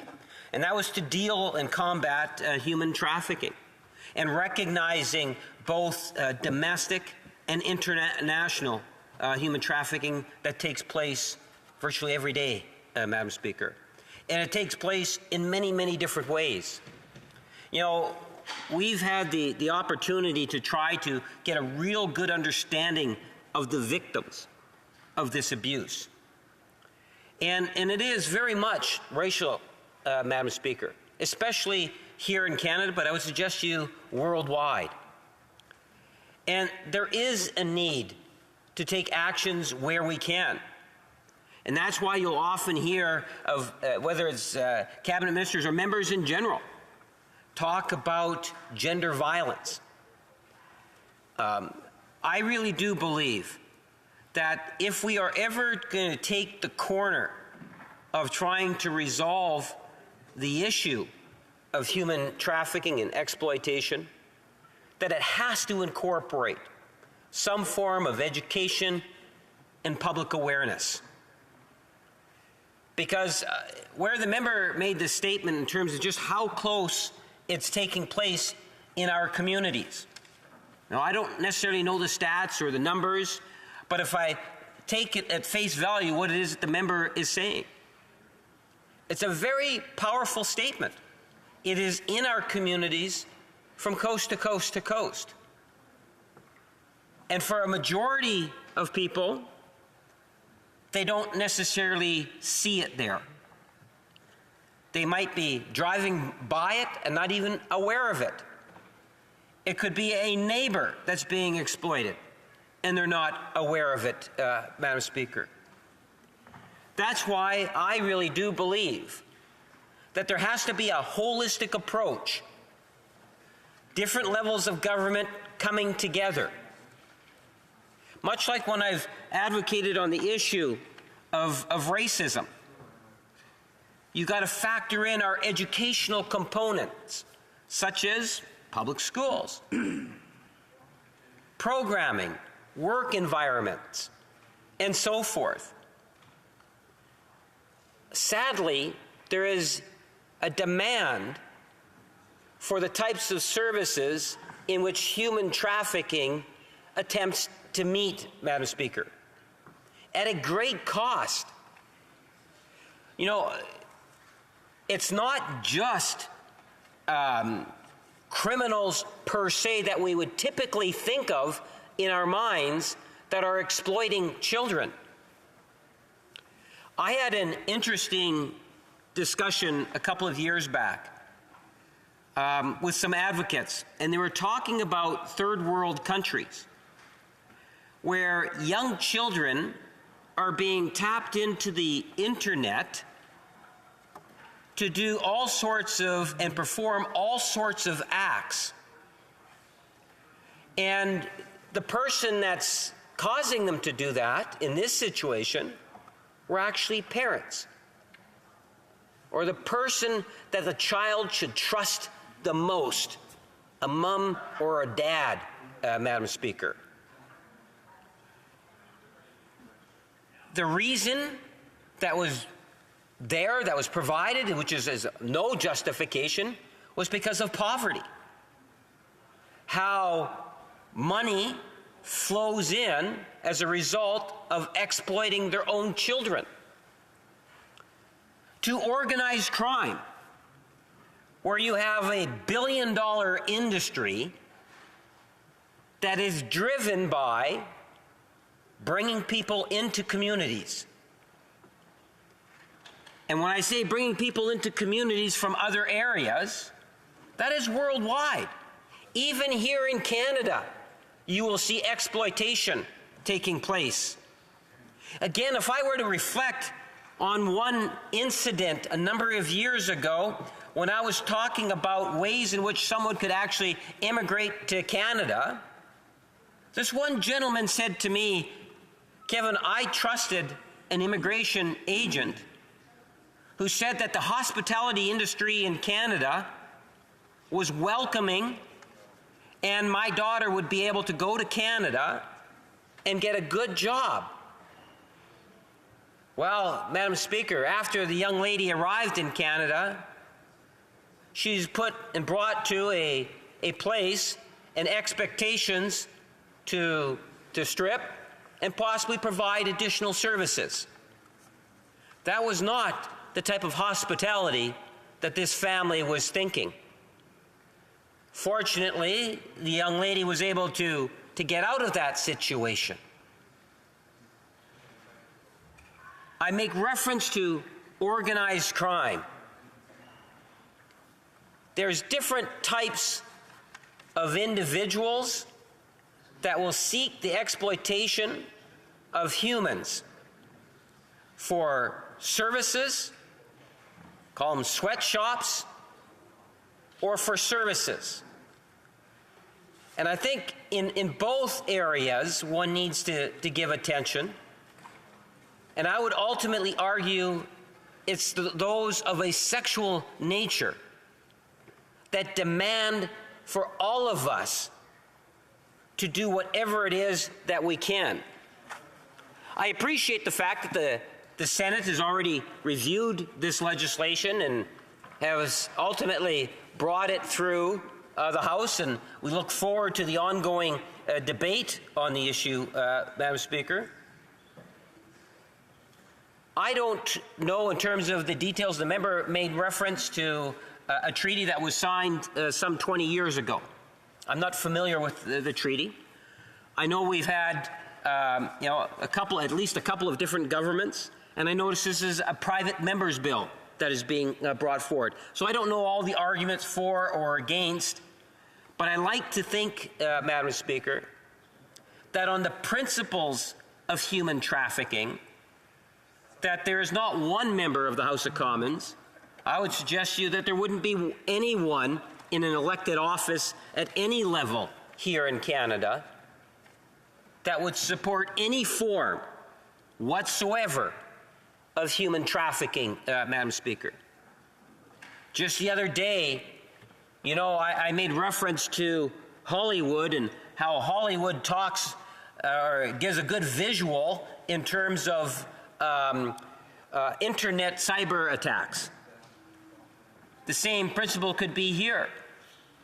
We often hear, and it's often televised in the forms of movies and TV programs, about the types of exploitation that are taking place, Madam Speaker. Suffice to say, even in this era that we are in society, 2022, there is still slavery. There is still human trafficking. There are people that are being exploited, Madam Speaker. And the sad thing is, we're often talking about children. Children as old as 6, and I'd suspect probably even younger than that, to 18 years old.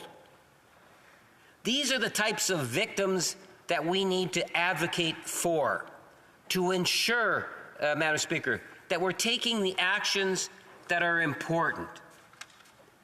Whether it's of a physical nature on walking on streets or being in clubs, or it's in our computers, through the internet, Madam Speaker.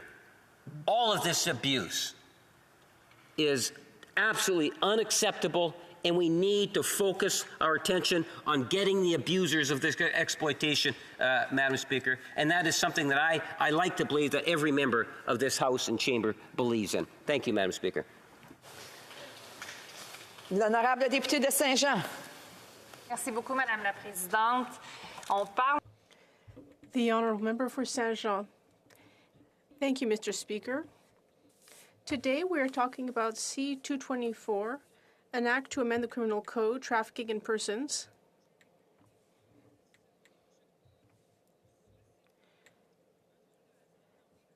It may be a coincidence, but today is December 2nd, the International Day for the Abolition of Slavery, a day when human trafficking is discussed. And this all comes from the Universal Declaration on the Rights of Man from 1948, which stated that no one shall be held in slavery or servitude, and that slavery is forbidden in all its forms. The aim of the International Day for the Abolition of Slavery is to eradicate contemporary forms of slavery. As my colleague for Shefford said in her statement on Wednesday, slavery is not something that just shows up in the history books. We are still facing it today, but in more sinister ways. The International Labor Organization states that 40 million people around the world today are still victims of modern-day slavery. There's all sorts of kinds: debt bondage, forced labor, child labor, trafficking in persons, and in human organs, which unfortunately still happens, sexual slavery, child soldiers in armed conflict, the sale of children, forced marriage, and the sale of women, as well as their exploitation in prostitution. So there are many types of slavery. When we're talking about human trafficking, we're referring to the types of slavery that still exist today. Slavery has changed over the years, and therefore, legislation addressing it also needs to change. As my colleague mentioned, in 2002, Canada ratified the Palermo Protocol, which is the United Nations Convention Against Transnational Organized Crime. The aim is to punish human trafficking, especially that of women and children. In Article 3, it clearly defines what human trafficking is and states that trafficking in persons shall mean the recruitment, transportation, transfer, harboring, or receipt of persons by means of the threat or use of force or other forms of coercion, of abduction, fraud, deception, of the abuse of power or of a position of vulnerability, or of the giving or receiving of payments or benefits to achieve the consent of a person having control over another person for the purpose of exploitation. Exploitation shall include at the minimum the exploitation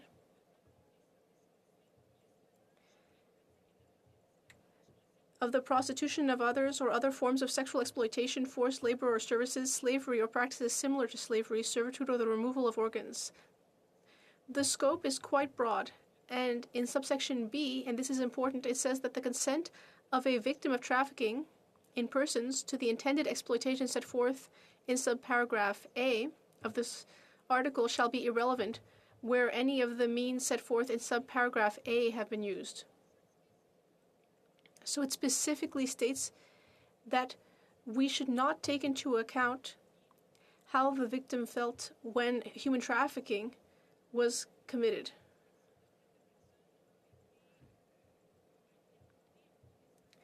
Now, the Criminal Code was amended in 2005 to create the first version of the section under discussion today, with reference to the Palermo Protocol. And so, coming to that section, 279.041, for the purposes of sections 279.01 to 279.03, a person exploits another person if they cause them to provide or offer to provide labor or service by engaging in contact that in all the circumstances could reasonably be expected to cause the other person to believe that their safety would be threatened. And that's the problem. Unlike what we're used to facing in the criminal code, the usual types of offenses, other than mens rea, which is the fact that you have criminal intentions, along with other factors, there's another thing that needs to be considered by the courts, which is the state of how the person, the victim of the offense, feels. And that's what's being looked at with the new proposed language, which, with regard to these same sections, is that someone who exploits another, whether the accused used or threatened to use form, or another form of coercion, or used deception or fraud, abused of a position of trust, power, or authority, all of this can be considered by the court. So we're dropping the issue of fear for one's safety.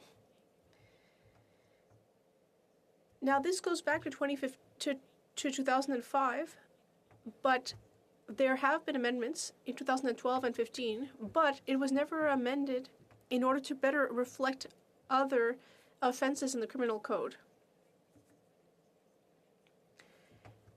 and to take into account this third factor apart from actus reus and mens rea.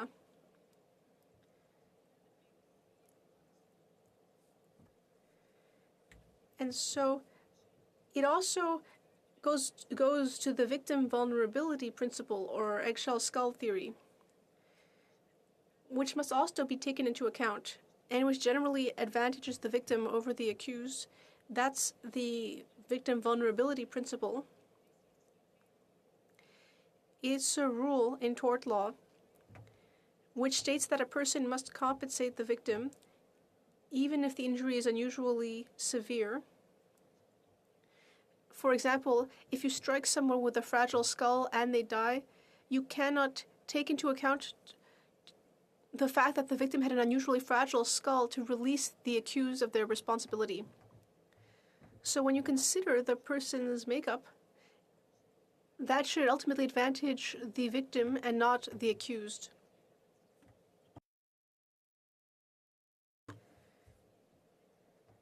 And so with the amendment to Section 279, we might better reflect what we generally see in common law rules. And that's something that's already in our internal law elsewhere, in our domestic legislation, for example, when it comes to protecting immigrants. Because immigration law was also created after the ratification of the Palermo Protocol. And there was already an offense there in the act about refugees. There was already stipulations about protecting people from human trafficking.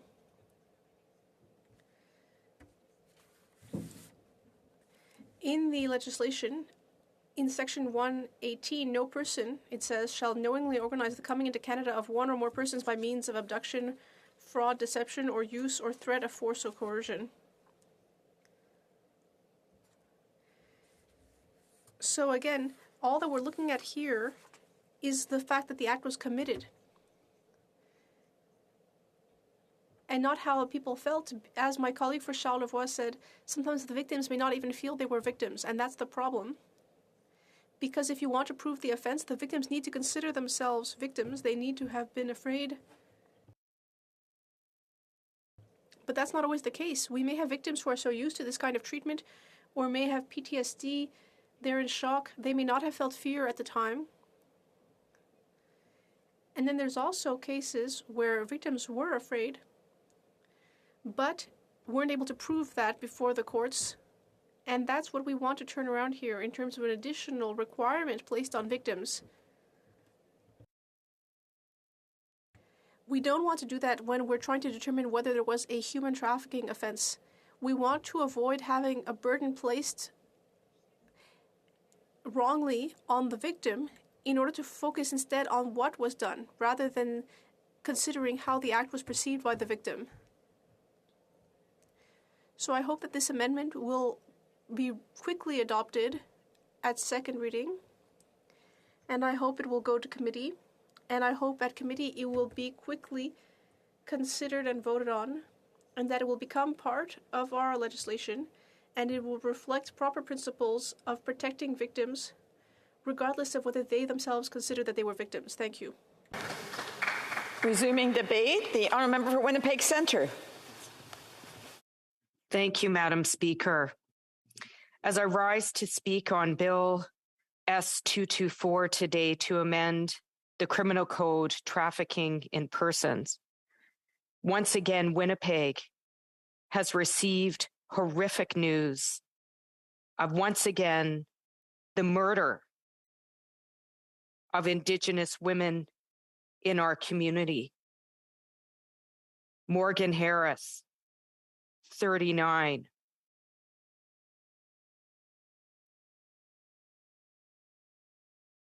Mercedes Myron, 26.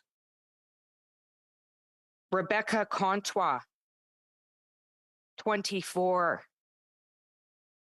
And one woman yet to be identified. 3 additional charges to Jeremy Sabicki, who now seems to be the latest serial killer of Indigenous women, girls, and Two-Spirit in our community. So I would like to offer my love, support, and deepest sympathies to the latest families and communities that have been affected by the ongoing genocide against Indigenous women, girls, and Two-Spirit. Something that has been acknowledged particularly in my city of Winnipeg Centre as ground zero for the crisis of murdered and missing Indigenous women and girls, because their lives were precious. They were loved. They were mothers, they were sisters, they were aunties, and they were daughters. And I don't know how many times I have risen in this house to speak about the urgency, the dire urgency of the crisis that we face as targets in this country. Our lives seem to be of no consequence, whether our life or loss of life in this country that espouses to be a beacon for human rights that have been deprived from Indigenous women, girls, and Two-Spirit since the first contact when exploitation started. So as we debate today in this House a bill to strengthen protections for women, girls, and Two-Spirit around sex trafficking for all women, we must acknowledge when we talk about human trafficking in Canada that certain groups are disproportionately impacted. In fact, the Canadian Women's Foundation noted 51% of trafficked girls were or had been part of the child welfare system, something that has been named the new residential school because there's more kids in the child welfare system now than at the height of residential schools. Indigenous girls, young people, and Two-Spirit. The fact that they noted that 50% of trafficked girls and 51% of trafficked women were Indigenous. Over half of individuals that are trafficked, 51% are Indigenous women because there is an ongoing genocide. Something we are reeling with again in my beautiful community of Winnipeg. An ongoing genocide of missing and murdered Indigenous women and girls and Two-Spirit. And human trafficking is just one part of this ongoing genocide. Let's not forget about what we have recently found out. The second serial killer in recent history who has targeted our women, because there is a normalized violence and genocide that is occurring in this country with piecemeal approaches by government that sends a very clear message to Indigenous women, girls, and Two-Spirit, including the zero budgetary allocation in the 2022 budget, that this is not of top urgency and priority. Now, I know we're here to debate the current bill,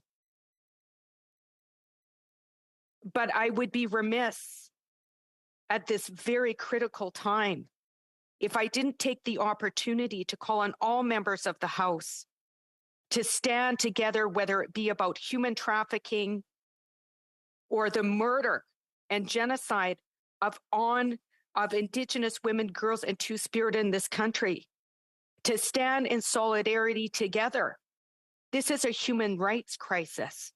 This is a life and death crisis.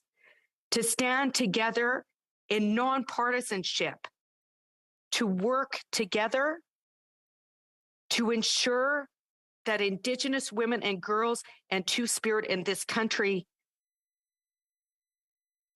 can finally be safe. Because if we fail to do so, once again, as we debate this bill, the latest murders in my community, and I want to let you know, a beautiful community of wonderful people as a result of an individual who targeted Indigenous women. If we do not stand in nonpartisanship, this genocide will continue. I am calling for urgent help. I am calling for resources. I am calling on the government to come to my community and meet with the families of murdered and missing Indigenous women and girls and come up with an urgent response. I am calling on all members of this House to not politicize this genocide and just provide the resources and support that is needed to end this crisis of violence. Every day that this is politicized, every day that we wait, we lose another life. I had the privilege of speaking to one of the family members of one of the women who have been identified in the latest crisis. And families deserve justice. The women, their spirits, they deserve justice. Our communities deserve justice, and we have a right to be safe. We have a right to be respected. We have a right to be honored, and that needs to happen today. Thank you, Madam Speaker.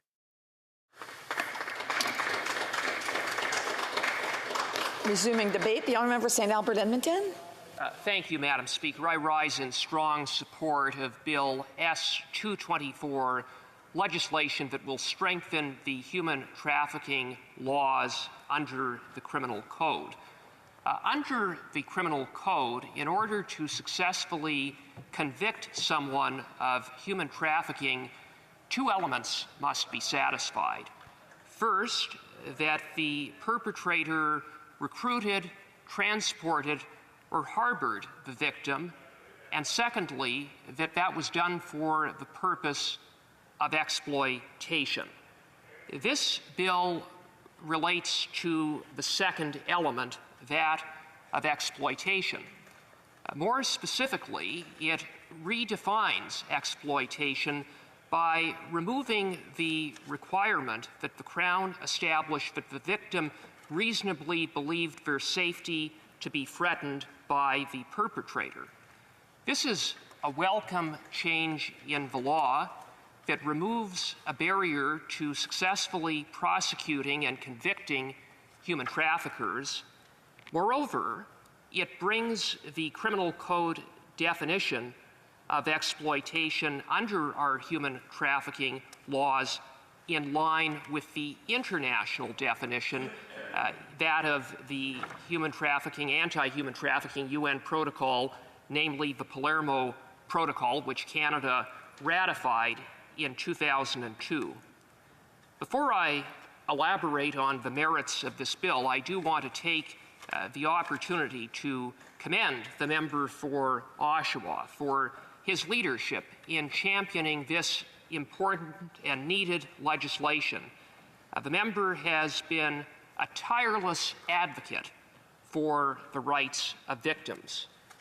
And I'd also like to recognize my Conservative colleague, Senator Selma Atulajan, for introducing and successfully shepherding this bill through the Senate with unanimous support. That unanimity, I believe, speaks to the merit of the legislation. Madam Speaker, human trafficking is a heinous crime. It is a gross human rights violation. It is a form of modern slavery. Human trafficking is also a complex and multi-dimensional crime involving a range of criminal activity, from sexual exploitation to forced labor to debt bondage. Human traffickers exploit some of the most vulnerable persons in Canadian society, 95% of whom are women, and more than 70% of whom are under the age of 25. Indeed, it's estimated that a quarter of human trafficking victims are children. Human traffickers profit through their brutalization of their victims, taking away their freedom and personal autonomy and stripping them of their human dignity. Human trafficking is truly a horrific crime, and it is one that is unfortunately growing in Canada. Although it is not known how widespread human trafficking is, having regard for the fact that this is a crime that is committed in the shadows of Canadian society, police data indicates that human trafficking cases have increased 11-fold between 2010 and 2016. Despite the fact that it is widely understood to be a widespread problem, very few human trafficking cases are successfully prosecuted under the human trafficking provisions of the Criminal Code. I sat on the Justice Committee in 2018 when we undertook a cross-Canada study of human trafficking, traveling from Halifax to Vancouver. And one of the things that we consistently heard was the difficulty of, in practice, using the human trafficking provisions to convict and put away those who commit this horrendous crime. Indeed, often prosecutors end up prosecuting the case under offenses such as procuring and material benefit, lesser offenses under the Criminal Code. The reason being is that these cases are very difficult to prove, made all the more difficult by the need for the Crown to establish that the victim reasonably expected their safety to be threatened. Why does that make it more difficult? Madam Speaker, for several reasons. First of all, it makes it more likely of the need to bring the victim and call them as a witness at the trial. Human trafficking survivors, for understandable reasons, many times are reluctant to testify, given the trauma that they have endured, given the fact that they do not want to relive the horrors that they have been subjected to by their perpetrator under the pressures of cross-examination. Moreover, it puts attention where it should not be, and that is on the state of mind of the victim rather than the actions of the perpetrator. From a practical standpoint, in a trial context, that is made all the more problematic given the circumstances in which human trafficking survivors find themselves in. Brutalized, having endured enormous trauma, sometimes impeding their memory, mental health issues that they may be suffering from as a result of these crimes committed upon them. It's why, under the Palermo Protocol, the focus is not on the state of mind of the victim, but on the actions of the perpetrator. That's what this bill will do, bringing our criminal code in line with the Palermo Protocol in this important regard. I would also note that in requiring that that be established, that the victim reasonably feared for their safety, that it results in a overly narrow definition of exploitation. When someone is particularly vulnerable, threats of force or violence may not be necessary to control that person. And so there could be circumstances where, by every other measure, the victim is being trafficked, but it is impossible to obtain a conviction because it's not possible to meet the objective standard that they feared for their safety. And so, Madam Speaker, for all of these reasons, this bill is needed. It is, as the member for Oshawa in his thoughtful speech noted, a relatively minor change to the criminal code, but one that will have a real impact in seeing that survivors of human trafficking receive the justice that they have been denied, and it will give law enforcement and prosecutors the ability to use the criminal code human trafficking provisions to successfully prosecute and convict human traffickers as human traffickers. I urge the speedy and unanimous passage of this important bill. Thank you, Madam Speaker. The time provided for private members' business consideration is over, and the item falls to the bottom of the order of precedence. Stands adjourned until next Monday at 11 a.m. pursuant to Standing Order 24-1. Have a great weekend.